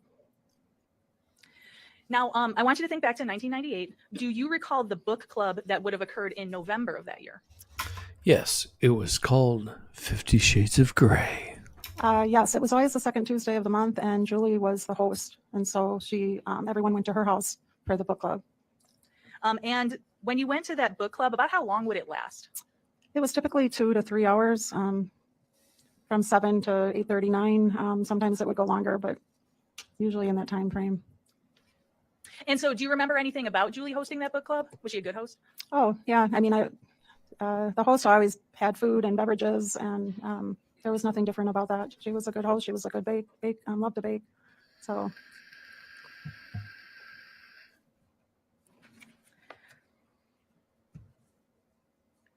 So I want to direct your attention to the time period after that November book club and approaching the time of Julie's death. Do you remember Ms. Jensen ever talking about looking for a job? there was one instance I remember. It would have been Monday of the week that she died. I was coming home from running errands, and she was outside with another neighbor, and she was visibly upset. So I went over and joined the conversation, and she said that she would be looking for a job and that Douglas was put in daycare. So at that time, based upon what Julie said, your understanding was Douglas was in daycare? Yes. And do you know whether that would have been full-time or part-time? No, I do not. Now, you mentioned Julie had some hobbies and she was a good baker. Did she also like gardening? I would say that gardening was probably her passion. She was always out in the yard in summer and spring and summer. And so is that one of the reasons you would frequently see her outside? That and playing with the kids. Mm-hmm. And would you also see her outside in connection with the kids playing at the pool? Well, the pool was in the backyard, so I would have to say no to that, but they would be in the driveway playing with bikes and that kind of thing. And did your kids ever play in the pool?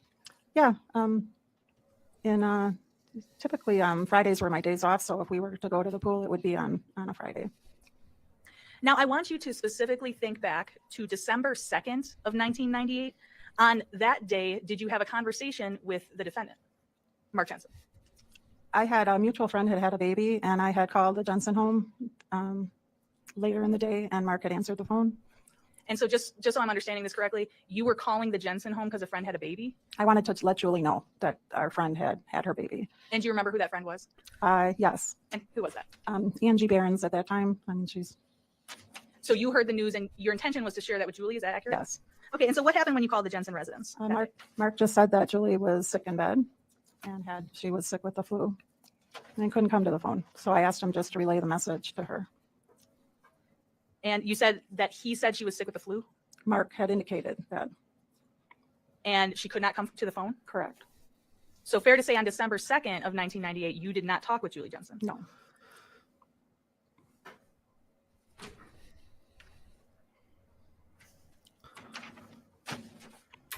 Da da da da. Da da da da. Da da da da. Da da da da. Da da da da.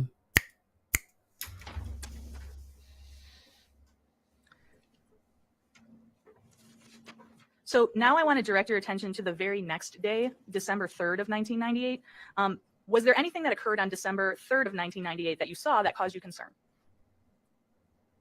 When I came home from work, there was a lot of rescue squads and fire trucks out on the road, flashing lights. So yeah, it was a little disheartening to come upon that. I hadn't known what had happened, but there were some neighbors in the yard. So I quickly got out of my car and was told what had happened. Okay, so you're basically driving up into this? Yes. And because your house is right across the street, you have to go right to where these vehicles are? Yes. And so then when you got out of your car, what were you thinking? I guess I initially thought that maybe there was an accident with one of the kids possibly hurting themselves. I just wasn't sure. And so how did you find out what happened? Truthfully, at some point I know that Mark had come across the street and told us that Julie had passed. I don't know if that was the initial time I had found out or if someone told me as I exited my car. I just can't remember which one it was first, but I do remember speaking briefly with Mark. All right, and so during that conversation, when Mark Jensen came over, can you describe what you observed about his demeanor? Just, I guess, very anxious. That's about it. His wife just died. And would Wouldn't you be a describe him little as anxious? upset or crying? Did you notice anything like that? No, I would say no, he was not. Not all men cry all the time. Come on. Do you recall whether he was smoking at the time or not? I don't recall. I know he smoked, but I don't remember. Now, did you also end up attending Julie Jensen's wake or visitation? Sometimes people Yes. call it. Mhm. You did. And do you have an estimate about how soon after her death that occurred? It had to have been a few days, 4 or 5 days. I mean, it was less than a week, so very quick. And at the wake, did you see Mark Jensen? Yes, I did. And did you make any observations about his demeanor at the wake? We were waiting in line at the wake, just waiting to speak with the family, and Let me guess. She's going to say that he was laughing and jovial. I guess I would just say that, I mean, as he was greeting the guests, he just did not seem upset, more laughing and carrying on with the people he was talking with. Now, I'd like you to think about after the wake. First of all, in that neighborhood, when was the garbage collected? Do you recall what day? It was Mondays. All right. And so at some Monday after the wake, did you notice anything particular about the garbage outside the Jensen home? There was just a lot more garbage bags, some big hefty bags out on the curb to be picked up, and there was some of Julie's belongings that weren't in bags that were more spoon on the top, I guess. And so can you give us an estimate of the time frame, how soon after the wake this was? It would have been soon, so probably the next Monday. And so you specifically described, was it more garbage bags than usual? Yes. And did you say you specifically saw some of Julie's things? Yes. Exactly. And what can you remember about Julie's things? I don't remember exactly. It just, there was, whether they were sweaters or dresses or what, but they were definitely women's clothes out in the garbage. And so when you saw that, you recognize those as Julie's. Well, they were women's clothing, so. Maybe it was his clothing. Maybe he liked to dress up like a woman and he was throwing away things that belonged to him. I don't know. Now, at some point after Julie Jensen's death, did you come to be introduced or to know a woman, Kelly Labonte? Yes, I did. And about how soon after Julie Jensen's death did you see her at the Jensen residence? It's really hard for me to pinpoint exactly how long, but I was told that she was helping out babysit, and so I would say within the month. Well, and I will say, I don't have any children, but my wife, my beautiful wife, she made it very clear if something was to happen to her, for some of her friends to reach out to make sure that I didn't go into a deep depression. It would not be abnormal for a woman to show up in my neighborhood. Doesn't mean that I did anything bad to my wife. They would just be coming around to make sure that I was okay, because, you know, us men were fucking horrible at taking care of ourselves and sometimes processing traumatic events. And men generally process traumatic events much different than women do.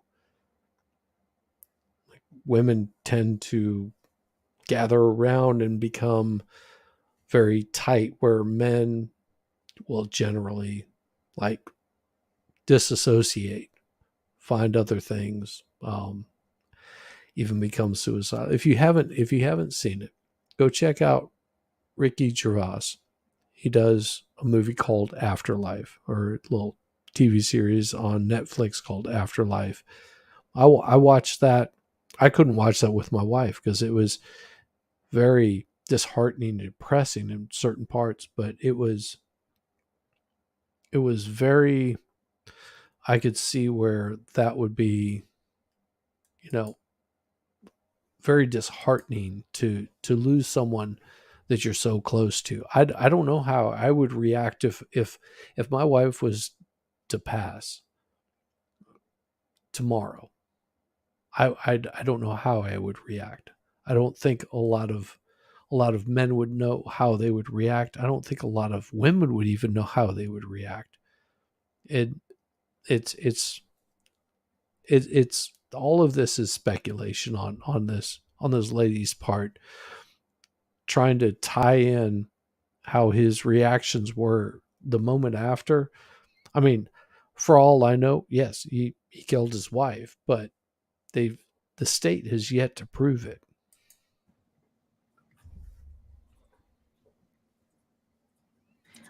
Now I want you to think to the time period of January of 1999.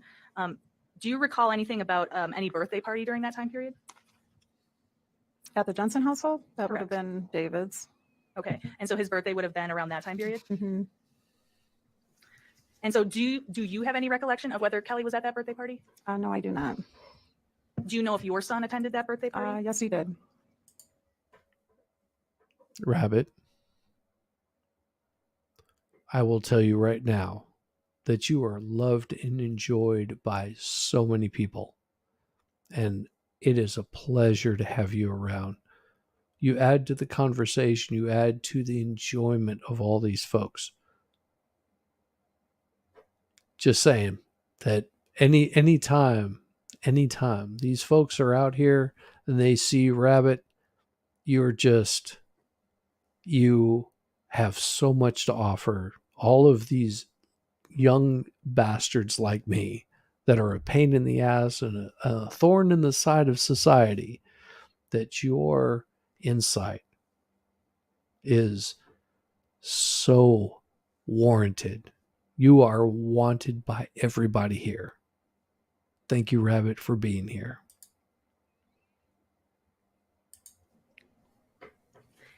And your son was in the same class at Southport Elementary Yes. as David Jensen? Yes, he was. Absolutely. Now, can you just tell us, would the kids generally get on the same bus together? How would they get to the school? They took the bus in the morning There you together, go, and it Rabbit. was. Look at this. They usually would wait in our Got driveway. For the love bus. everywhere. If it was cold or rainy, they would wait in the garage. Sometimes inside. Okay, and in the morning, that's what they would do? Yes. Okay, and then obviously in the evening, they just go to their home? Well, I was a working mom, so my kids would go to daycare after work a few days a week. Otherwise, they would take the bus home. And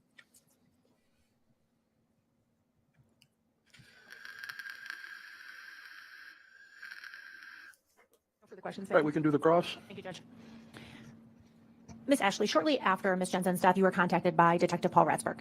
I don't know exactly how long, but at some point I was, yes. It wasn't like a couple of years later. It was within a normal amount of time after her passing. Mhm. Is that a yes? Yes. Thank you. And you spoke to the detective who came to Thank your you, home. Rabbit. Really, Yes. thank And he you. wanted to talk to you about some of the medication that Julie Jensen had been taking. Don't remember that. And do you remember telling him that Julie Jensen had been taking sleeping pills? I wouldn't have known that. So, no. That's I fair. would have Thank never you. said that. Did you tell Detective Ratzberg that you knew little about the Jensens, except that the police had been in contact with your family about prowlers around the Jensen home? I would have never said that either. Because you knew the Jensens Exactly. and they were your neighbors. Correct. So if Detective Ratzberg put that in his report, that would be incorrect. Correct. It would have been that I didn't know anything about the prowlers. Right. You knew about them. You just didn't know about the Jensen prowlers. Correct. And if he wrote that in his report, that just would have been wrong. Yes. Correct. Wrong. I want to talk to you a little bit about some of the people you spoke to after Julie Jensen's death. Absolutely. You knew Teresa Fazio. Yes. She was your son's teacher. Yes. She was also a neighbor. No. Did she live in the same neighborhood? No. Okay, thank you for clarifying that. So you just knew her from your son's school. Yes. And it'd be fair to say that you spoke to her about Julie Jensen. I went to school I drove my son to school the following day and I told her what had happened and that was it. And you talked to her about what you saw. No, I just told her that Julie had passed. You didn't tell her that you had seen like ambulances or anything like that. You just said Julie Jensen's passed away. That's as far as I remember. Yes. Thank you. And did Mr. Fazio tell you about conversations she had with Julie Jensen? She made a brief statement. So she did tell you some stuff about what Julie Jensen told her. Very brief. Yes. You also were neighbors with the Voights, Correct. and you would have talked to them about Julie Jensen's death. Brief conversation. Correct. Yes. And were those conversations also 1 or 2 days after Julie Jensen's death? I can't answer that. I don't remember how soon after. And they told you about what Julie Jensen had said to them during this brief conversation. They told me that they had a conversation with Julie. At that time, they did not tell me exactly what was the conversation. You had testified earlier that you had gone to a book club in November, Yes. and that was at Julie Jensen's home. Yes. And there's usually food and drinks.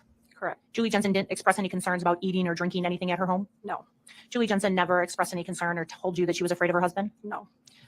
You never saw anything going on in the Jensen home that would cause you concerns? No. When you talked about seeing Julie outside with the boys, you also saw Mark Jensen outside with the boys, Yes. playing basketball, Yes. walking the dog, Yes. hanging out in the front yard. Yep. Now, you and Julie Jensen were neighbors for a number of years Yes. and also attended a book club together. Mhm. Your families didn't vacation together. No, You would hang out if you were outside, correct. but it's not like you would go on trips together. No,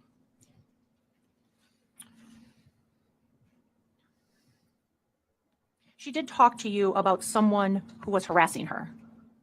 yes. Do you remember that? It was a very brief discussion, and she said that she believed that someone was breaking into her home to harass her. And she told you that was a gentleman by the name of Perry Tarika. She never said any names, so I don't know. That's fair. Oh, Did she tell you okay. that the person she believed was harassing them was someone she had had an affair with? A brief affair, yes.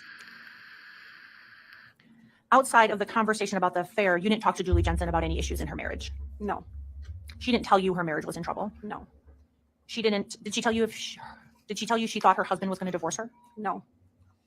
She did say she didn't want to get a job. Correct. She wanted to stay at home with Douglas. And that day you spoke to her, the Monday before her passing, she was upset Yes, because she didn't want to get a job. correct. She didn't want Douglas to be in daycare all day. And that's what she indicated. Yes, And she wanted to stay at home with him. yes.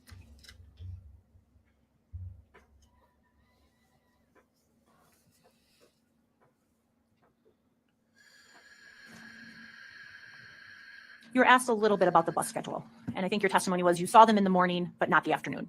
Not all afternoons, correct, but You were working. three to 4 days a week. Yes, So during the days, 3 to 4 days a week, you were at work. yes. You weren't watching what was going on at the Jensen home. No, You weren't watching who was getting on or off a bus. no, You weren't watching to see who was picking up or dropping off children. no.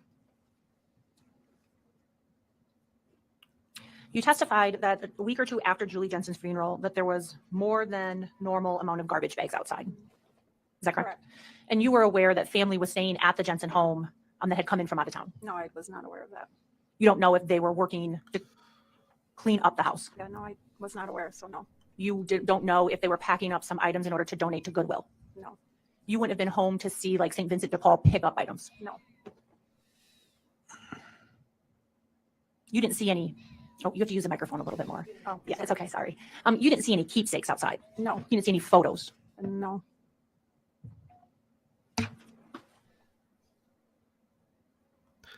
Defense is doing a good job on this. Miss Ashley, you spoke about seeing Mr. Jensen at the funeral, Yes, and you also spoke about seeing him on December 3rd. yes, You weren't with Mr. Jensen when he found his wife. no, You don't know his reaction. no, You weren't there when the police told him that his wife had passed. no, You didn't see that reaction. no. You said you saw him talking at the funeral, to visitation, sorry. Yes, And that was to people that were paying their respects and coming up to talk to him. yes, You don't know what their relationship was with Mark Jensen correct, or Julie Jensen. correct, You don't know if they were telling stories about a childhood memory or something that happened in college. correct. It'd be fair to say that sometimes people reminisce at visitations. Yes, People laugh, yes, people cry, correct. and some people cry in their own way at their own time. I'm objecting. This is argument. Why don't we ask another question? You made your point. Well, and the point that she's making right there is very important. I know that whenever my grandfather passed, my aunt and uncle were both at the funeral, and of course all of the cousins are sitting around, and although we have very fond memories of my grandmother and my grandfather passing, we were close as kids, and so we would reminisce to try to lighten the mood of the situation. Yes, it's somber, but you're also trying to liven people's spirits in death, because death is a tragic thing for anybody to experience, and to uplift someone's spirit is always so grateful, and so caring, that you can crack jokes about bad things. And this is the point that the defense is making, is that you don't know what was going on inside of this family's home. It could have been completely tragic for him, and now he's got friends and a close support system that are trying to lighten the mood and trying to bring a little bit of happiness in a most somber aspect, and it's trying to break the mood of just unhappiness.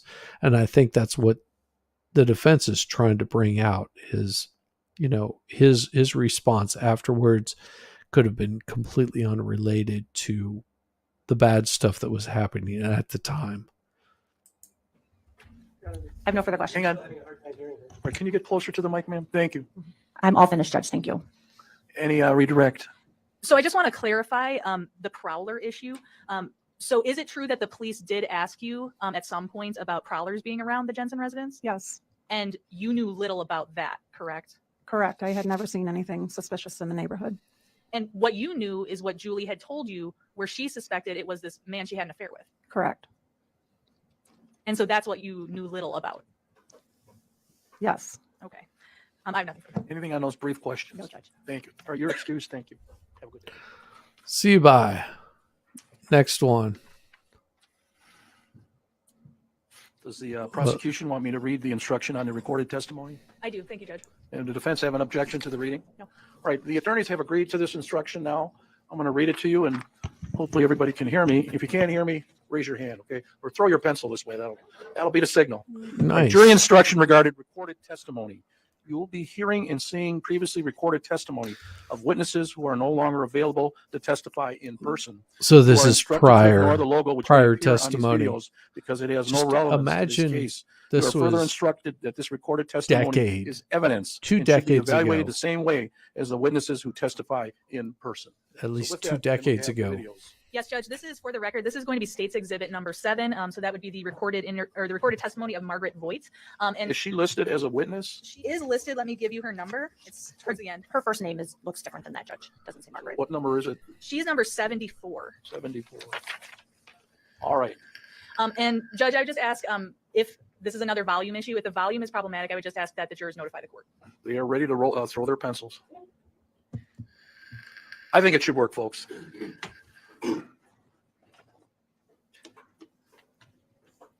This is going to be intense because they can't cross this witness. Oh, so now the volume's not working at all. Let me try to fix that. It's because my computer's muted. Let's see if they boomer it. You're married to Ted? Yes. Whoa. For the record, will you please state your full name and spell your name? It's Margaret Voigt, W-O-J-T. And Mrs. Voigt, you're married to Ted? Yes. How long have you and Ted been married? Over 25 years now.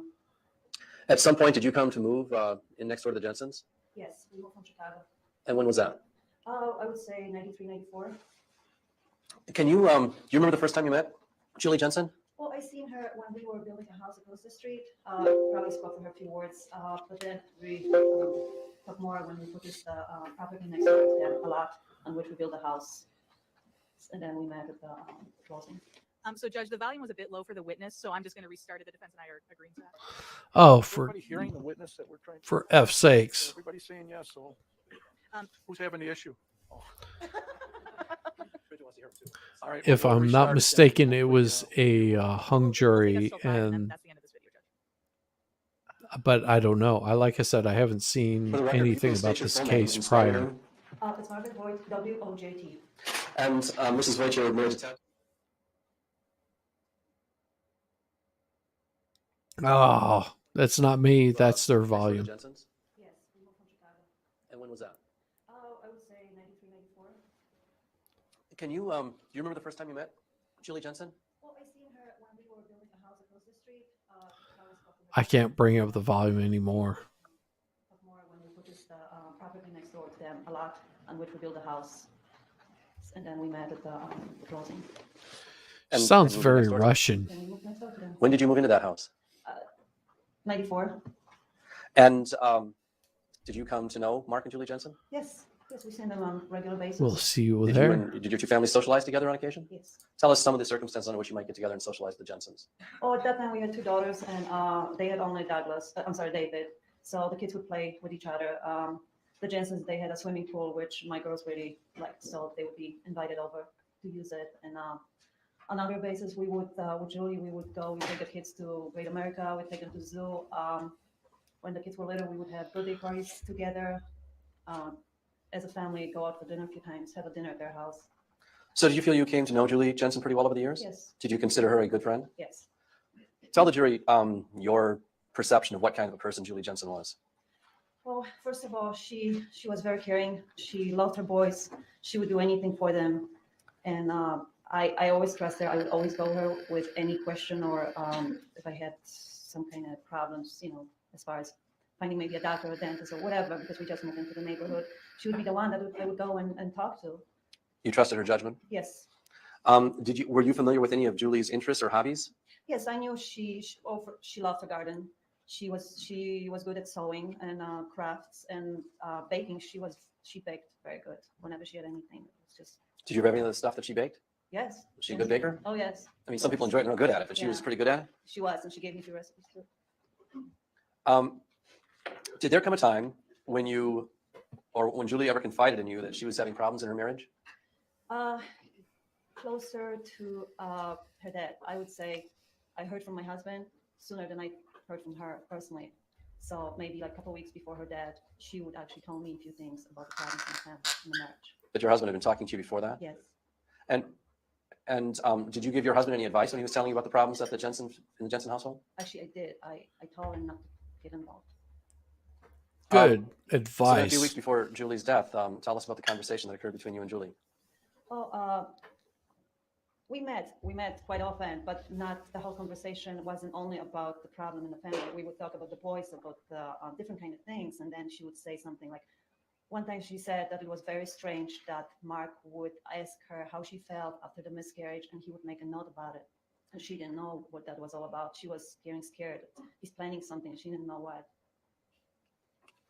When was that conversation, if you can recall? I would say within 2 weeks prior to Julie's death. So maybe mid-November 1998? Yes. Did you know that Julie had had a miscarriage? Yes. When did she have her miscarriage? I don't remember, but I remember Mark bringing David over to my house that morning, and David, I had to take him to school later because he was taking Julie to a hospital. Do you remember, was that the same year of Julie's death, or was it a year or two before, or don't you remember? I don't remember. Okay.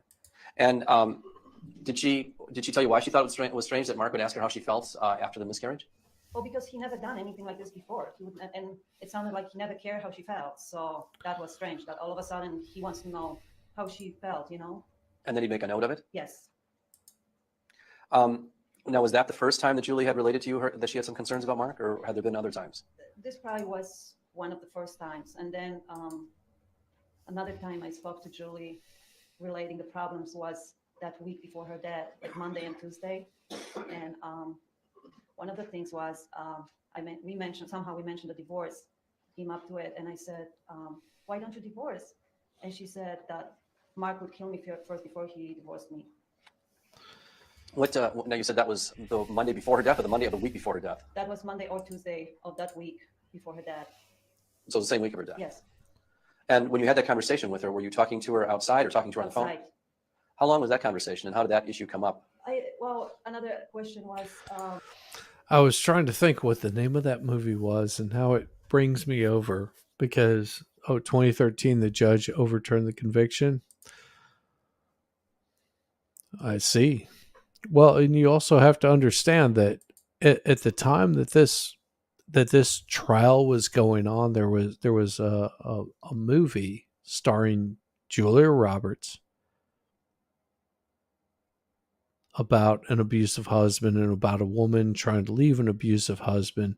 So it brings it a little bit of suspicion that maybe that this woman actually was trying to off herself and possibly, and I'm not, because I don't know, but maybe she was offing herself and trying to get the blame put on her husband. And I think that's what the defense is trying. The point that the defense is trying to make is that she was trying to off herself. I asked her. We talked about the job at the same time because I knew she was applying. So she said she hadn't heard from any of the places that she had applied, and also she talked about Douglas being in the daycare all day. That upset her a lot because she wanted to stay home with him till at least he goes to kindergarten, full time. In that week, well, during the time that you're in this conversation with Julie about Douglas and daycare and so forth, about how old was Douglas at that time? I think he was probably 4. And Julie seemed committed to staying home with Douglas? Oh, yes, she loved to stay home with her children, with her boys. This conversation that occurred with between you and Julie on the Monday or Tuesday of the week of her death, how long was that conversation, would you say? I remember talking to her a few times. So maybe like at one time, it was 5 minutes, another time maybe 10 minutes. So it was few conversations the same day. And did you know where Douglas was at the time that she was having this conversation with you? Douglas wasn't there, so I'm assuming that he was at the daycare, that all-day daycare that he started that week. Well, tell me, did you know when Douglas started going into daycare? That week of Julie's death, he's supposed to start it on Monday or Tuesday. And you heard that from whom? Julie. Had he been attending any daycare in the weeks preceding that? Yes, but it was only half day. What part of the day was it, do you know? I don't know. You didn't know if it was in the morning or in the afternoon, or? I would speculate. Very don't know. good to You don't know. know. Okay, Very that's fine. good to know. So how many conversations did you have with Julie in the 2 weeks or so preceding her death where she had made reference to the status of her marriage? It was quite a few. I cannot give you a number, but I seen her here and there and she would tell me things. But like I said, not every time when we talk, she would say about her problems because she knew that I already know from my husband what's going on. So are there any other things that you can remember that Julie told you in the weeks preceding her death concerning the status of her relationship with her husband? Well, I remember one more thing. Tuesday, standing there, I actually asked her, first of all, I said to Julie, I know I don't want to be involved, but I feel like I'm already involved. And then I said, I asked her, do you really think that Mark would do something to you? And she said, yes. Did you ever offer Julie any advice? No, You never suggested to her she should do one thing or another? no, That you were talking about this conversation on Tuesday. That was the Tuesday before her death? yes. And where did this conversation occur? That was on her driveway. I remember she came home from grocery shopping. Did she ever talk to you about going to a doctor at all? Yes, she did. As a matter of fact, that was that same day. What did she say to you about going to the doctor? She just said it. I went to the doctor, and she never said why, and she never said that she's not feeling well. She just said I went to the doctor, so it was kind of strange. I didn't know. Well, would it be fair to say that you saw Julie on a regular basis, on a weekly basis, in the weeks and months preceding her death? Yes. Did you notice any change in her physical condition in the months preceding Julie's death? I really didn't. Maybe because I knew, that she's being sad and, that what's going on with all the problems. So I really didn't notice anything. So when was the last time that you spoke to Julie Jensen person to person where you could actually see each other face to face? Tuesday. And about what time of the day was that? It was before the boys came back from school. So it had to be before 3 o'clock. And is that when the conversation with the doctor came up? Yes. And did she tell you anything about her visit to the doctor? That's all she said. She said, I went to the doctor, and that's all. That's the last time you saw Julie Jensen alive? Yes. Was that the last time you ever talked to her? No, I spoke to her on the phone. When did you speak to her on the phone? On Wednesday, the day before she died. What time was it that you spoke to her on Wednesday? I remember it was around 10 o'clock in the morning. I was in the kitchen. I saw Mark leaving. I saw his car pulling out of the garage. He left. And just as he left, she called me. So she initiated the phone call to you? Yes. Tell me everything you can remember about the phone conversation that occurred between you and Julie Jensen on Wednesday. Okay. She said, hi, it's Julie. The reason I'm calling is because you're not going to see me outside today. And I know if you don't, you're going to worry that something is wrong. And I already knew something was wrong because her voice was very shaky and it sounded like she was drunk. And so I knew something's going on. So I asked her, Julie, what's wrong? And she said, well, the medication I took, I didn't know they're going to have such an effect on me. But she never indicated what medication, and I didn't ask her. So I kept asking if she needs any help. And she said, no, Mark is being good to me. Mark took the kids to school, and he's going to a doctor for me. So, I mean, think about this.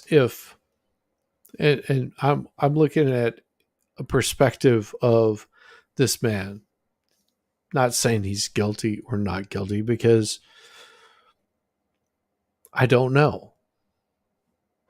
But looking at this from an outside aspect, if my wife was feeling ill, there are certain things that I would do.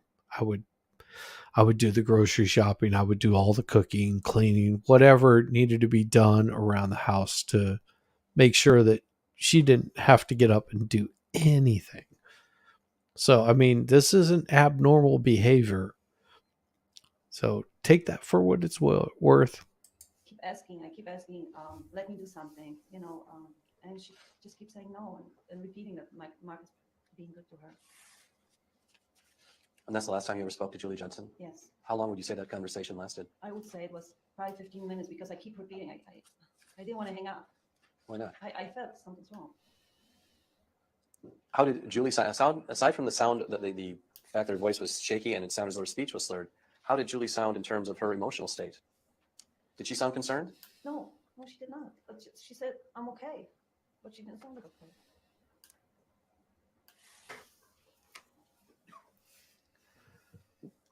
Do you remember anything about December 3rd, 1998? Yes.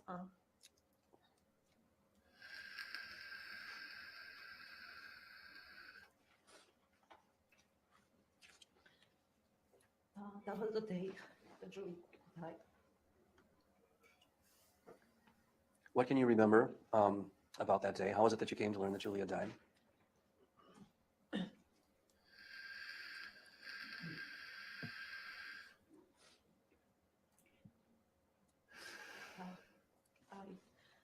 I went to pick up my daughter from school, and she goes to the scene. So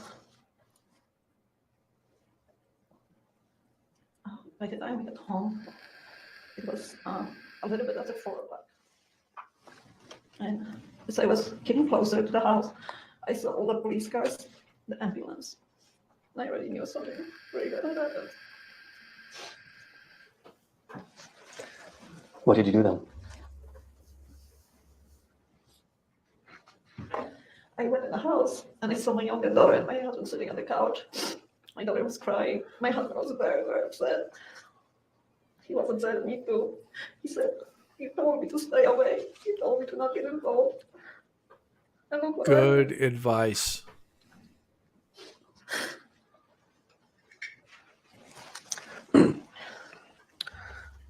Did you see anything else happen that night? Did you make any observations of what was going on in the neighborhood? I say neighbors gathering outside, but we didn't go outside. We just stayed there. It was very hard for us to deal with it. Do you remember saying anything the next day on December 4th? Ah, that's loud. December 4th. Yes, I saw Mark on December 4th. I saw him outside. What time of day was this? It was afternoon. I saw him on his driveway by the garage, and I saw his dad, and they gave each other a high five, and they were happy, they were smiling, and that was very strange because I thought, your wife just died yesterday. Why are you so happy? Did you? Well, in all aspect, if you've got small children around and you really, really are more focused on making sure that your children are not feeling the pain that you're suffering. That's just my opinion. That some of this stuff can be absolutely explained, but I want them to really get into in depth of how he actually did it. If he is so guilty that he was this much of a monster that he killed his wife, I really want them to dig into it. There's always a possibility that, because this was many years ago, we're talking at least 20 years ago, that she may not even be available to testify, so that this is the only thing that they have of her testimony. That's a very big possibility. It's also a possibility that she is deceased. I don't know. Really don't know. Do you attend Julie Jensen's wake? Sorry about the Did sound. you attend her funeral? Did you make any observation? Do you know what day of the week it is that the garbage is picked up in your neighborhood? Every Monday. Do you remember seeing anything in the Jensen driveway on the Monday following Julie's funeral? Yes. I remember seeing it was a lot of garbage, more than usual, and a lot of stuff inside black garbage bags, but there also was loose things that I could tell they were Julie's personal things. Can you describe some of the personal things of Julie's that you saw in the driveway? The one thing I saw, it was her red jacket that I seen her wearing recently, and then I saw some craft and sewing boxes. That's what I remember. Do you remember at some point, do you remember what kind of car Julie Jensen drove when she was alive? She drove Toyota. I think it was like the station wagon, kind of reddish burgundy. And where would she normally park that car? She would park inside the garage. At some point after Julie's death, did you see that Toyota parked anywhere else in the residence? Actually, yes, it was outside on a driveway, which, yeah, we noticed that right away. And it was kind of strange to see Julie's car outside. How much time elapsed between the point of Julie's death and the point where you started seeing that her car was parked outside? Julie's car parked Yes. outside? I think Julie's car, I would say within 2 days, it was already outside. Did you see what, if any, vehicles being parked in the garage where her car used to be parked? Did you ever Okay, see the I car? saw a different car. Yeah, I saw a different car on the driveway. Did you ever see a different car inside the garage where Julie usually parked her car? Personally, I didn't see it. Were you ever introduced to a person named Kelly Labonte or Kelly Greenman? No. Did you ever see a person around the residence that you later came to learn was? So this person, Kelly, was a woman that was showing up around the husband that recently lost his wife.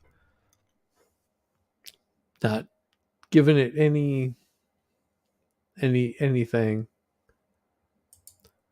Yes. Seeing her stuff could have driven him crazy. Makes sense. He wanted to get rid of her stuff. Yes. Absolutely. Like I said, I can't pass any judgment. I did not follow this case whenever it first came out.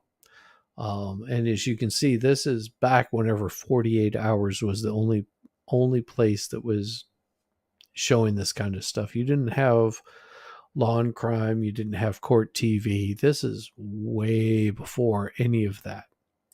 Kelly Labonte or Kelly Greenman? Yes. How much time elapsed between the point of Julie Jensen's death and the point where you can first recall seeing Kelly Greenman or Kelly Labonte around the house? I seen her within 2 weeks, just going in and out briefly. So What time of the day was it that you'd see her going in or out? around dinner time. And you didn't see where she parked her car? No.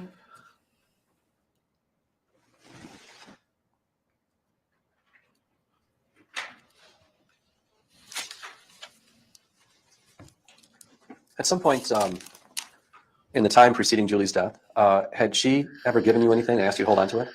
Yes, she gave me a few rolls of film. When did that happen?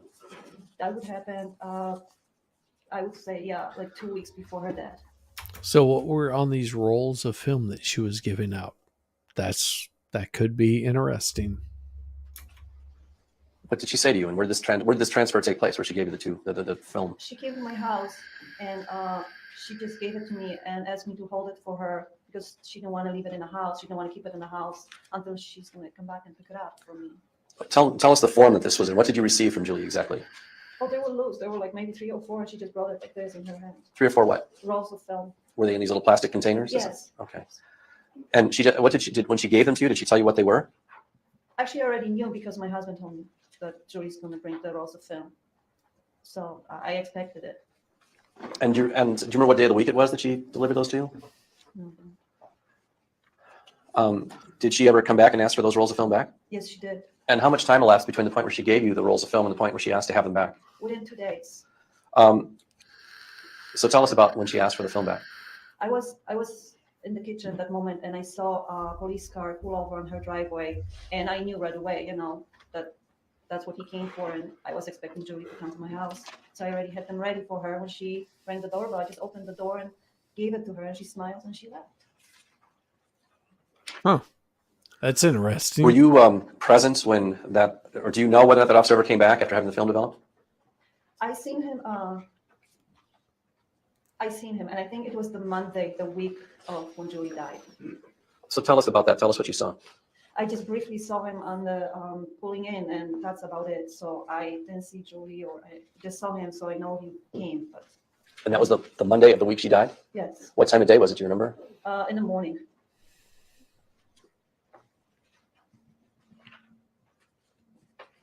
Do you remember how much time elapsed between the point where Julie gave you the film canisters and the point where Julie died?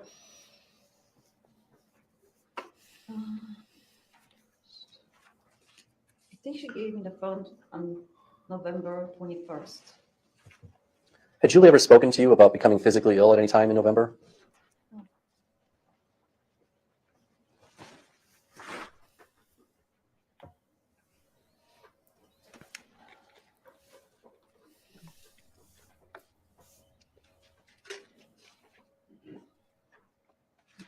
Thank you. I don't have any further questions.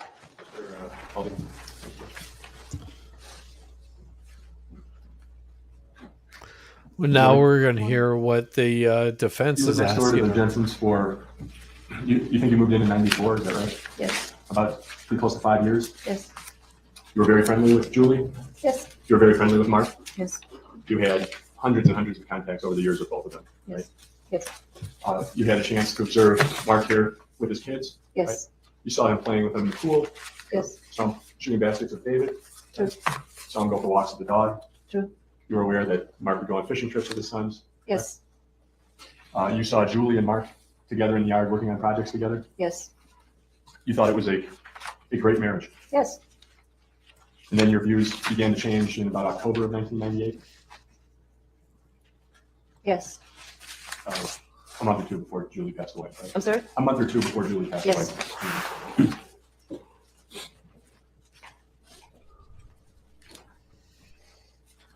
And your views changed initially because of things your husband had told you, right?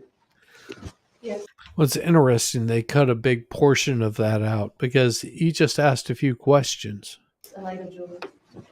But Julie, just so I'm clear, Julie didn't start talking to you until about a week and a half or 2 weeks before she died, right? Yes. She didn't say anything to you before that time, No, correct? she didn't. And over those years, those 5 years, you and Julie generally didn't have very private conversations about your marriages, right? That's correct. I mean, she wouldn't tell you deeply personal things, correct? Correct. And after your husband told you some things that Julie had said, your feelings started changing about Mark, true? Oh, my feelings are changing about the marriage, and yeah, You- only, I mean, the whole situation. And during November of 1998, you found yourself kind of avoiding Mark? That's not true, because it wasn't, it's the situation, the whole situation has changed it. Mark wasn't outside like he used to was. Mark wasn't coming over and talking to us like he used to was. So it wasn't avoiding. It just, the whole thing changed. Mark changed too. He acted differently. Well, you indicated that you wouldn't see Mark as much because it's later in the fall months, correct? Well, I pretty much just saw him going to work and coming back, and that's about it. Right. You wouldn't see him outside to the extent that you would in July when they're out in the pool or doing yard work, correct? Right. And based on what your husband had told you, you didn't particularly want to talk to Mark. Fair to say? Like I said, it was just different situation. It wasn't comfortable like it was before when he was out there with the boys playing. It just, the whole thing has changed. Well, do you recall, you testified in this case back in July, correct, Mrs. White? Yes. On July 12th, 2007, and at page 42, line 20, I asked you, well, can you think of any times when Mark avoided talking to you? Excuse me, Council, please look at the Page 42, line 20. Thank you. Okay. I asked you, well, can you think of any times when Mark avoided talking to you? And you answered, well, to tell you the truth, I don't even want to talk to Mark. So I think it probably would be me avoiding him if I would see him. Wow. You Yeah, I recall that? remember saying that. Wonder why. But now I know that's what I'm trying to correct myself. That was the reason, because he acted, when I thought about it more, yeah, it was hard because he just acted differently too. He wasn't as friendly as he was before. Do you think maybe he sensed a different attitude on the part of you and your husband? I don't know. You acknowledge that you had a little bit of a different attitude, right? Well, I'll probably I act differently too, knowing what's going on, the bigger problems. Sure. Did you have a chance to talk with your husband last night about his testimony yesterday? No. Oh, that's You interesting. mentioned this phone call, Mrs. Voigt, that took place on December 2nd. Julie passed away on December 3rd. Yes, It was the day before on December 2nd. yes, And your best memory is around 10 a.m. yes, Could have been little after 10, could have been 9:45, could have been 9:30, right? If that's around 10 a.m. But you're not telling me that when she called, you looked at a clock and made a note. It could have been, I it kind was of just did sometime glance. around That's there. why I said it was around 10 because I saw Mark leaving and that was late for him to leave for work. That's why I said around 10. And Mark So had he already, maybe Mark had already left, right? Yes. So I'm believing that that's 10 a.m., which would maybe mean that there was other things going on and he was running late to get to work because possibly he was taking care of his wife. Maybe. Do you recall, you acknowledge it could be 9:45 or 9:30, right? If that's around 10 o'clock, yes. You do agree, correct? Well, I said around 9 o'clock. I'm sorry, I said around 10 o'clock. Okay. So I don't know what's around 10 o'clock. Okay. That's my memory. That's what I remember. That's what I said before, around 10 o'clock. Sure. You wouldn't be surprised if it turned out to be 9:30 though. I think it would be too early. I would be closer to 10. Now, at that hearing on July 12th, you were asked, I know, and I said it could be 9:30, but now I'm Okay. saying probably be closer to 10. and have you met with the prosecutor since July 12th, 2007? No, just saw Mr. Jumbus yesterday and today, this morning. But But you spoke with him yesterday? just say hi and not really much about Oh. anything. And you Okay. read your testimony? Yes, I did. You read your husband's testimony? No. Did you have your husband's testimony at home? Yes, we do. And do you know if he read your testimony? I read mine. No. Do you Oh, know- if he did? Yeah. No, he did not. And so Mark left on this Wednesday morning, December 2nd, and then Julie called you. Yes, She was home alone. yes. She didn't say she wasn't feeling well, right? She actually said, when I said, "Are you okay?" She said, "Yeah, I'm okay."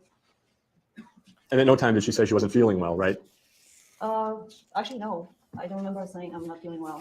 You agree, you have no recollection of her saying, I don't feel very well.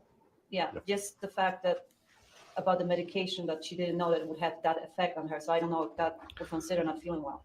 And they keep going back to this medication because she's not feeling well because of medication. Something's not adding up on this. But she expressed it in terms of feeling a little woozy. Would that be fair to say? Yeah, her voice was like she was drunk. You talked to her for 15 minutes. About 15 minutes. She expressed no fear of Mark during that conversation. She said Mark is being good to her. She expressed no concerns about her safety, right? Yes, correct. And you asked her several times if you could help her, right? Yes, And she said no every time, correct? yes. And every time I asked her, she keeps repeating, Mark is being good to me. Mark is taking care of me. Mark is taking the kids to school. She told you that there was nothing that she needed help with, right? Correct. She called, it was Julie that called you, right? Yes, And she said, don't worry if you don't see me outside, right? yes, And she told you that you didn't need to stop over, right? there wasn't anything about coming over or not coming over. And I would just say that would not be abnormal if I was really close with my neighbors, which I've got neighbors all around me. But for me to say something to my neighbors, just like, yeah, don't be surprised if you don't see me for the next couple of days because, I'm not feeling top of the weather. So it's a little more standoffish. So this isn't abnormal behavior. That's what's sort of confusing me is because I'm looking at it as if I was this person and I'm not feeling top of my game. There's a very big possibility that I would tell my neighbors, I'm not feeling up to par right now. Don't really want to hang out. I don't want to pass any sort of flu bug onto you or whatever it might be. Just saying. She told you that everything was handled, no help was necessary. She was going to be fine, right? She didn't say I'm going to be fine. She just said Mark is taking care of me. But Had Julie ever told you that she Could mean feared anything. being poisoned? she never mentioned poison. She just said when I asked her outside that Tuesday if she really thinks that Mark would do something to her, she said yes. So the day before, she had this problem on Wednesday. On Tuesday, she told you that she feared Mark would really do something to her. Yes, And then on Wednesday, when something was happening to her, she didn't ask for any help. correct.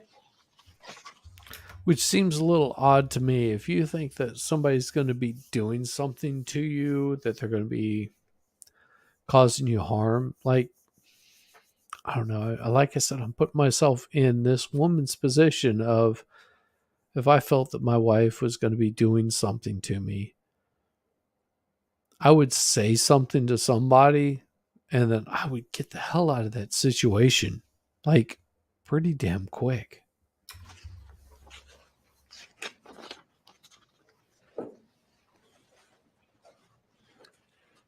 Prior to that day, had you offered to allow her to use your property at Lily Lake?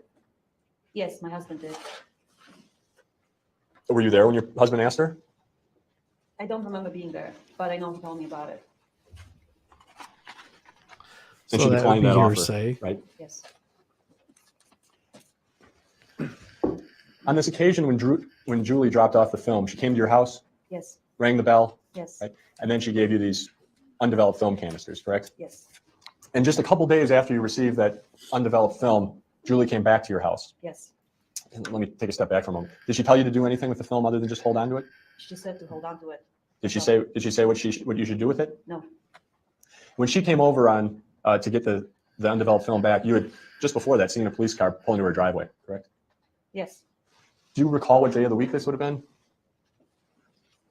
No. Do you recall what time it was? I think it was in the morning. Or early afternoon because I was home by myself. My kids were in school. Did she say anything other than to ask for the film back? She didn't ask for anything. She just said, "Can I have that film I gave you?" Right. You didn't talk to the police officer that day? No. The police officer didn't come over to try to talk to you? No.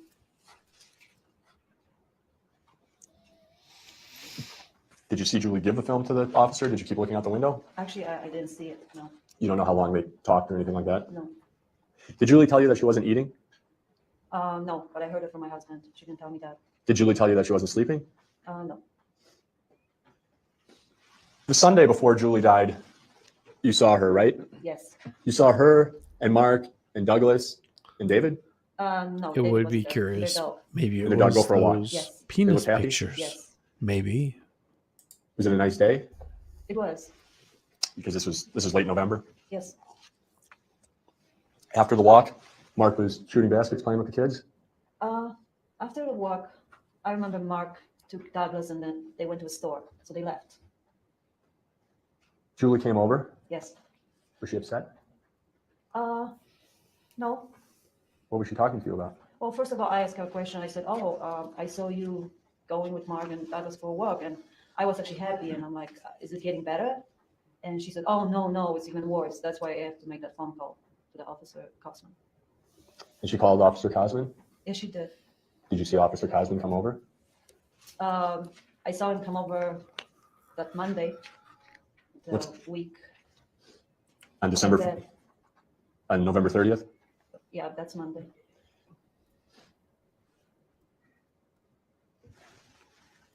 What time of day did he come over on Monday?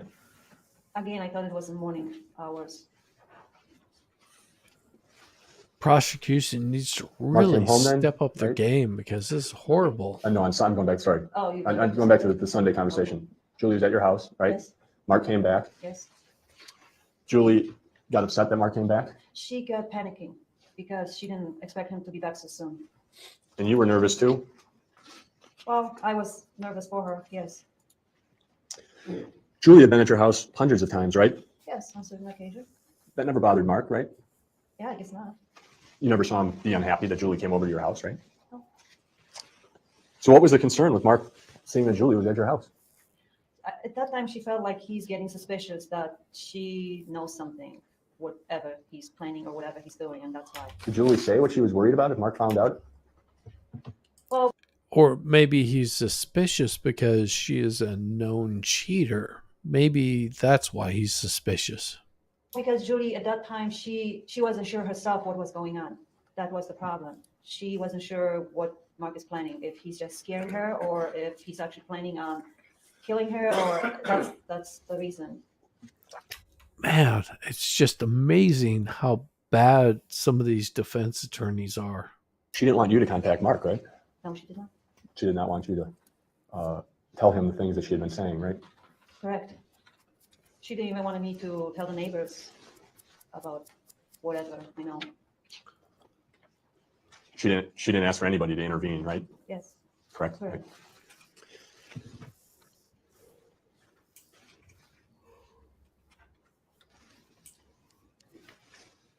With respect to the neighbors, there were a number of neighbors she would talk to, right? Yes. You didn't really know how close she was to the neighbors. No, I don't know. Following Julie's death, the neighbors talked quite a bit about the Jensens. Yes, There was a lot of speculation about what had happened. I guess so. Everybody, yeah, had their opinions on everything, Everybody was giving their opinions and whatever they Oh, knew or noticed, or whatever they were guessing had happened, right? I don't know, they were guessing it. amazing. And one of the things they were gossiping about was seeing this car in the driveway. Well, I seen the car, yeah, and they did guess about that too. Now, how many times did you see that car in December? I just want to say maybe I saw it once or twice. That's about it. What kind of car was it? It just in my memory, I just remember it was some kind of dark color, maybe black, maybe dark navy blue, but I don't know the make. I don't know what it was. Do you know who the car belonged to? Well, at that point, I assumed it was Kelly Labonte. At that point, you didn't know who Kelly Labonte was, right? No, I did not. I just knew there was someone. I didn't know her name even, but at that point, So you're assuming now that it was? yeah. Did you? Oh, I mean later, yeah, because later, some neighbors actually got to know her. So yeah, but I knew later for sure it was her. Well, that's what the neighbors told you. Yes. There were other women who were coming by the house to help Mark, right? Yeah, I think I seen his sister and probably his mom. He had family friends who were doing the kinds of things that people do when their spouses die, like bring dinners over. Yes. They had cleaning people, right? I don't remember the cleaning people. I know you asked me that before, but I don't remember the cleaning people. Well, people came by the Jensen house and you didn't always know what their purpose was in being there. True. Well, yeah, that's true. Mark didn't keep the car for that long. I think within 2 weeks the car was gone. He sold it. Well, in fact, Julie's family was staying at Mr. Jensen's home for over a week after Julie passed away, right? Julie's. Her family came in from out of town and members stayed at his house, right? I don't remember seeing anybody. I'm sorry. Do you know whether that Toyota was sold to her brother who drove it home when he left from attending the funeral? I don't know who he sold the car to. I don't know. You have no idea why that Toyota might not have been parked in the garage right after her death, right? It was kind of strange just seeing it outside right away, but I don't know what was the reason. There were visitors at the Jensen home because they were in town for the funeral, right? I'm sort of curious, and you brought this up. So, what are those photos of? Is it a possibility that it was some sort of blackmail on the wife's part? Maybe she had something on him. I don't know. That's an interesting path to follow. Could be anything. I guess. The only woman that you said you saw Kelly Labonte at the house within 2 weeks? Well, I saw a person walking in and out, and yeah, I would presume that was her. In December? Yeah, within 2 weeks. Okay. Do you recall being asked the following question and giving the following answer when you testified on July 12th, 2007, page 68, line 7? Let's see. Where should I start here? Question. So the only woman you ever saw there in December, there being the Jensen home in December, was somebody with longer reddish hair. Answer. Yeah. I remember seeing the girl, yes, and I saw her like I would say next day or yeah. That was a younger babysitter, right? Like a high school babysitter. Yeah, or early college, yes. And she was the only woman that you saw at the Jensen house in December. That's correct. She was the woman, and I just saw the car, so yeah, you're right. Well, and you only saw the car. You saw a car you didn't recognize one time in December, correct? Yes, correct. And then in January, you saw Kelly Labonte there. Yes, as it got warmer, then they would go, be outside with the boys together. So I was would it? see her more and more. It was after December before you ever saw her. Yes. And you didn't see her much in January. It was more in the spring. It was more in the spring, correct. You spoke with Julie on Tuesday 2 days before she died. Is that right? Yes. She had just gotten back from the doctor, she said. Yes. She was alone. Yes. Did she say that she had seen the doctor for depression? No, she just said that she went to the doctor, and that was it. Did she tell you the doctor had given her antidepressants? No, she did not tell me that. She told you she was very unhappy because Douglas is in full-time daycare? Yeah, she seems unhappy because of that reason, yes. She was unhappy and upset about that, right? Yes.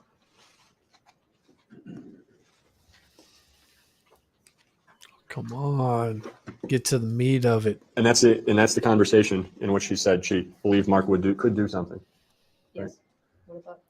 God. What about? Oh, I mean, is that the same conversation where she said that Mark? You mean the same day? Yes. Yes. Well, is it the same conversation? Yeah, it was one of the questions. So, yeah. I'm sorry, maybe I didn't ask a very good question to start this, but she came home on Tuesday from the doctor, right? Yes. She pulled in the driveway, correct? Yes. And she also had gotten some groceries, maybe? Yes. And you talked to her in her driveway, Yes. correct? And at that time, she told you that she'd been at the doctor, right? Yes. And is this the same conversation where she tells you that she's unhappy and upset about Douglas being in daycare? Yes. And it's the same conversation in which you ask, do you really think Mark would do something? Yes. And this is a 5 or 10 minute conversation on a Tuesday afternoon? Maybe, yeah, 10, 15 minutes, yes. She didn't ask for any help from you at that time, correct? No, she did not. And the only other time then you talked to her between that point and her death was the next day when she called you on the phone and said, don't worry, you don't see me outside. I'm sorry?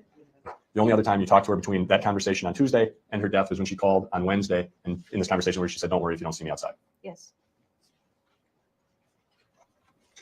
One more question about the Tuesday. Did she tell you that the doctor had given her medication at that time? No, she didn't mention anything about any medication. Oh, come on. You saw, you mentioned seeing some things in the garbage. Yes. Those were, other than that red vest, did you see anything that you could identify? Like I mentioned, some craftings and sewing boxes and the red jacket I saw her wearing recently. Do you know, and you couldn't see what, there were bags out there? There were bags, yeah, but I don't know what was inside. You couldn't see other than one red vest that was outside Well, the that's bag. what I remember seeing. I know there was more loose things laying, but I cannot tell you what it was because I don't remember. Julie was smart. You were aware that she had worked earlier in their marriage, right? Yes. She told you that she had worked in the financial industry, Yes. and she told you that she had gone to nursing school. She didn't tell me that. She had her own car. Yes. She had her own car the whole time you knew her, right? Yes. She never had any financial complaints, correct? Correct. She came and went as she pleased during the day, right? It seemed like it, but it was pretty much grocery shopping or there was something involved with boys. I mean, there's no doubt that this woman loved her children. Come on. We've already established this. Let's move on. Come on. You were part of her book club, is that right? Yes. And Julie missed book club a number of times because, well, she said it was because of Mark, right? Yes. She would say she couldn't make book club because Mark was working. Objection, Your Honor. It's irrelevant unless there's a time frame established. There you go. Well, I think you could put the time frame in. The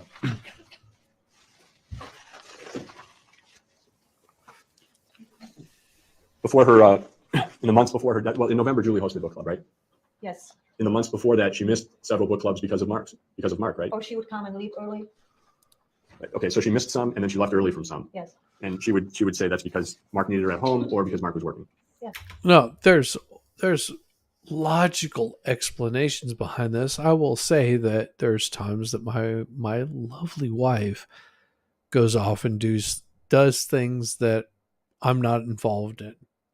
I mean, it is not abnormal for my wife on a Friday night that she hangs out with her girls on a Zoom meeting. So she'll do that. She'll hang out. She'll chat up. And these are high school friends, college friends, and they all get together and they just talk about what's going on in their life. Nothing wrong with that. Not abnormal at all. And it's also not abnormal for me to order some food to go pick up to bring it back. So it's hard to see from the outside what's going on the inside. You didn't know whether that was true or not. I believe Julie, but I didn't know. Right. You didn't know whether that was actually required of her to go home or not. Correct. Yes, but knowing Julie, I don't see any other reason. You never heard any of these discussions between Mark and Julie about her getting a job, right? No, I did not. You never heard any of these discussions between Mark and Julie about Douglas being in daycare? No, I did not. You don't, if Mark wanted Douglas in daycare, you don't know the reasons why? Well, Julie told me that Mark wanted Douglas in an all-day care because Julie had bad influence in Douglas. That's what Julie told me. Okay. Yeah. And did you know why she didn't Absolutely. work, or why you wanted her to work? Well, Julie always worked one way or the other. She babysit, so she could make some money, contribute to the family. But why he wanted her to work, I don't really know. Why he wanted her to work out of the house. Well, she was complaining about that, right? Yes, she wanted to stay at home with Douglas. And you don't know whether, in fact, Mark wanted her to work, right? Well, that's what she said. Right. And you never talked to Mark about that and No, got his never view. did, no. And if that It's was true that Mark confusing. wanted her to work, you don't know why, right? Well, that's the only answer she gave me, that she's bad influence on Douglas and she wants him to go full daycare and her to get a job. But again, you didn't talk to Mark to get his side of the story, right? No, I did not. Did Julie talk to you about having seen a counselor for depression? No, she did not. Did she ever tell you that she had been on antidepressants before? No, she did not. And in 1998, she didn't tell you that she was taking No, she antidepressants? did not. Did she tell you about seeing the doctor in September and telling him then that she was feeling depressed? No, I don't remember her telling me that. On the Monday before Julie died, you had a Well, that raises a very interesting question for me. If, for example, not that I am, because I'm not, if I was to go on some sort of antidepressant or have some sort of medical condition, it's not often that I would share what was going on outside of my home to people that weren't part of my family. I may not say anything. Of course, me being on YouTube, I probably share a hell of a lot more than I would share outside of, my personal home. I wouldn't be telling my neighbor that I'm going to go get some surgery. It really wouldn't matter.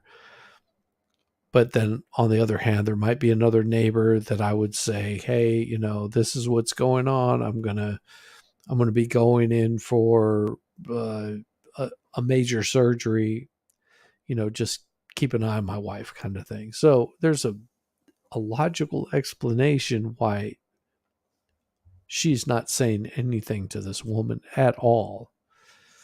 Doesn't mean anything. She may not be talking about it. Maybe she's a little embarrassed by it. Who knows? conversation with her? Yes. When was that? Was probably early afternoon. It was, as always, on her driveway or her yard. And that was another 5 to 10 minute conversation? Yes. And in this 5 to 10 minute conversation on Monday, November 30th, she told you that she had an affair, right?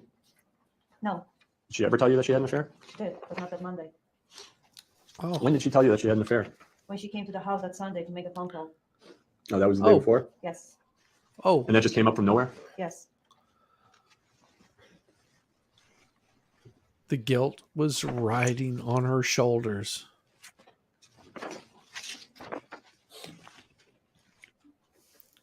Very important. Would you bring what's on the printer, please? Thank you. She was getting a little bit of action on the side.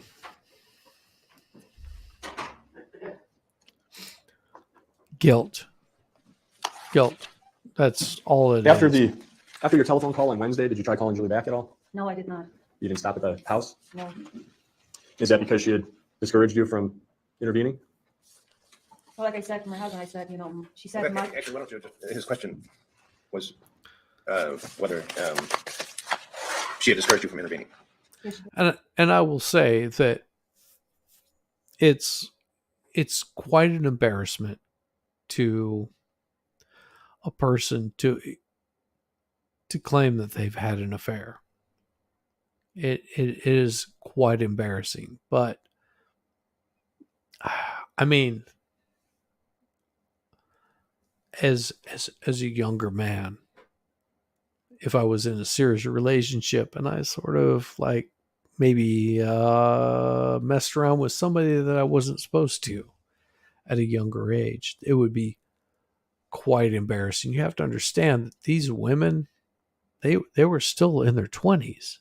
They were not very old. They were very, very, very young. So she might have been quite embarrassed to actually discuss it to certain people, but might have felt comfortable discussing it with her. Yes, she did. yes, you did.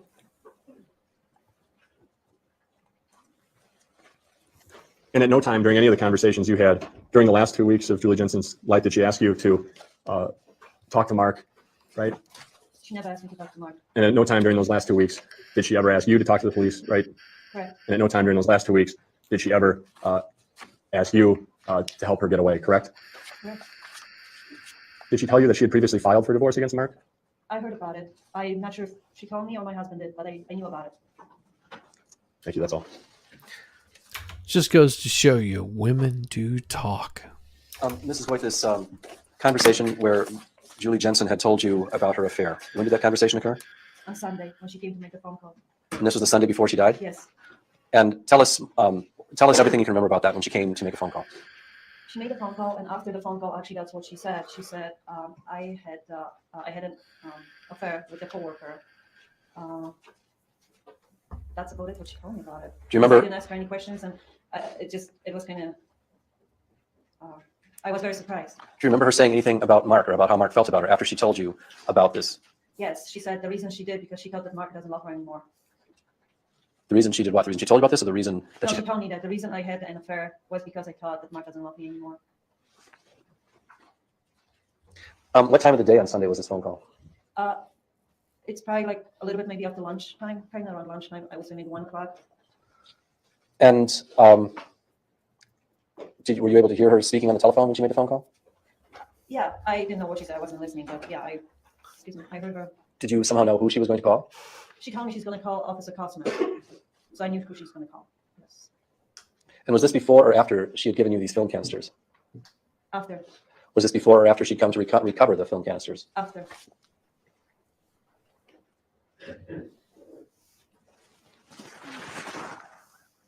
Thank you, Mrs. White. I don't have any further questions. Just a couple. So was it your understanding that this affair had been recent?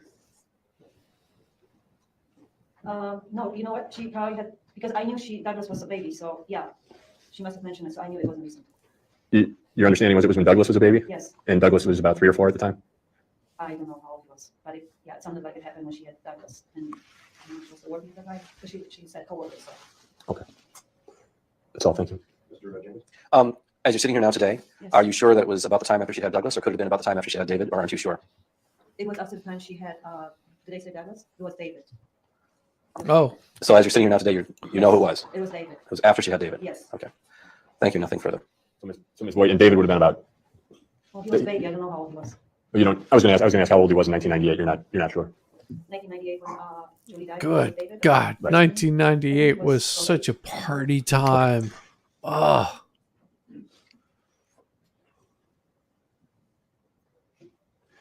I'm sorry, I did have one other thing. When she told you about this miscarriage, again, that's something you only heard from Julie, right? Yes, You didn't ask Mark anything about it, right? I did not. And you don't know what Mark's side of the story is, right? No. That's all. Yeah, I need that exhibit, the photograph. I don't know what number it is. Do you have the photographs here? In here? It's the photograph. Oh, come on. of Julie and David and Douglas. get there. This is what I'm looking for. Thank you. This is Come on. Bring it on. and ask if you can identify the persons depicted in that photograph. It's Julie, David, and Douglas. And would you say that does that photograph appear to have been taken sometime in? By looking at the photograph, can you tell whether it was taken at some point within a matter of months of Julie's death, or did it appear to be taken sometime earlier? Objection beyond this witness's abilities. It seems like it was taken within a month because looking at the boys. That's about how David looked in the last months preceding Julie's death. Yeah, I think so. And- 9 years. So Is that about how Julie looked in the months preceding her death? yes, So how old would David appear to be there at that photo, would you say, if you know?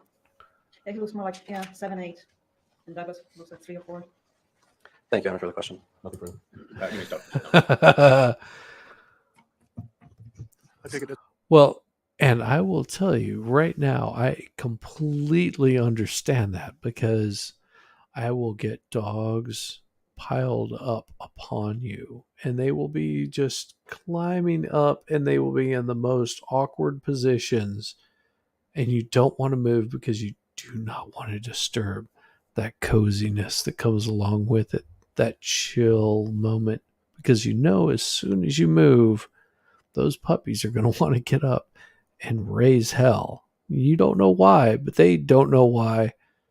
But you know you don't want to move. Yes, I understand. It is, Judge, and I'm just moving that exhibit number 7 as evidence. All right, any objection? All right, 7 will be received.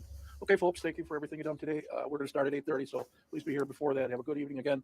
Please don't talk or watch anything about the case, okay? Thank All right, you. let's see if they've got anything else beyond this. They might have a little bit of something. Nope. Well, maybe. We'll see. Right now, they're excusing the jury.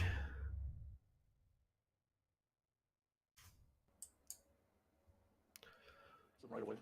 Dun-dun-dun-dun. Dun-dun-dun-dun.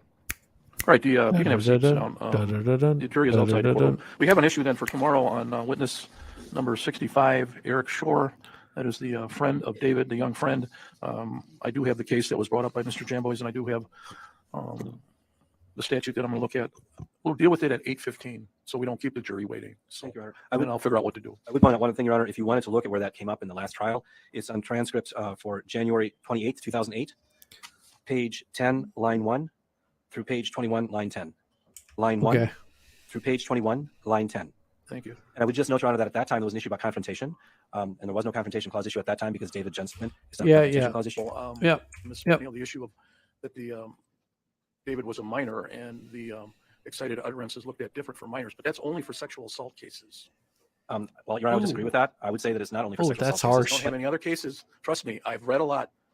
You guys are watching this video. There is no other case that says there's an exception just because he's a juvenile. But Your Honor, if you look at, for example, the 5 factors that are We're not talking about the 5 factors. That's a different hearsay exception. I'm talking about excited utterance. And the case law says there's preference given for minors if it's a statement regarding sexual assault. And this is not a sexual assault case. As you reminded me when the jury was out, this is a homicide case. Yes, Your Honor. Oh, And by the way, Your Honor, I'll say this. I apologize for the way I spoke. Trust me.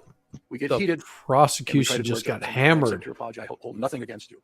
So that doesn't mean the defense gets to yell at me tomorrow. Wait. All right. Have a good evening. We'll see you at 8:15. Judge, if I could add something. Oh, All right. So we will research this tonight. We'll work on it. But I do want to point out, give another case site that I think regarding is- excited utterance? Yes. And what case do you have? Gerald LC, and the case site is 194 West 2nd 548. 194 Wisconsin 2nd, 548, right? That's right. All right. Do you have that, Mr. James? Okay. Thank you. He's got to wait to make sure the jury's out. They're all out?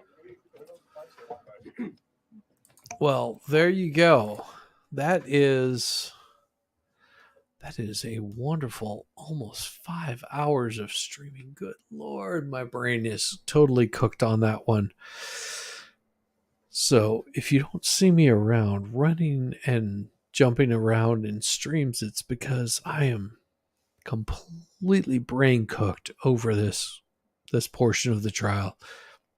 But what I will do tomorrow is I will probably stream, and I will also be doing it on ×2, day 2, because this was just day 1. I haven't gotten to the day 2 portion of it yet, but I will get to that tomorrow. It's very interesting, and I'm really curious as to what their case is. They're saying that he killed him, but so far everything that I've seen so far has been just circumstantial, and it's not proven to me that this guy actually killed his wife. I'm not saying that he did or didn't. There's a very big possibility that he was an absolute shit and probably killed off his wife. But that's also for the jury to decide. So until then, what I'm going to do is I am going to end this on a nice, easy bunch of turtles that are trying to let's get it on.